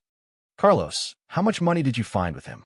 Grand Duke, we searched through his place and only found a few hundred Kinnar. Carlos said shamefully when he saw the other people transporting boxes of gold and silver. A few hundred Kinnar? Sulan raised his eyebrows. Grand Duke, don't believe his plan. This guy is called Gretel. He is the biggest black market merchant in our shipwreck harbor. Every year, he handles at least a few 100,000 Kinnar. A pirate beside him suddenly said. A few 100,000 Kinnar? Sulan looked at Gretel. A few 100,000 Kinnar, and you say you don't have any money? Grand Duke, it's not just that. The pirates here sell him goods at 30% of the original value. He makes even more after selling these goods. Did you hear that? These pirates are very clear about your income. Sulan said to Gretel, do you want to hand over the money yourself? Or do you want to wait for them to treat you well before handing over the money? Grand Duke, you can't just listen to the words of these pirates. These pirates are treacherous. They commit all kinds of crimes, murder and arson. They are framing me. Gretel argued loudly. You don't want to admit it. Sulin looked at Gretel. He didn't expect Gretel to still be so stubborn even at this point. He really doesn't shed tears until he sees the coffin. But I like this kind of stubborn person. Greg, you don't have to deny it. Since we're already here, it's impossible for us not to bleed. My goods were stolen, and the pirates who robbed me have already paid the price. However, you accomplices haven't. It's not like we're going to make you bankrupt today. You, Gretel, are at least a few 100,000 kina a year here. There's also your fleet and caravan. I'm not sure how much you earn each year. Then let's take a year's worth of your earnings. You've been earning money here for more than a decade. It's not too much to ask for a year's worth of compensation, right? It's not just you. We'll use the same standard for the other black market merchants. You earn 400 to 500,000 kinar a year here. Let's make it 500,000 kinar. Gretel, take out 500,000 kinar. I'll pretend nothing happened. You can continue to be a black market merchant here, and I'll take the money back to Northern Town. 500,000 kinar. That's just a year's worth of your earnings here. It's not too much to ask for, right? Take it out, and I'll let you go. I'll also guarantee your safety. If you can't take it out, Sulin lifted Gretel up and smiled at him. He then waved at the soldiers beside him. Then I won't be the one to talk to you. I'll need my men to talk to you. He shouted at the soldiers beside him. What do you think? Okay, how do you plan to talk to him? Sulin asked. The soldiers looked at each other. They didn't seem to know how to talk. Why don't we talk to him on the wooden spikes? One of the soldiers suggested. Let's go with the wooden spikes. The other soldiers responded. Gretel, who was being held up by a few soldiers, turned pale instantly. No, wooden spikes won't work. Sulin shook his head. He wouldn't survive a 2-meter-long wooden spike piercing through his body. Gretel heaved a sigh of relief when he heard Sulin's words.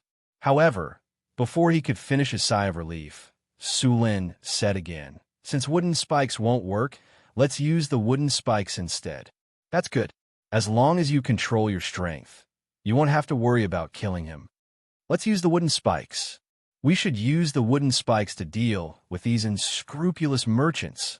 The soldiers shouted when they heard Sulin's words. Sulin turned around calmly and waved at the soldiers beside him. Go, treat our old friend Gretel well. Otherwise, people will say that we're rude. Understood.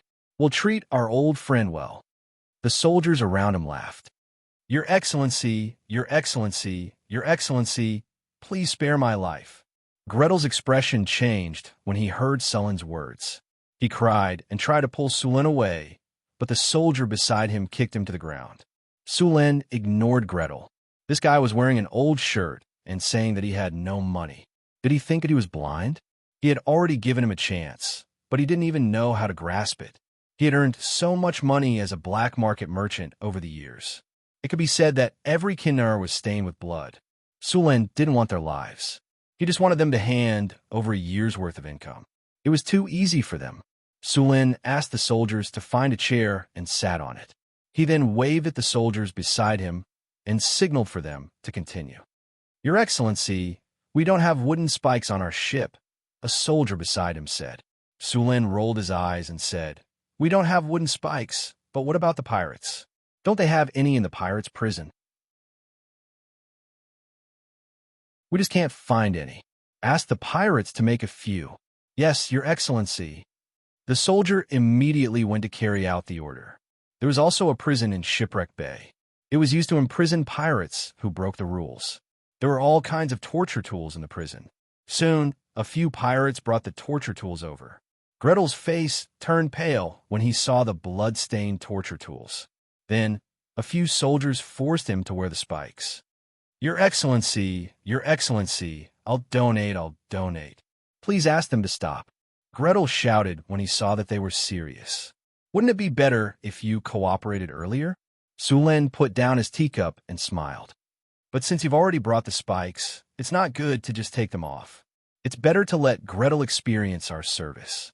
He waved at the soldiers, and 2 of them immediately pulled the spikes down.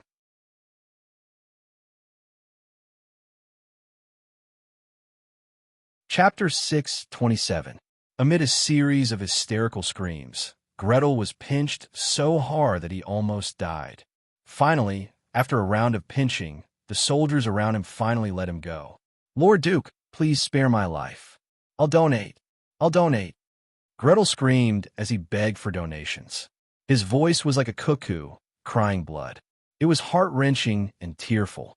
"Lord Duke, I'm willing to donate 500,000 kinnar to make up for your loss," Gretel said without hesitation. "That's more like it." Sulen nodded in satisfaction. "Mr. Gretel is a good man to be willing to donate 500,000 kinnar. You are indeed a friend of Bayphone Principality." "Quick, quick, quick! What are you doing?" Mr. Gretel fell down. "Why didn't you help him up?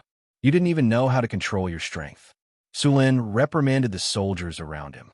"Hurry up and help Mr. Gretel up." A few soldiers immediately went up to Gretel with smiles on their faces and tried to help him up by his arms. "It's not your fault. I lost my balance and fell down. I fell down," Gretel quickly explained. "If that's the case, Mr. Gretel, please hand over the kinnar that you donated." Sulen nodded.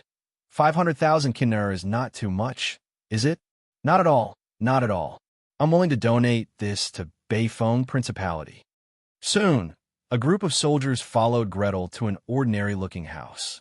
They then opened the cellar in a hidden corner of the house and took out the kinnar that was stored inside. After a while, a caravan carrying 500,000 kinnar slowly walked out. A caravan was needed to carry all these kinnar. Each kinnar weighed 4 grams. 80% of it was gold, while the rest was made up of other metals. 500,000 kinnar weighed about 2 tons. It would take 10 caravans to transport all of them. Fortunately, these merchants had prepared a large number of caravans to transport the goods. Each caravan carried a few hundred pounds of kinnar. These kinnar were all packed in boxes. In order to make it easier to transport, each box weighed 100 pounds. There were exactly 4 boxes in a caravan. There were a total of 10 caravans in a row. With Gretel as a demonstration, dealing with the other black market merchants was a walk in the park. After sending kinnar to the port, Sulen waved his hand and said, "Mr. Gretel has donated everything. I'll leave the rest to you." Gretel donated 500,000 kinnar, but he is the biggest businessman in Shipwreck Harbor.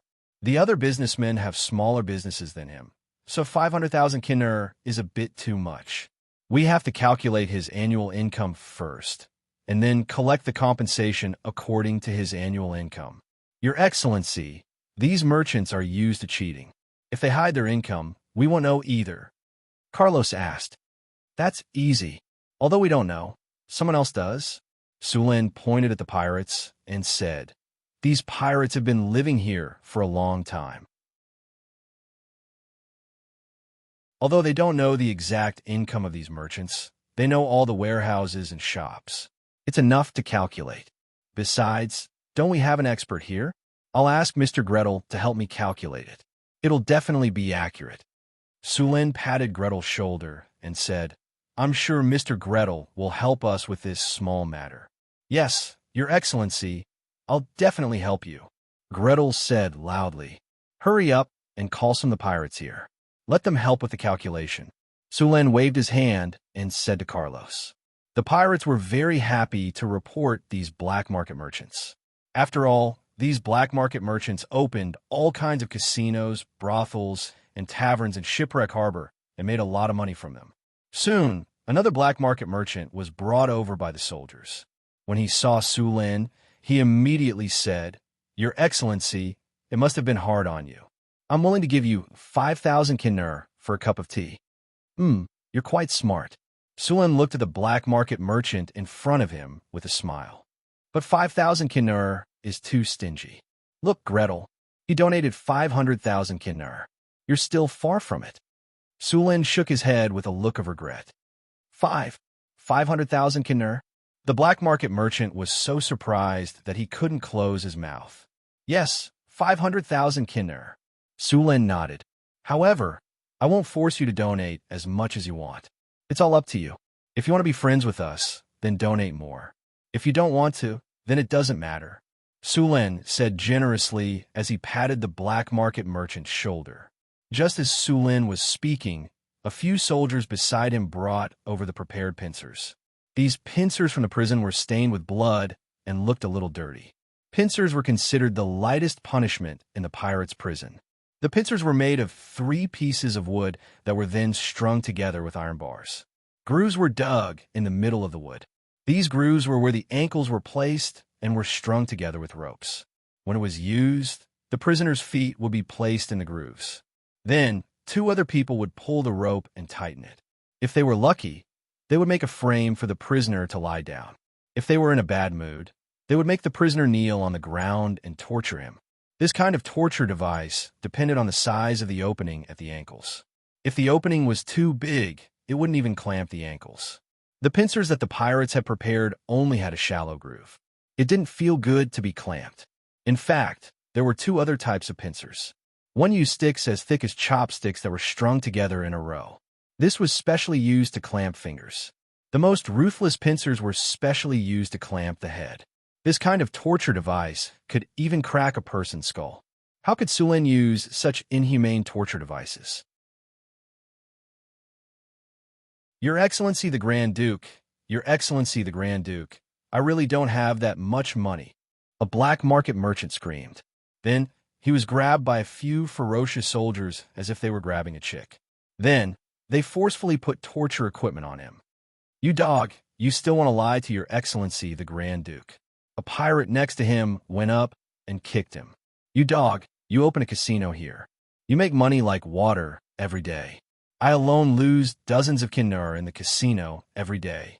But your casino has at least thousands of customers every day. How much money do you make? This black market merchant was also raised to be a respectable person. When had he ever been treated like this? Garrett, it seems like our merchant doesn't intend to tell the truth. Calculate for him. We're not pirates, we're regular navies. We do things based on evidence and reason. Sulin waved at Garrett, who was beside him. Garrett, who had become a lackey, immediately calculated according to the description of the pirates. It didn't take much effort for him to calculate the black market merchant's annual income.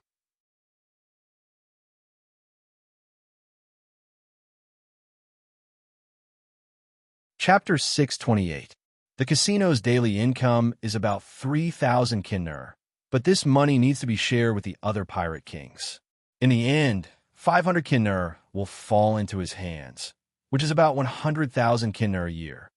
Also, the J Court and the tavern in his hands are also making a lot of money every day. In this way, his annual income is at least 450,000 kinner. Gretel added up all the income and quickly came up with the annual income of this black market merchant. There are some miscellaneous things, which is about 10,000 to 20,000 kinner. In that case, let's not be so calculative. Let's calculate according to 450,000. Sulin directly made the decision. Gretel's calculation was indeed accurate.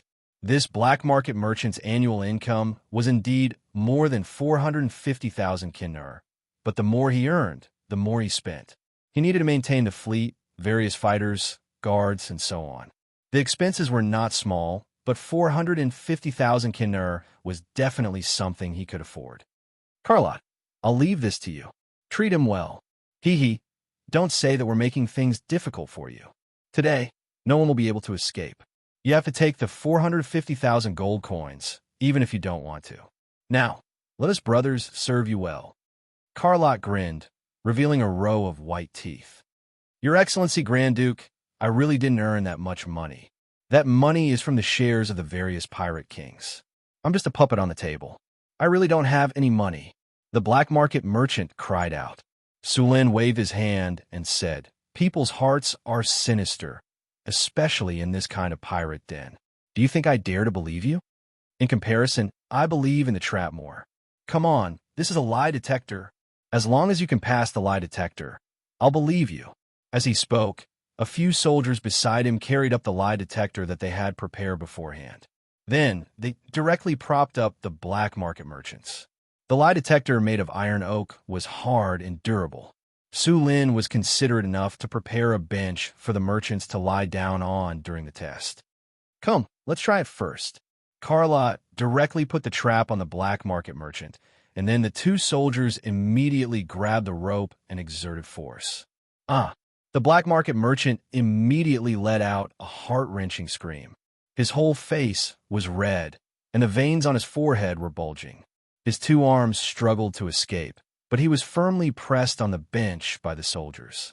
His body twisted back and forth like a worm, but there was no effect. This is just the beginning. The rope is just the most basic. A few soldiers tied the trap tightly, and then stuffed the prepared wooden wedges in to compress the gap. Okay, let's officially start. One of the soldiers stood up, picked up a wooden mallet, and said, "Remember, if you agree, say it quickly. Otherwise, it will be too late." "Start the polygraph," Carlos shouted. The two soldiers raised their mallets and slammed them down on the wooden wedge without hesitation. Ouch! A far cry from the black market merchant's voice. The black market merchant howled in agony. Even his eyes could be seen protruding out of their sockets. "I'll donate money, 450,000 kinner. The black market merchant could no longer care about anything else. Seeing that the two soldiers were about to hit him again, he quickly cried and shouted, "Look, the lie detector is working again. Why is it so difficult to trust between people?" Sulin said bitterly. "I've already told you so earnestly, but you just don't want to tell me the truth. Now, we've finally reached an agreement." Then, the soldiers put the black market merchant down from the lie detector. Then, they took the carriage that had just been unloaded and followed the black market merchant to his manor. When the other black market merchants saw Sullen's actions, their faces turned ashen, as if they had lost their parents. In the end, they all gave in. One by one, they accepted Sullen's friendship and became friends with Beifeng Duchy. They expressed that they were willing to donate all their income for a year to Beifeng Duchy. Of course, Sulin couldn't refuse the sincerity of these businessmen. Soon, a large number of kinner was transported over. The 7 black market merchants donated more than 3 million kinner to Sulin. In addition to the income of the Dragonborn Pirate King, just the kinner alone gave Sulin at least tens of millions of kinner. Sullin's first fund to build the floating city was finally settled. In addition to the kinner, after killing the Dragonborn Pirate King, Sulin also received a lot of rewards. After dealing with the shipwreck harbor, Sulin had time to check the rewards. "Congratulations, host. You have successfully killed a Dragonborn sea giant. You have received 53,400 experience points. You have received 1 legendary skill point. You have received 2 platinum treasure chests. The battle is over. You have received the item Sea Giant's Heart Blood *1. Rise of the Navy Legendary Battle, September 1689 of the Huiwa calendar. Due to the wealth of the deep-water port, it attracted the attention of others, leading to a pirate attack on the fleet. The newly born Huiwa port suffered huge losses. In order to take revenge, Sulin led the fleet to continue the counterattack. You have defeated the Black Shark Pirates, the One-Eyed Dragon Pirates, and successfully killed the Pirate King in the final battle. You have received a huge reputation in this battle. Reputation +5. Hearing the familiar voice, Sulin opened the storage space and took out the 2 platinum treasure chests. This Pirate King's strength is really weak. 2 platinum treasure chests, not even a diamond. I'll just make do with it. Sulin took out the 2 platinum treasure chests from the storage space and chose to open them directly. After a flash of light, the system prompt sounded in Sullin's ear. "Congratulations, host. You have successfully opened the platinum treasure chest. You have received the item Elemental Furnace Fuel. Congratulations, host. You have successfully opened the platinum treasure chest. You have received the item Legendary Soul Crystal." Sulin looked at the 2 items in front of him, the Elemental Furnace Fuel and the Soul Crystal. As the name suggested, the Elemental Furnace Fuel was used to burn the Elemental Furnace. This type of Elemental Furnace Fuel was not produced much, and it would only appear occasionally in some mines. Although the Elemental Furnace Fuel was less than 1.5 kilograms, it could be used for more than 15 years at full load if used in the Elemental Furnace. This was good news for Sulin. At least he did not have to look for elemental furnace fuel all over the world. As for the soul crystal, Sulin casually put it away. He planned to let Hathaway build a legendary golem construct with these soul crystals when he went back. A golem construct of this level was a true killer weapon.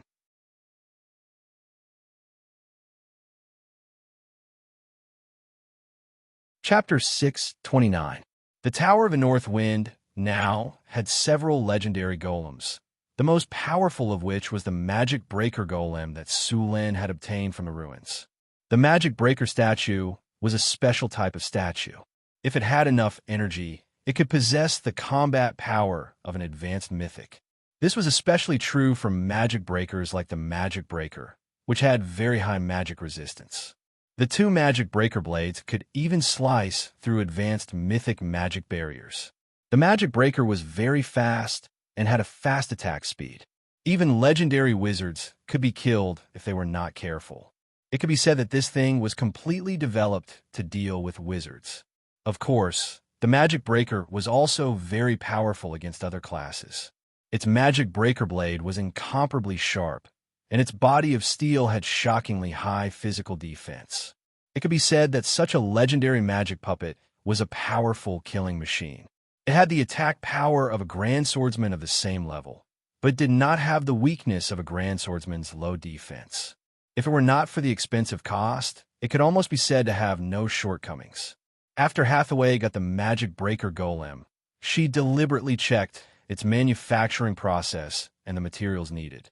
Then she calculated that it would cost at least 200 million kinar to build such a set of golems, and because it required a lot of very rare materials, many times it could not be made even if one had the money. High-level legendary golems were basically impossible to mass-produce.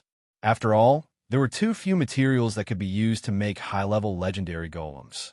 It was said that in the era of the Arcane Kingdom, there was a neutron star golem, which was known as the strongest golem.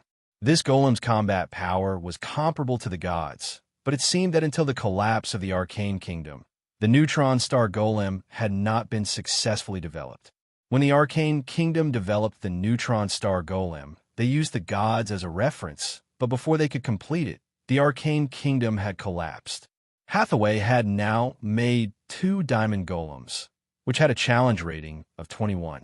It was the weakest of the legendary golems, but even the weakest golem was very powerful. In the face of a diamond golem, if one did not have good enough weapons, it was better to run away as soon as possible. After the diamond golem in the Tower of the North Wind cooperated with the Tower Spirit, the challenge rating would be further improved. Originally, without the diamond golem, the challenge rating of the Wizard Tower was 21. With the diamond golem, the challenge rating of the Wizard Tower directly reached 25, which was close to the edge of high-level legendary. For the diamond golem, Hathaway also made some optimizations, reducing the weight of the golem and strengthening its defense and attack power. Now Hathaway was studying another legendary golem.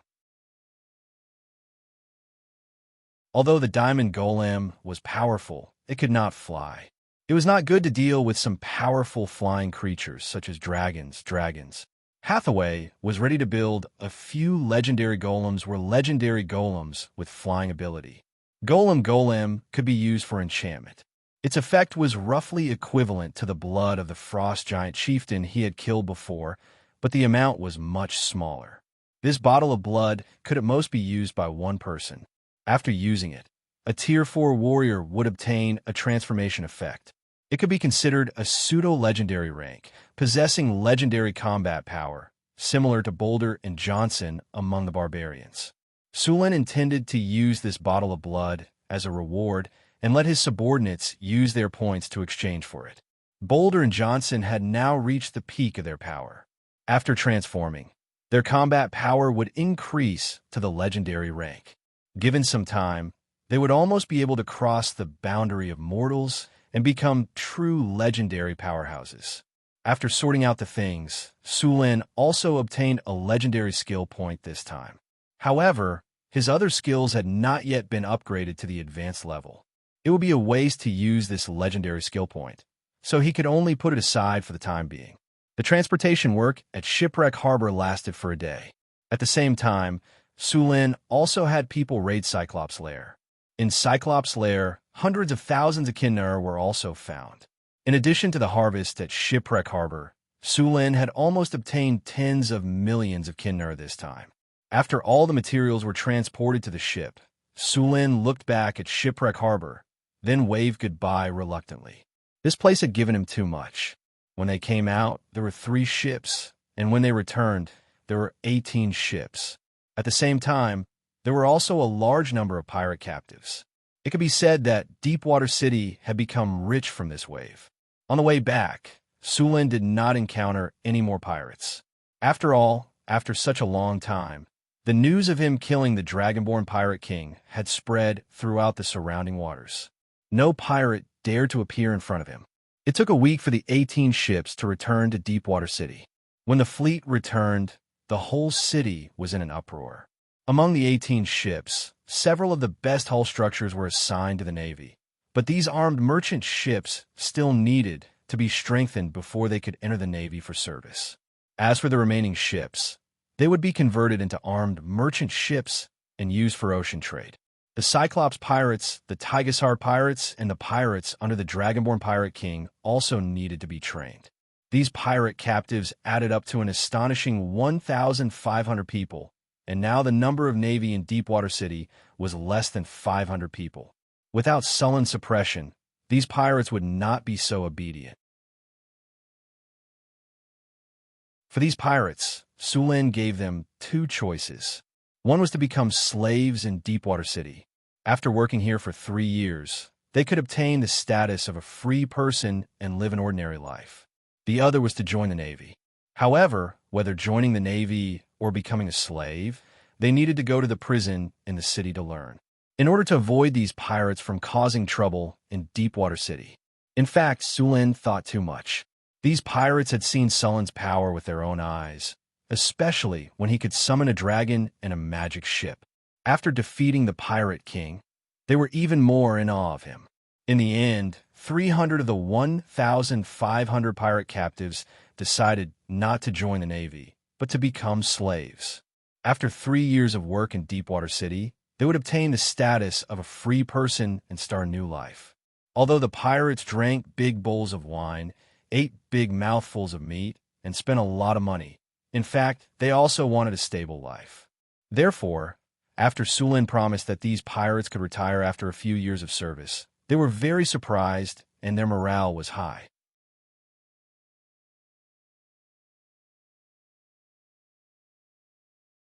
Chapter 630.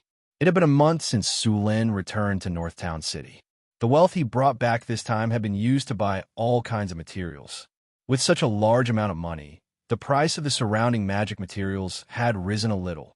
The one with the lowest price was the little red dragon, Onyxvia. Originally, the little red dragon had hoped that the Kinnar would be put into the treasury or given to her. In the end, Sulin had spent it all, which made the little red dragon lose sleep. Fortunately, there was still a lot of Kinnar in the treasury. Otherwise, the little red dragon would have been furious. In the secret plane, Sulin, Hathaway, and Alex were experimenting. A huge silver-white ring was placed on the ground. On this ring, there were countless strange runes engraved. The ground was paved with pure white marble. This place had been completely transformed into a large testing ground. At this time, Hathaway and Alex were standing on both sides of the ring. The 2 legendary wizards floated in mid-air. Powerful mana made their wizard robes bulge. Sulin's figure stood on the other side. The lightning energy on his body had been activated, and endless lightning surrounded him. Sulin, Hathaway, and Alex were testing the giant floating ring in front of them. This was a super large floating ring that Hathaway and Alex had finally created after several optimizations. This floating ring was much larger than the ones used in wizard towers. It was used to install in the floating city. If the experiment was successful and proved that this floating ring could be used, then they could first determine the size of the floating city. Are you ready? Hathaway asked. It's done. Sulin and Alex nodded. Good, then let's begin. Hathaway nodded. Sulin, if anything goes wrong, immediately open an energy barrier and cut off the energy link of the floating ring. Testing the floating ring requires Alex and I to be fully focused. If there's a mistake in our design, it could lead to serious consequences and damage the floating ring. This thing is too expensive to make. We don't have that much money to make a new one. Remember, you must cut off the energy link as soon as possible. Sulen nodded with a serious expression. Don't worry, leave it to me. If there is any problem, I will cut off the energy supply immediately. Also, you two have to be careful. If you can't avoid it, then protect yourself first. If the floating ring is damaged, we can continue to make it. Okay. Hathaway and Alex nodded at Sulen. Let's begin. As soon as Hathaway's voice fell, a spiritual light rose from the werewolf's body. Then, a powerful mana rose from the two of them. As the powerful mana surged, the runes on the floating ring began to light up one by one. Two powerful mana surged from the two of them and entered the floating ring. The powerful mana flowed quickly, creating a circle of energy vortex around them. As the runes lit up one after another, finally, all the runes on the floating ring in front of them flickered with spiritual light. When all the runes lit up, a powerful force was transmitted from the floating ring. This force acted on the surroundings, and the ground around them began to shake slightly. This shaking did not weaken as time passed. Instead, it became stronger and stronger. Rumble. A huge figure emerged from the ground. Under this amazing force, the ground under everyone's feet seemed to turn over like an earth dragon. The ground was like an earthquake, and the powerful force was transmitted in all directions. With Hathaway and Alex as the center, everything within 300 meters of them shook violently. Finally, this force formed a huge circular energy field. Within this field, the ground was forcibly separated by this force. The entire ground was forcibly lifted by an endless force. The surrounding energy field was also distorted. On this part of the ground, the original gravity had completely disappeared. The gravity on this piece of land had been completely cut off. The floating ring was actually controlling gravity. By controlling gravity, the floating city could float in the air. There were many kinds of technology needed to build a floating city. Gravity was only one of them. In fact, a qualified floating city was like a miniature world. The top few topics in this world were the half-plane transformation technology, also known as Genesis, the floating city technology, the neutron star golem technology, and so on. Building a floating city required changing the internal structure, changing space, riddles, ecological systems, and so on. With Hathaway and Alex's magic transmission, this piece of land successfully lifted off the ground and flew up. Because of the spread of this force, many of the surrounding rocks had already flown up. Tower Spirit 1 began collecting all kinds of data from the floating ring. As the floating ring stabilized, Hathaway immediately said, "The Tower Spirit, which had already been prepared, immediately scanned." A red light swept over, and the Tower Spirit's voice sounded. "Energy transmission normal. The floating ring is operating normally. Current operation rate is 50%. Current experimental results have been achieved." A huge piece of land with a diameter of more than 400 meters and a thickness of more than 2 meters was easily lifted up by the floating ring. After Hathaway and Alex waited for a while, this piece of land finally calmed down and then began to slowly rise. Now, this piece of land had risen more than 20 meters and was still rising. With the passage of time, under the guidance of the floating ring, the entire piece of land had risen to a height of 500 meters. Under the effect of the floating ring, this island was like a floating island. "It's a success," Sulen said excitedly. Hathaway and Alex were also overjoyed and secretly relieved. Energy transmission stable. Begin recording experimental data. Calculating the weight of the floating ring. Scanning the floating ring's status. Calculating the floating ring's energy consumption. Calculating the floating ring's energy conversion rate. Rays of light flashed continuously. The tower spirit was calculating the specific data of the floating ring. Hathaway and Alex continued to inject magic into the floating ring. It was not easy to maintain such a large floating ring. Hathaway and Alex began to guide the energy of the elemental pool after the floating ring was operating normally. Otherwise, it would be difficult to rely on the two of them to inject magic. After all, the floating ring's energy consumption was very high.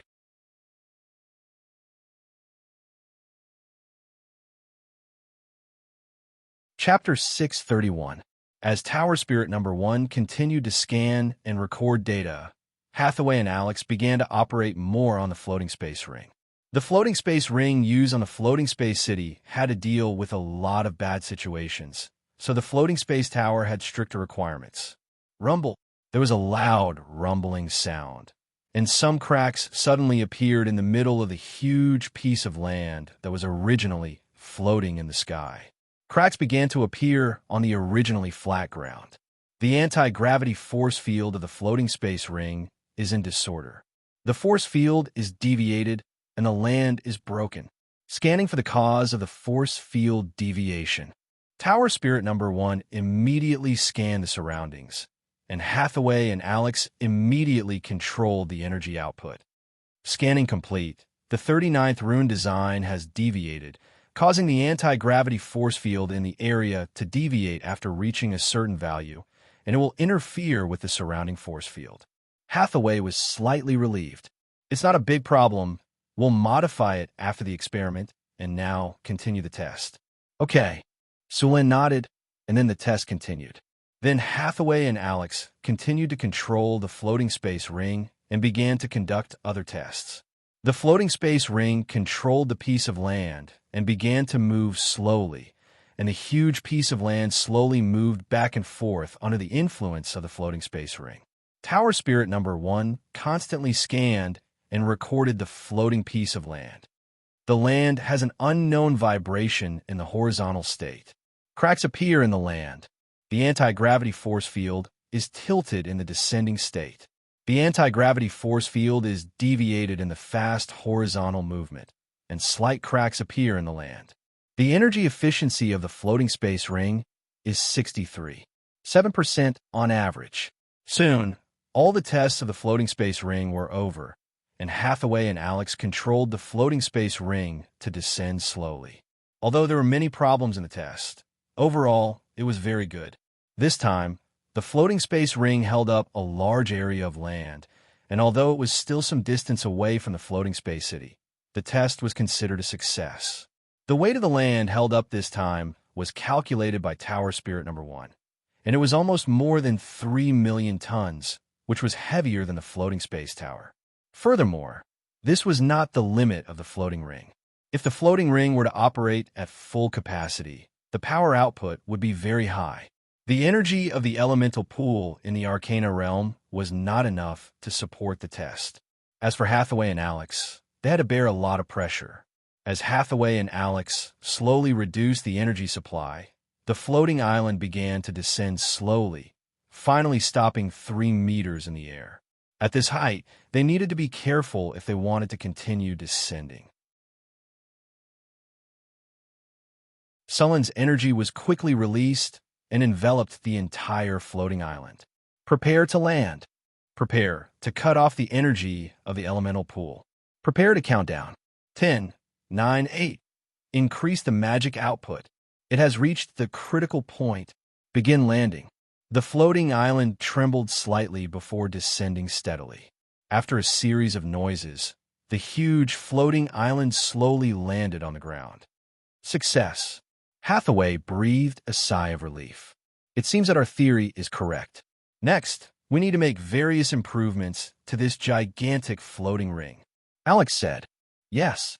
Although it's a success, there are still many problems with the floating ring. For example, the energy conversion efficiency is only 63.7%.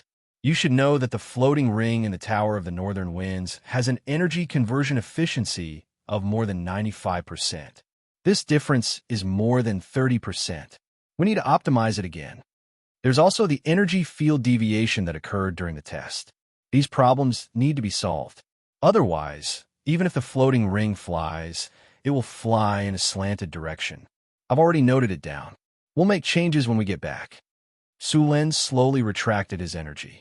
When they were descending, he had released a large amount of energy to protect the entire floating island.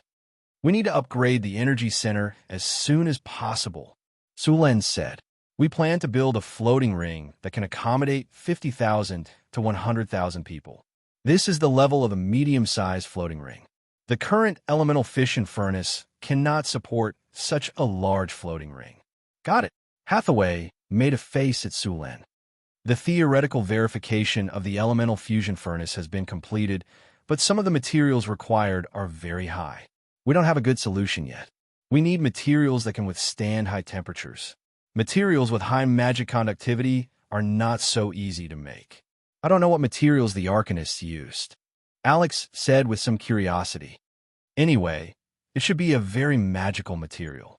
The gap between the current wizard civilization and the arcane empire is still very big.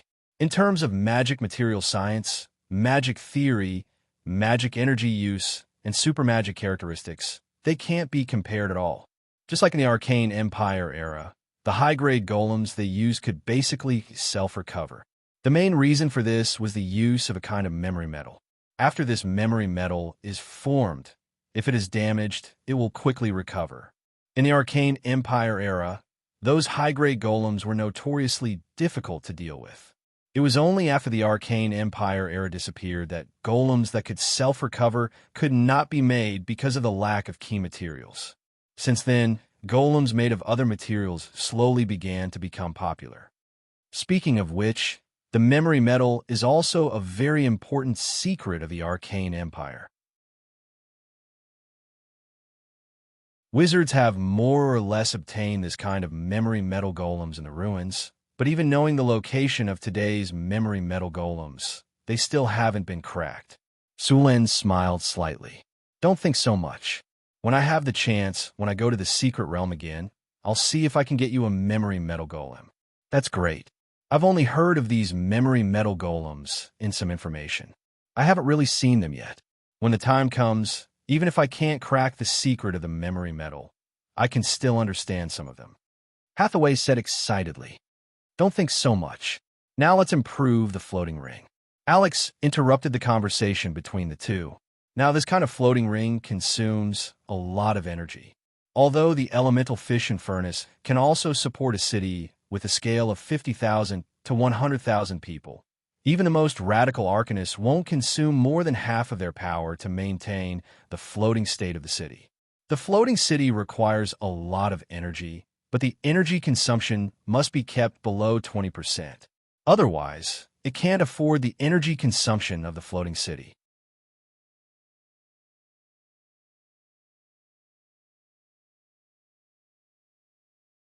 Chapter 632.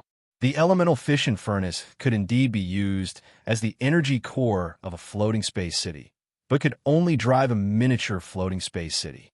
This kind of floating space city was larger than a floating space tower and could accommodate 5,000 to 10,000 people. The floating space city Su Len intended to build was a medium-sized floating space city. This kind of floating space city was the most numerous floating space city in the era of the Arcane Empire. A large floating space city was a floating space city with more than 100,000 people. The upper limit of this kind of floating space city could reach an astonishing 300,000 people. Its combat power was amazing, and it was the most powerful strategic weapon in the era of the Arcane Empire. This kind of floating space city required the use of mice energy nuclei as the energy core. In the era of the Arcane Empire, only mice energy nuclei could drive a floating space city of this scale. However, with the fall of the Arcane Empire, the manufacturing process of mice energy nuclei had long disappeared. Not to mention this kind of large floating space city. Even a miniature floating space city had never appeared. The great arcanists in the era of the Arcane Empire also studied a substitute for mice energy nuclei, which was the element annihilation furnace. This kind of element annihilation furnace provided a huge amount of energy, thousands of times more than elemental fusion. It could easily lift a large floating space city. The Arcanists even designed a giant floating space city. The concept of a giant floating space city had been around for a long time. Several mice energy nuclei were arranged according to the arrangement of the energy matrix, and then the giant floating space city was lifted. However, the great Arcanists soon discovered that building this kind of giant floating space city was not worth the cost. A giant floating space city could accommodate 500,000 people, but it required 4 to 5 mice energy nuclei. However, if used separately, 4 to 5 large floating space cities were more practical than this kind of giant floating space city. Therefore, this kind of giant floating space city was soon abandoned. Now, the floating space ring of North City could theoretically lift a land with a diameter of 800 to 1,000 meters into the sky, which was basically equivalent to connecting the surface of a miniature floating space city. If the current city of North Wind Principality was calculated, a city of this size would at most be a town. This area was really nothing. During the era of the Arcane Empire, few people would build this kind of floating space city. This size of floating space city was from the age of thorium. At that time, the floating city's energy transmission efficiency was low, and the floating ring technology used was very limited. Any of the famous floating cities of the Arcane Kingdom had an area of more than 10 square kilometers. Basically, the entire Northtown city and a large amount of surrounding farmland were lifted into the air. Hathaway and Alex continued to make adjustments to the floating ring. Some of the runes on the floating ring needed to be removed. Then, it was replaced with another rune inscription. At the same time, with the help of the Tower Genie, Hathaway and Alex started adjusting the anti-gravity field after the activation of the floating ring. There were some problems with the anti-gravity energy on the floating ring, and there were repeated problems in some areas. This was also the reason for the crack in the center of the floating island. If he didn't make any adjustments, there would be some problems when he used the floating city. Of course, the entire floating city was made of obsidian, so it was very resistant to stretching. There wouldn't be any cracks like the previous floating island experiment, but after a long time, there would definitely be problems, and it would also consume a lot of energy for nothing. After Hathaway and Alex continued their research, Sulin left Northtown City and came to the underground world. The underground world had been controlled by the little succubus Chrissy. The underground world was a raw material base in the Duchy of North Wind. It was rich in all kinds of ores and a large number of magic gems. The little succubus with amazing charm could easily enslave these underground creatures. This kind of enslavement was much better than the enslavement of the wizards. Now, just Chrissy alone could easily enslave tens of thousands of underground creatures. As the elemental tide became stronger and stronger, the planar barrier of the main material world began to weaken gradually. This wasn't a good thing. The weakening of the planar barrier of the main material world would lead to some powerful creatures from other worlds entering the main material world. According to the news sent by the Imperial Secret Service, there was an amazing sandstorm in the Desert Kingdom, covering the sky and the sun. It was like the end of the world, and there were many elemental creatures in Icewind City in the north. There were reports of a large number of mutant beasts in many places. Some people even found traces of devils. The South had always been very popular with all kinds of devils and demons. When there were more people, they could do something. The elemental tide had a great impact on this world.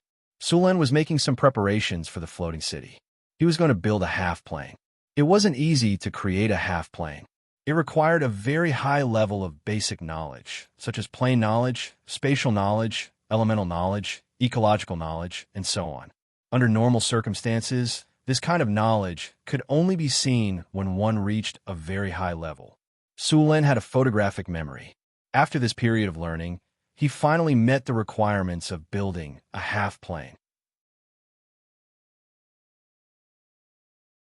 After reaching the legendary level, wizards would have the ability to create half-planes.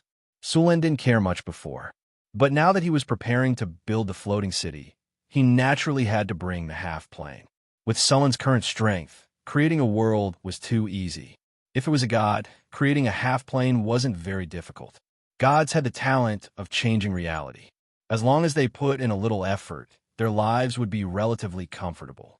The half-plane needed to form an elemental circuit, forming a simple ecological cycle inside.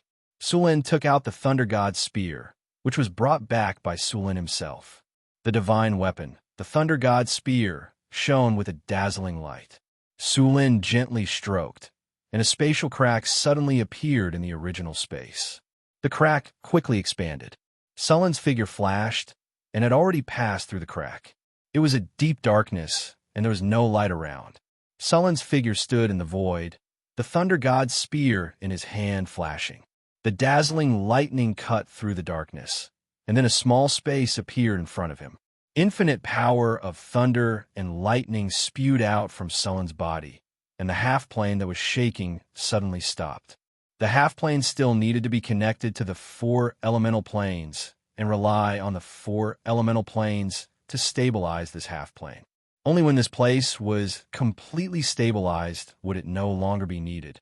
A divine light emerged from Sulin's body, followed by dazzling lightning. The half-plane, which was originally only a dozen square meters in size, began to expand rapidly. It only took about a few minutes for this half-plane to expand to 300 meters. Then Sulin waved the Thunder God's spear and stroked it hard.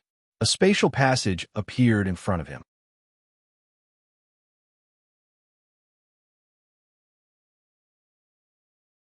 Chapter 633. A golden bolt of lightning flashed across the dark world. The dark world was illuminated by this bolt of lightning. After the expansion of the half-plane ended, the space inside had reached a diameter of 500 meters. After the half-plane expanded to this size, the space barrier at the edge began to tremble slightly, and some areas even showed signs of collapsing. Seeing this, Sulin decisively stopped the expansion of the half-plane. Then a ray of light rose from his body. Mana reshaping plus space construction. A pale golden brilliance flickered, and a golden light appeared on the space barrier of the half-plane. The planar barrier that was showing signs of collapsing instantly stabilized. The newly established demi-plane was completely empty. Apart from Sulin, there was nothing else.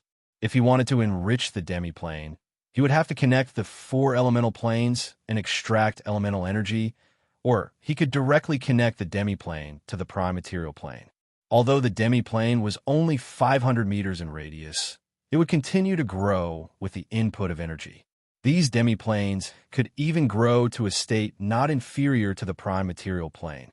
Of course, the amount of energy needed to grow to this extent could be said to be an astronomical figure, and it would also take an astonishing amount of time. Perhaps only those large wizard organizations had the time and energy to cultivate a half-plane to a state close to the main material plane. Sulin looked at the empty half-plane, then drew a line in the air with the Thunder God's spear in his hand. A powerful force instantly broke the space barrier. Planar channel. Open. A pale golden brilliance was released from Sulin's body, and an energy channel suddenly appeared in the originally dark and deep void. As the energy channel opened, a gust of wind element appeared in this half-plane. Air started appearing in the originally empty demi-plane. Wisps of wind blew, and as the wind elemental plane was connected, thin air appeared in the demi-plane. Life forms could barely breathe here and didn't need to rely on spells for internal breathing. However, although there was air, this half-plane was still empty. Next, Sulin connected to the earth elemental plane again. An invisible gravity appeared here, and at the same time, traces of soil began to appear in the originally empty half-plane. As the earth elemental plane continued to input energy into the half-plane, soil began to quickly appear in this half-plane. The soil was very barren and unsuitable for planting. Only when the earth element reached a certain concentration would the soil slowly become fertile. A breeze blew, and the air was slightly moist. After the water elemental plane was connected, this half-plane was no longer dry. Streams of water began to gather quietly. As the water elemental energy continued to increase, a new small lake appeared in the half-plane. With air, water, and land, this half-plane was not considered complete. The temperature in the half-plane was very low. The temperature of a newly formed half-plane was about the same as the temperature of the astral plane. Ordinary people could not survive here at all. This was also why Su Lin and the others had long surpassed the boundary of ordinary creatures and become extraordinary. A ray of light appeared in the demiplane, and then the temperature of the ice-cold demiplane slowly rose. Some light also appeared in the originally dark demiplane. As the half-plane and the four elemental planes completed the connection, a strange power of law also shrouded the half-plane. Then a plane barrier appeared and covered this half-plane. With the plane barrier, this half-plane became Sullen's private space. If others wanted to enter, they had to get Sullen's permission. If Su Lin did not agree, even gods could not enter. In fact, building a half-plane was very similar to a god creating a kingdom, but a god's kingdom was much larger than Sullen's. Gods used divine power to create their kingdoms, which was much more powerful than wizards. For example, they only needed to say that there should be light, and there would be light in the kingdom. If they said that there should be land, there would be land. In a god's kingdom, there was indeed nothing they could not do. As long as there was enough divine power, a god's kingdom could be built very quickly. Sullen's half-plane now looked very simple. Even the most barren place in the material world was better than this. Although it was very simple, Su Lin was very happy. He was the one who created this world. As long as he continued to modify it, the half-plane would change according to his wishes. Modifying a plane was a very large project. It required a lot of knowledge. Without enough knowledge, there would be a lot of problems in the half-plane created in the end. The proportion of the various elements in the half-plane needed to be carefully adjusted. Too much of any element would affect the half-plane. The wind element was very important to the half-plane.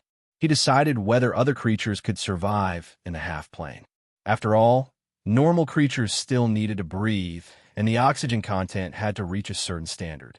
Many adepts had failed miserably at this step back in the day. Since ancient times, there were many legendary wizards who could create half-planes. However, there were very few who could make a half-plane almost the same as a material plane. The four elemental channels had been connected. Next, the elemental energy began to flow into the half-plane. The growth of the half-plane required the efforts of the creator. They had to use their own power to guide the energy and let it grow. When the elemental energy in the half-plane reached a certain level, it was time to plan the space. This was very crucial. The direction of the half-plane's growth had to be determined at this time. The creator could plan the half-plane. For example, creating some mountains and rivers where the water would flow, where it would end up, and how the weather would change in the half-plane. This kind of modification required a lot of knowledge. If there was not enough knowledge, it would lead to very serious consequences. For example, some half-planes had problems with the water element. In the end, the whole plane would turn into a desert with sand everywhere. Or the fire element would overflow and turn the half-plane into a volcanic belt. Volcanoes would erupt everywhere, turning the half-plane into an abyss. Some half-planes had low temperatures, and the whole plane would enter an ice age with thick layers of ice everywhere. Sullen's half-plane was going to be installed on the floating city. It would be used to grow all kinds of crops. After all, the space in the floating city was limited. With this half-plane, it would become the floating city's logistics base. Many floating cities could roam in the astral plane for thousands of years.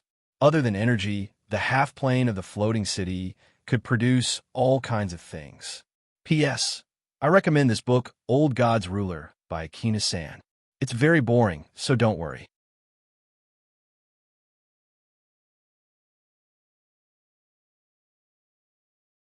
Chapter 634. Transforming a demiplane was a technical job. Any mistake could lead to serious consequences. Even the gods would be very careful when transforming their kingdoms.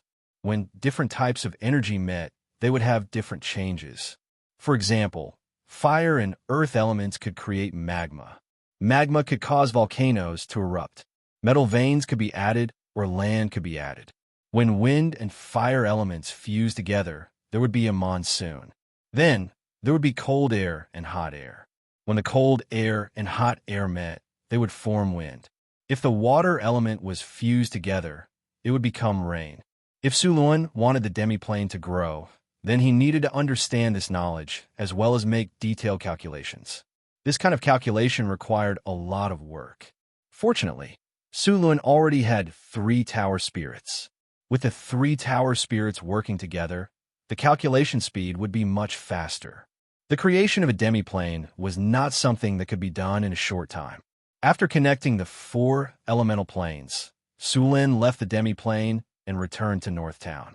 The demiplane would slowly grow as it absorbed elemental energy. Suluan only needed to guide it. When the demiplane grew to a certain level, he would do other things. Demiplanes were basically useless right now. They could only be used as a storage space to store things. Only when the demiplane grew to a certain level would it be transformed. Many legendary wizards would transform their demiplanes into storage spaces or other things like laboratories or fortresses.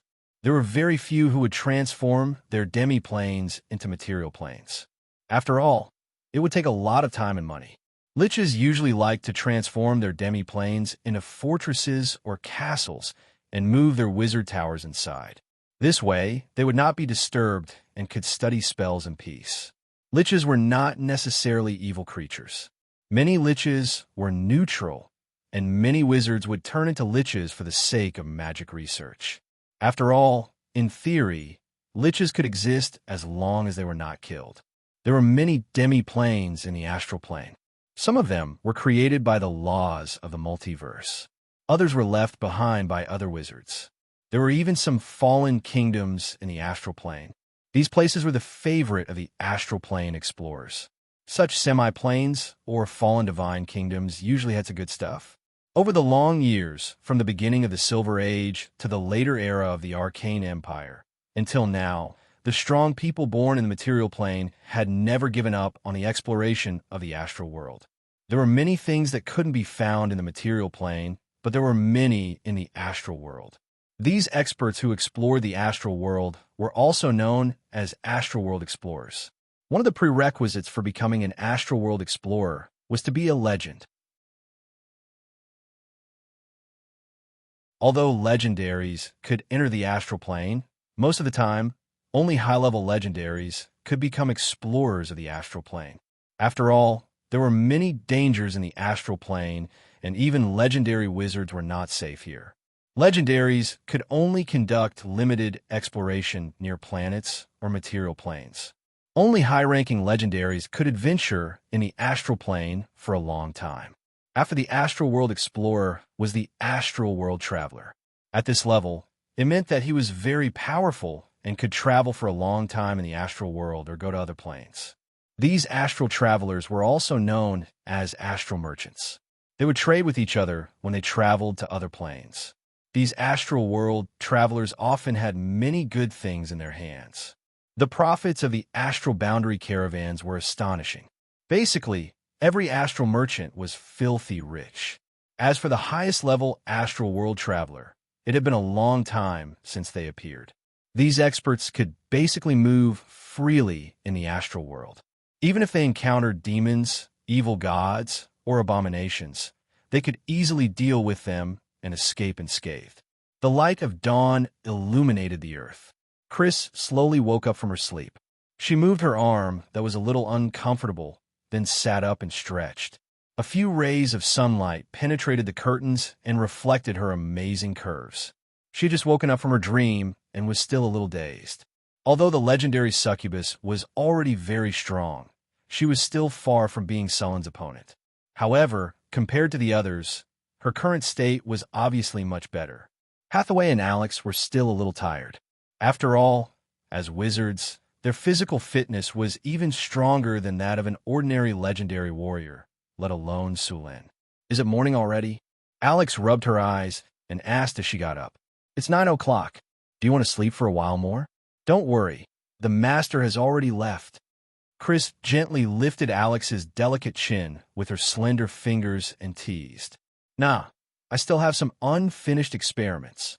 Alex gently slapped Chris's arm away and yawned as she got up from the bed. Sister Hathaway, you still have unfinished experiments on your side? Do you want to come with me? Alex shook Hathaway next to her and said. Hathaway stretched her body beautifully. Her beautiful curves were enviable. She was also a little tired, so after hearing Alex's voice, she casually agreed. A third of the elemental fusion furnace is already completed. The rest will take at least 2 or 3 months, Hathaway said. Now that the Northwind Tower had a few legendary wizards, the progress of their research had greatly increased. I think we should make another tower spirit. We have too much research going on right now. Most of the time, we need a tower spirit to calculate and record. That is indeed necessary, but we don't have any legendary soul crystals right now. We need to ask Sulen for one. Let's ask Sulen later. We need an auxiliary tower spirit. Right, the floating city would definitely need more than one tower spirit in the future. Luckily, Sulen had a few legendary soul crystals, which would be enough. By the way, have you completed the elemental annihilation furnace? Alex suddenly asked. This kind of high-grade elemental furnace is too difficult. Right now, I only have some theoretical knowledge. Hathaway shook her head and said. The few of them quickly changed their clothes and got up, then went to the wizard tower to work. At this time, Sulen was suppressing the god's corpse in the secret area. During this time, he would come here every once in a while to extract divinity from the god's corpse. The god's corpse had very high divinity. Although part of it had been absorbed by the god's abomination, the remaining divinity was still shockingly high. After some simple calculations, Sulen estimated that there were about 20 points of divinity left in the god's corpse. With so much divinity, if Sulen absorbed all of it, it would be more than enough to directly upgrade to a weak divine power.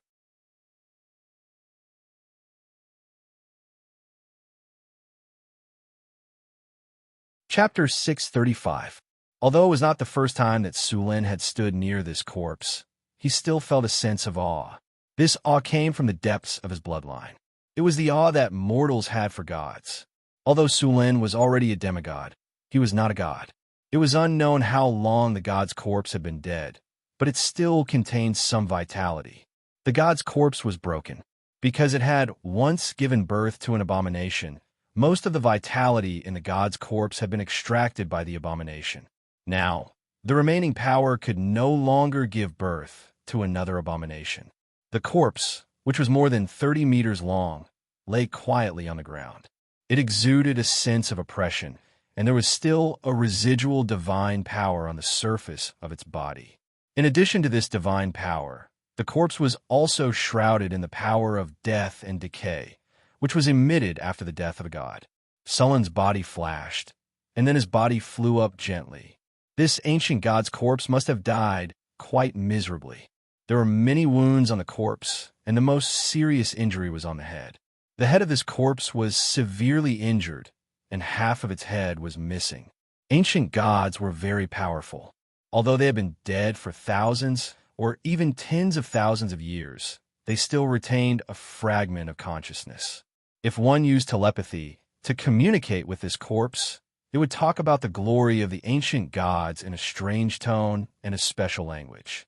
The birth of the world, the emergence of the multiverse, the ancient gods of order began to rule the world. In the lower planes, endless chaotic rules and consciousness also appeared, and the birth of the first generation of chaos demons. There is even some information about the origin of demons. In its narration, demons did not originate from the bottomless abyss. They seem to have migrated from another place.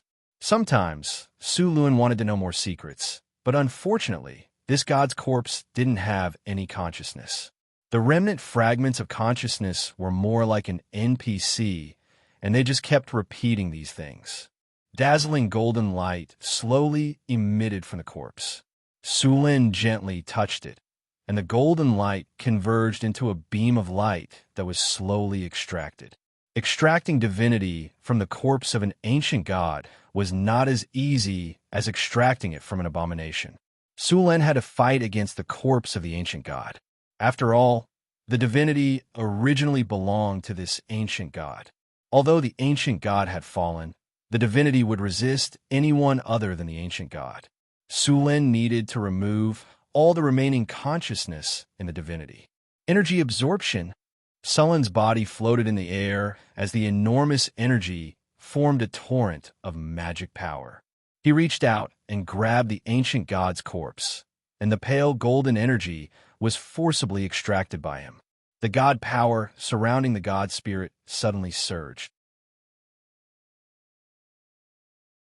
Sulin's extraction of the god's divinity triggered the ancient god's instinctive reaction. Fortunately, the ancient god had already fallen. Although its resistance was strong, it still could not stop Sulin. The faint golden light slowly flowed towards Sulin like a trickle. Above the golden light, there was also a feeling of death, madness, and destruction. These forces had to be removed carefully. This was the terrible evil and hatred born after the death of a god. The abominations were born because of the accumulation of this power. However, because the ancient god's corpse had given birth to the abomination, 70% to 80% of the power of hatred and destruction had been consumed.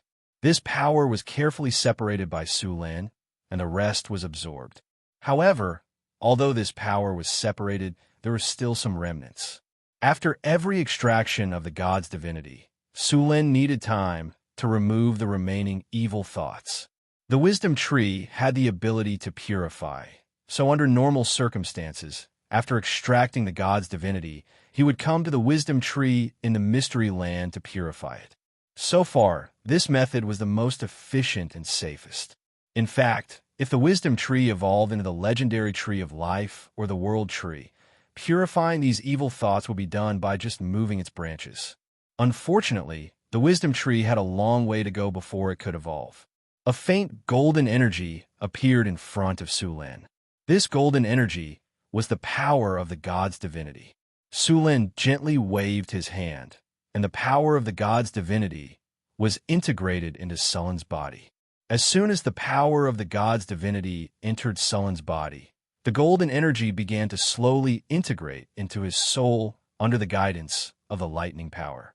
The power of the god's divinity was very special. This kind of power could integrate with any power in the multiverse. As traces of the god's divinity entered his body, Sulin's soul soon felt bloated. After sensing the changes in his soul, Sulin immediately stopped. If he continued to extract the god's divinity, his body would not be able to integrate. It would just be a waste. The faint golden energy beam was cut off, and the god's divinity returned to the god's corpse. The strange scene around him also slowly disappeared. As some of the god's divinity was extracted, the glow on the god's corpse seemed to have dimmed a little. The god's corpse also had a trace of decaying aura. Sulin resisted the urge to destroy and resealed the space used to seal the god's corpse. He then closed the wizard tower again and let the tower genie continue to watch over the place. Only then did he use a teleportation spell to leave this place. Northtown Mysteryland. Sulin hurried to the vicinity of the wisdom tree. After greeting Sandy and the others, he returned to his room. As soon as he got close to the wisdom tree, Sulin's original irritable impulse to destroy everything began to weaken. What followed was a tranquil and natural smell. In fact, the best target to extract divinity was not the god's corpse, nor the ancient evil creatures. It was the unicorn, the eastern condor, the feathered serpent god, the totem spirit, and so on. The divinity contained in these divine creatures or divine spirits was very pure. It was not like the one Sulin extracted, which was full of chaos, evil, and destruction. Of course, the unicorn, the eastern condor, the feathered serpent god, and the totem spirit were not to be trifled with. After the arcane kingdom, the unicorn had become very rare. The eastern condor had also disappeared. The feathered serpent god had also left the material plane. As for the totem spirit, if one wanted to find this kind of intelligence, one had to go deep into the mountains and forests to find the uncivilized natives. The totem spirit was the god that the primitive tribes worshipped. Although they were not true gods, they had part of the power of the gods. It could be said that they were very difficult to deal with. The strength of the totem spirit was usually at the level of a demigod. However, there were some who worshipped a large number of people or worshipped for a long time. Their strength would not be inferior to that of a true god. Su Lin meditated while slowly removing the remnant thoughts in his body. At the same time, he integrated the god's power into his body.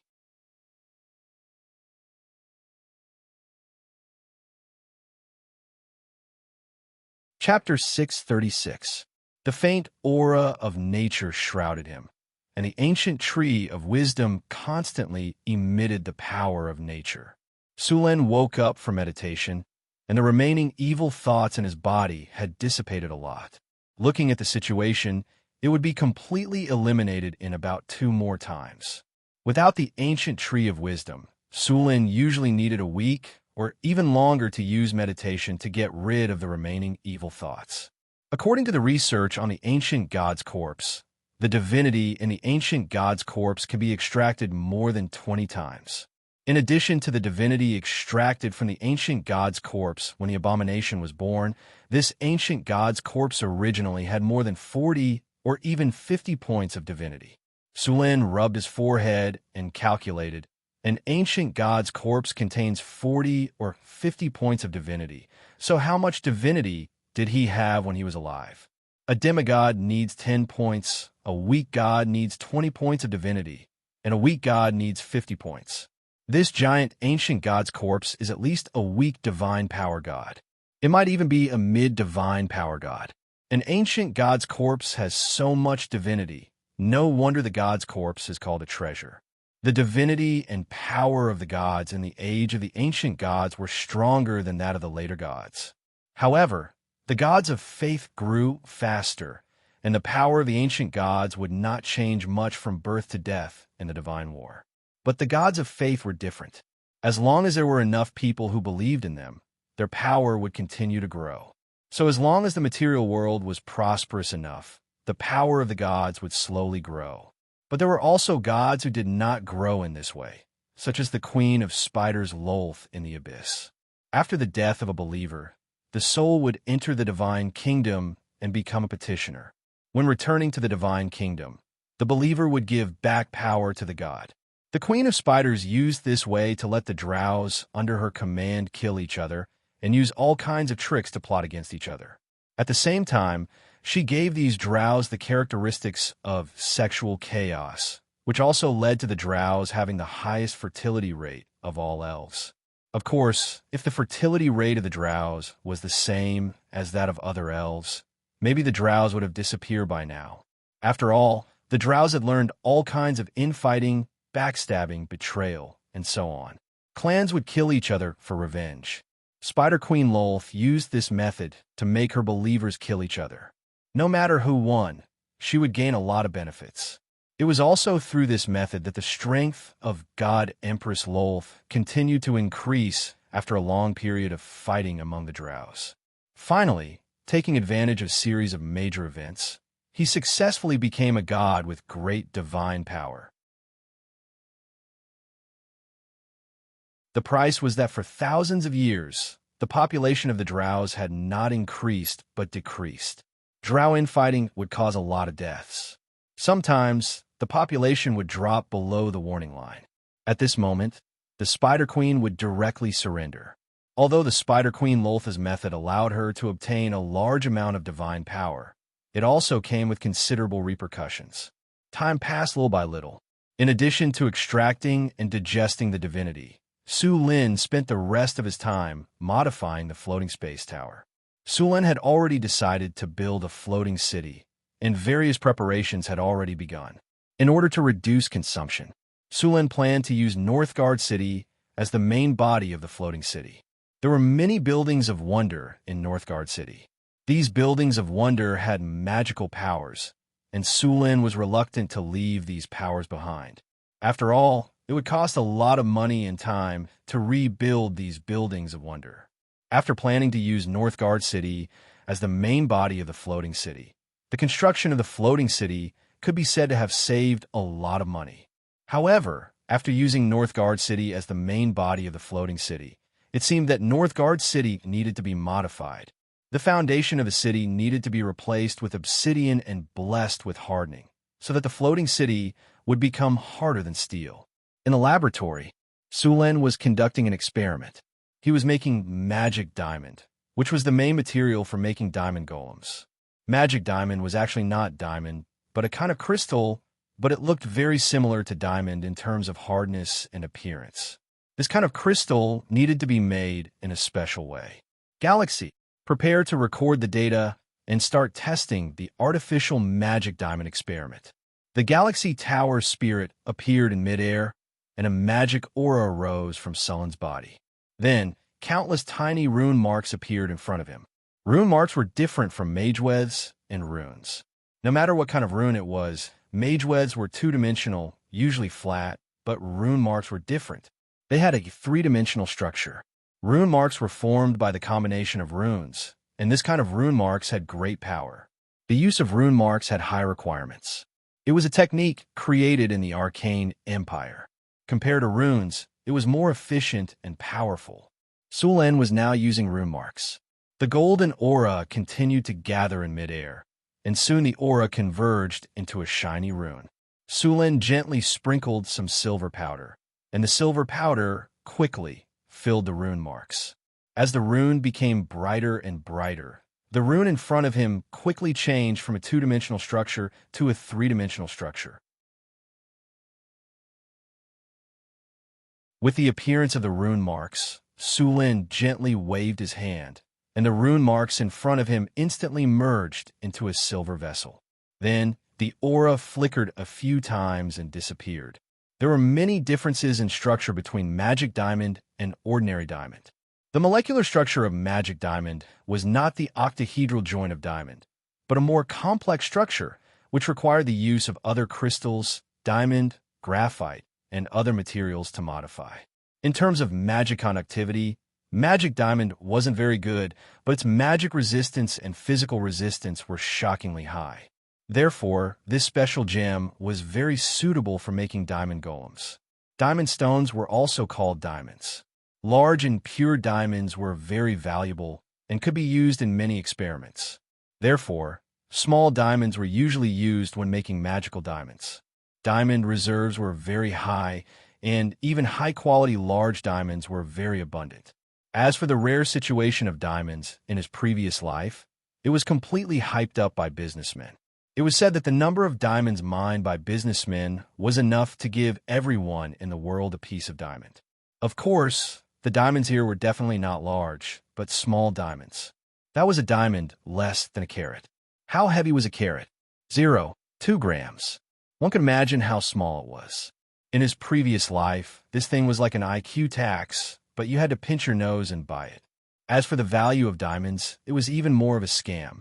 Recycled diamonds were worth less than 1/10 of the purchase price, and many times they were rejected directly.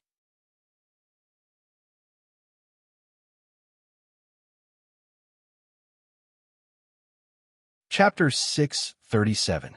Magical adamantine used a part of diamond as raw materials, and another part was magical crystals and colorful gemstone powder. After mixing these materials according to a certain ratio and using some other methods to fuse and refine, the magical adamantine could be obtained. The ratio of this kind of magic diamond could be adjusted. Basically, every wizard had their own secret recipe. Different ratios would produce different properties of the magic diamond. For example, the magic diamond used in Hathaway's diamond statue was very outstanding in terms of physical and magical defense. But on the other hand, these diamond statues were a bit inferior in terms of movement speed and energy conductivity. This was mainly because the two diamond golems made by Hathaway were basically used in the Wizard Tower. They belonged to the defensive type. They would only fight when others attacked the Wizard Tower. This kind of golem cooperated with the tower's spirit to fight, and the Wizard Tower would bless them with various spells. Others, such as the offensive diamond golems, used magic diamond golems with better magic conductivity and decent physical and magic defense. This kind of diamond golem had powerful attack power, fast movement speed, and all kinds of support spells. The golem army often used this kind of diamond golem. In addition to making diamond golems, magical adamantine could also be used to make another kind of golem, the arcane guard. The arcane guard was a legendary golem that was stronger than the diamond golem. The challenge level of the diamond golem was level 21, while the arcane guard was level 24. It was only a step away from high-level legendary. For example, the ratio of magical adamantine used by the arcane guard was completely different from that of the diamond golem. This kind of magical adamantine had high magic conductivity, and this kind of magical adamantine also had high physical and magical resistance. The only problem was that it was also very expensive. The arcane guard not only had strong melee ability, but it could also release various spells. In short, it was a kind of legendary golem that practiced both magic and martial arts. The strong combat power also meant that the production of this kind of golem was expensive. In the era of the Arcane Empire, there was a famous arcanist who said that the golem army was a combat power that was piled up with money. Sulin was now experimenting with a magical adamantine used to make the arcane guard. Information on golems of this level was basically classified as top-secret information. It was very difficult to trade for it. The Northwind Tower only had this kind of information because they had obtained it from the secret realm where the abomination was sealed. Although there was basically nothing left in that place, the Tower Genie's virtual library was still intact. Otherwise, the Northwind Tower would not have such high-end technology. However, there were only a few recipes for the enchanted crystal that he had obtained from the virtual library. Sulin had to mix them himself to find the right ratio. Then, he prepared the prepared magical diamond material and placed it in a special container. Sulin raised his head and looked at the magic clock hanging on the wall. He then said to Yin-He, record the situation of the reactor every half an hour. If there are any abnormalities, inform me immediately. If everything is normal, let me know in 8 hours. Yes, master. The cold mechanical voice sounded in his ears. This method of synthesizing magical adamantine was to simulate a special environment and let the magical adamantine fuse according to certain conditions. This method did not require manual operation. In the era of the Arcane Empire, there were many alchemy workshops. They used professional alchemy furnaces to refine all kinds of synthetic metals and magical materials. It was said that in the era of the Arcane Empire, there were a lot of such factories. Their production in a day was comparable to the amount of magical metals that all the wizards in the Tyrol world could refine in a year. It was also because of this method that during the era of the Arcane Empire, those powerful Arcanist teams could obtain a huge amount of resources and easily form all kinds of golem armies or magical creations. This was also one of the reasons why the Arcane Empire was so powerful. As long as they were willing, the number of various golems would increase tremendously under the full production of the factories. Moreover, there were many benefits to the factory. Although the factory standard could not produce high-quality golems, it could control the quality within a very small range, and the advantage of doing so was that the price was reduced. However, it also cost a lot of money to make an alchemy factory. It was necessary to invest in it. For example, the container used by Sulin just now was made of a lot of adamantine. The interior was made of some arcane steel, and the runes on it were engraved with mithril. The cost of this set of equipment was as high as millions of kinnar, which was more expensive than a diamond golem. The amount of money an adept had was also an indication of how powerful that adept was. Of course, some of the guys who were favored by the goddess of luck needed to be distinguished. The world was very unfair. It was destined from the moment of birth. Family, power, and so on, there was a very special existence among them. These people's luck was so good that it made people jealous. It was not an exaggeration to say that they were blessed by the goddess of luck. For example, the arcanist who found the body of the ancient god. In the boundless astral world, the probability of finding the body of an ancient god was basically 1 in tens of millions or even 1 in a billion. The arcanist who found the body of the ancient god was favored by the goddess of luck. It was just that the arcanist had some problems with the use of the ancient god's body. How exaggerated would it be to be favored by the goddess of luck? It could be said that it was more powerful than having a protagonist halo. When one went out to pick up money, one could do whatever one wanted. One could find treasures by just running around, and enemies would come knocking on one's door by just waving one's sword. It could be said that when the time came, the heavens and the earth worked together. Of course, the goddess of luck liked the new and hated the old. She was temperamental. You might be favored by the goddess of luck 1 second, but the next second, the goddess of luck had already left. The goddess of luck and the goddess of misfortune were a pair of twin goddesses, and the two of them did not get along well. The goddess of misfortune was jealous that the goddess of luck was loved by humans, while she, as a goddess, was feared by humans. This made the goddess of misfortune very jealous, so she deliberately went against the goddess of luck. The result was that after being favored by the goddess of luck, once this favor was lost, they would be cursed by the goddess of misfortune. As a result, many people ended up dying because they believed too much in luck. It was said that in the multiverse, there was a mithril mine that was entirely made of mithril. Perhaps only those who were favored by the goddess of luck could find this mithril mine. After about 8 hours, Sulin walked out of the meditation room. The tower spirit, Milky Way, had already told him that the alchemy reactor had stopped working. Sulin came in front of the reactor and checked the various data on the tower spirit, Milky Way's record. After confirming that everything was normal, he gently pressed a few times on the reactor. Accompanied by a burst of energy fluctuation, the sealed container on the reactor slowly opened at this moment. Sulin snapped his fingers, and a wizard's hand appeared in front of him. Sulin skillfully operated the wizard's hand and took out the item from the reactor. A purple crystal the size of an egg appeared in front of him. This purple crystal was very transparent and hard. It looked like a purple diamond. It was the enchanted diamond, also known as the enchanted crystal. Looks like the effect is not bad. Sulin picked up the enchanted diamond and examined it carefully. The enchanted diamond made in this way had completely met the requirements. A ray of light rose from Sulin's hand and checked the enchanted diamond. He nodded and said, "The quality is not bad. It's qualified." The enchanted diamond's conductivity was excellent. At the same time, its physical and magical resistance was also very high. It completely met the requirements of making an arcane guard. The next step was to start producing these enchanted diamonds. But before that, he planned to build an automatic alchemy factory. Since he had already experienced the convenience of the alchemy reactor, Sulin did not plan to give up just like that. Although this kind of alchemy reactor wasn't cheap, it was convenient to use. Another reason was that although the investment was huge, it would be very cost-effective in the long run. Moreover, Bignar wasn't taking it all out at once. He was using it for a long time. Tower Spirit, Milky Way, give me the blueprint of the automatic alchemy factory, Sulin said.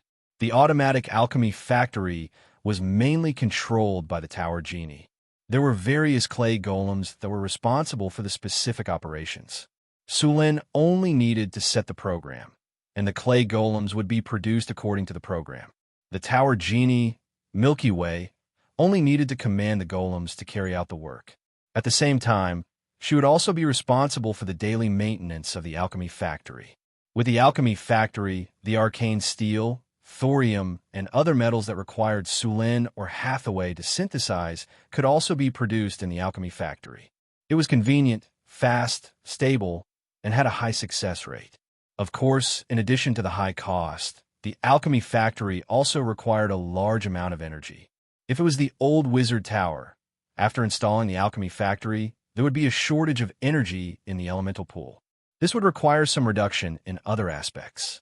But now, the Northwind Tower had already installed the elemental fission furnace, and its energy was many times more than before.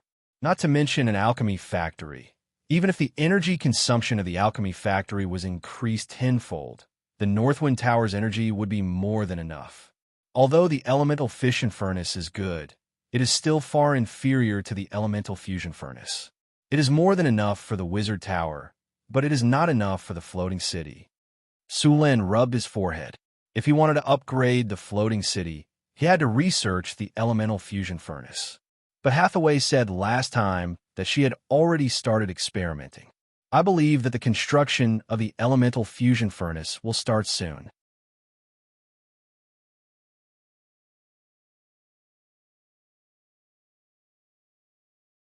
Chapter 638.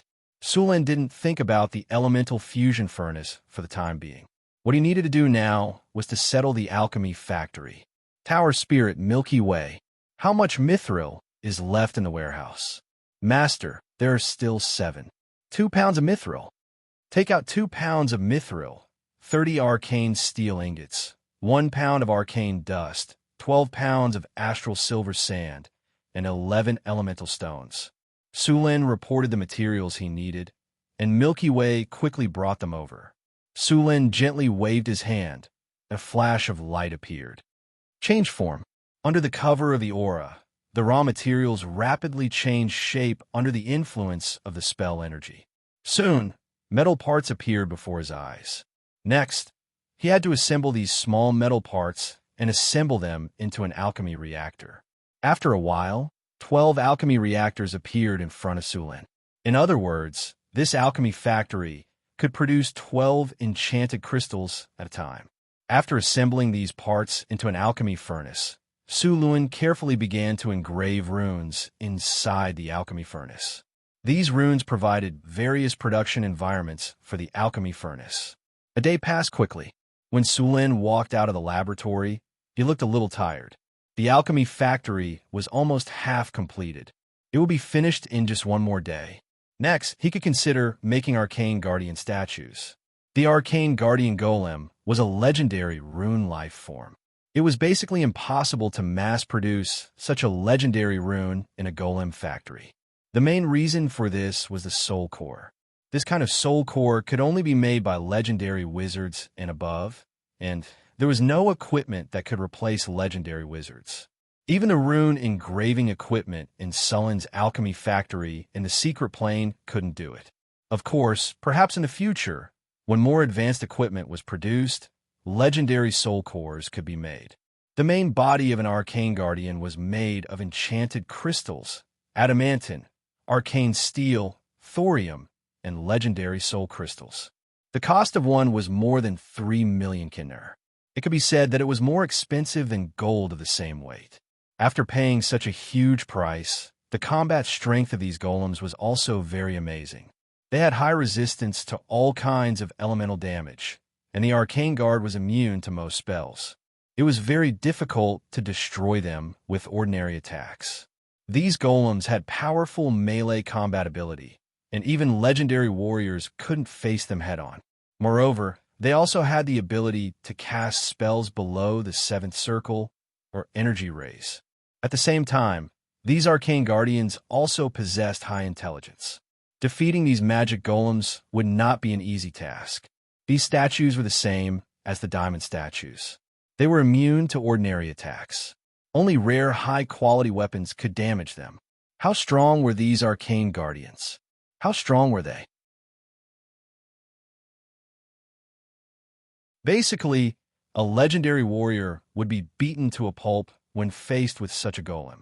Arcane guardians were different from diamond statues. They had the ability to fly and fly. For example, if a diamond statue had the ability to fly, one could use kiting tactics to wear it down. Of course, this was only possible in theory. After all, one's attack power had to be strong enough to cause damage to the diamond statue. Most of the time, this kind of kiting tactic didn't kill the diamond statue, but the kite user would die of exhaustion. Of course, the wizards were not unaware of this weakness of diamond statues, but they still didn't improve it. The main reason was that diamond statues were usually used in wizard towers. With other means of defense, they didn't need the ability to fly. Arcane guardians were more powerful than diamond statues. The cost of one arcane guardian was enough to make several diamond statues. 2 days later, Sulin looked at the sci-fi reactor in front of him with excitement. After 2 days and a lot of materials, Sulin finally finished the alchemy factory. Sulin didn't have time to rest. He immediately ordered Milky Way. Milky Way, Start producing enchanted crystals. Ding. Generating mission log. Mission establishing. Quest. Make enchanted crystals. Alchemy factory starting self-check. Self-check complete. Everything is normal. Ready to work. Alchemy factory officially activated. A light flashed, and then a powerful elemental energy rushed out from the energy connection channel. The light blue elemental energy was steadily consumed. The 12 reactor furnaces slowly turned on, and the golems next to them put the various raw materials they had prepared. When all the materials were put in, the reactor furnace slowly flashed and started to work. It took 8 hours to produce a piece of enchanted crystal. Of course, this time wasn't fixed. The longer the reactor furnace was in production, the more enchanted crystals it would get in the end. However, the reaction furnace couldn't work forever. After all, there was a limit to the size of the reaction furnace. There was a limit to the size of the magic crystal. Once it reached that size, even if no one ordered it, the reaction furnace wouldn't continue to operate. This was the insurance that Sulen had set to protect the alchemy furnace. In the blink of an eye, 8 hours had passed. Following Milky Way's order, the 12 reactor furnaces in front of him slowly stopped. When the reactor furnace opened, Sulen's eyes lit up. The enchanted crystals that had just been produced appeared in front of Sulen's eyes. The light purple enchanted crystals were very beautiful. Sulen snapped his fingers, and a light flashed, and the appraisal of the enchanted crystals in front of him was completed. The appraisal results were good. After the appraisal, the 12 enchanted crystals in this batch all met the requirements. All of them pass. Sulen nodded in satisfaction, and then put the enchanted crystals on the table next to him. All right, Milky Way, try refining other alloys. Sulen immediately said. As soon as Sulen's voice fell, Milky Way controlled the alchemy factory to start work again. The refining of arcane steel took far less time than the refining of enchanted crystals. After about half an hour, the 12 reactor furnaces opened again, and the finished arcane steel appeared in front of Sulen's eyes. Sulen picked up a piece of arcane steel ingot and checked it. Although it wasn't as good as the ones he made himself, it was still of high quality and could be used. Next, Sulen seemed to have found a new toy. He kept letting Milky Way use the alchemy factory to refine other enchanted materials. And as expected, the alchemy factory completed the task quickly and well.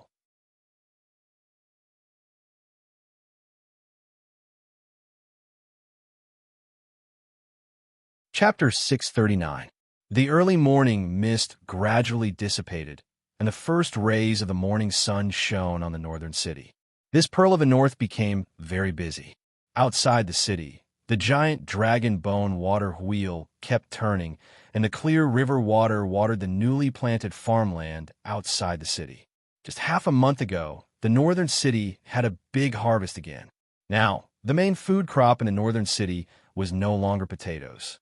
In addition to potatoes, wheat, barley, soybeans, and other crops were widely planted here. There were also a lot of oats and corn. However, even if the planting area of potatoes was reduced, the yield of potatoes was still the highest. The land in the northern city was originally quite fertile, and with an abundant water source, the yield of food was quite good. More importantly, after the harvest altar, the land in the northern city became very fertile. It could almost be said that there were no pests or diseases. Therefore, although it was in the north, the yield of food here was enough to supply the entire Northwind Principality and the northern provinces of the Kingdom of Florence. Although the commoners here still ate potatoes as their staple food, they could still eat white bread once or twice a month. They could even occasionally buy a few fish to satisfy their cravings. This was completely unimaginable in other places. One had to know that in other countries, it was already a luxury for commoners to be able to eat black bread for every meal, let alone white bread and grilled fish. After a few years of development, Northern Town City was very rich in resources. With the addition of the centaurs, there were a lot of cows and horses in Northern Town City. Meat was also very plentiful in the market, and the price wasn't too expensive. Even commoners could afford it. Many people who came to this city wanted to live here. It could be said that the population of Northern Wind Principality was growing very quickly. After getting up in the morning, Su Lun stretched himself and moved his body. Then he picked up the breakfast prepared by Angela, his personal maid, and ate it. "Master," another half-elf maid suddenly came over and said. Su Lin was slightly surprised. "What's wrong? What's the matter?" "Today, I received a message from Madam Hathaway. The star cluster spire in the south wants to communicate with us," Anna said with a standard bow of a court lady. Also, Madam Chris said that she found a place where monsters were entrenched in the underground world. She also found some special ores there. Star cluster spire? Special ores? What is the stellar spire doing here? Su Lin was a little puzzled, but he still nodded and promised to meet them.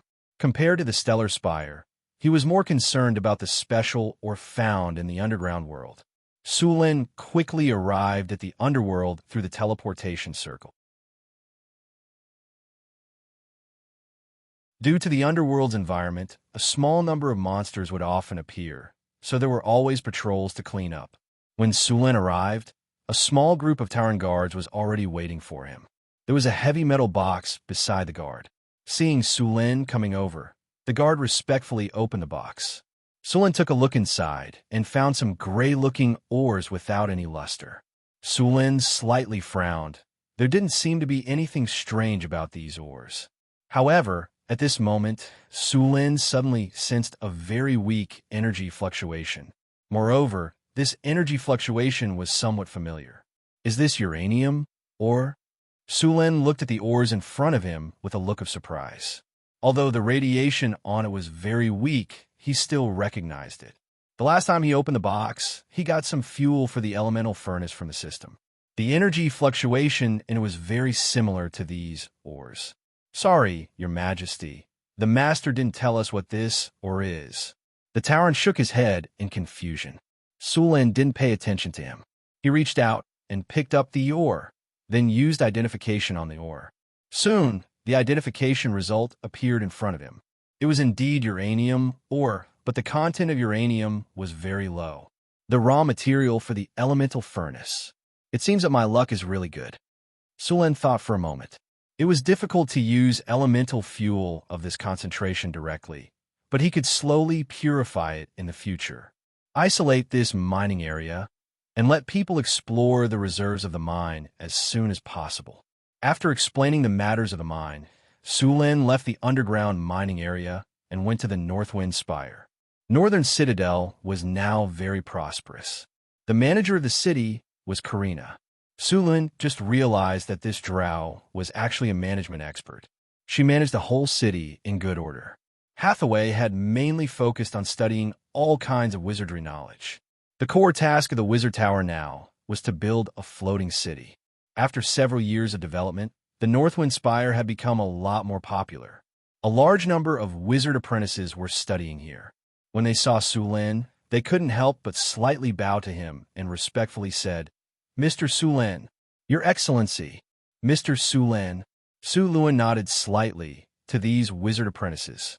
These wizard apprentices were the best cheap labor force in the Wizard Tower. They were responsible for many things that the golems couldn't do. Su Lin gave them some encouragement and made them work harder. Soon, Su Lin arrived at the reception hall of the Northwind Spire.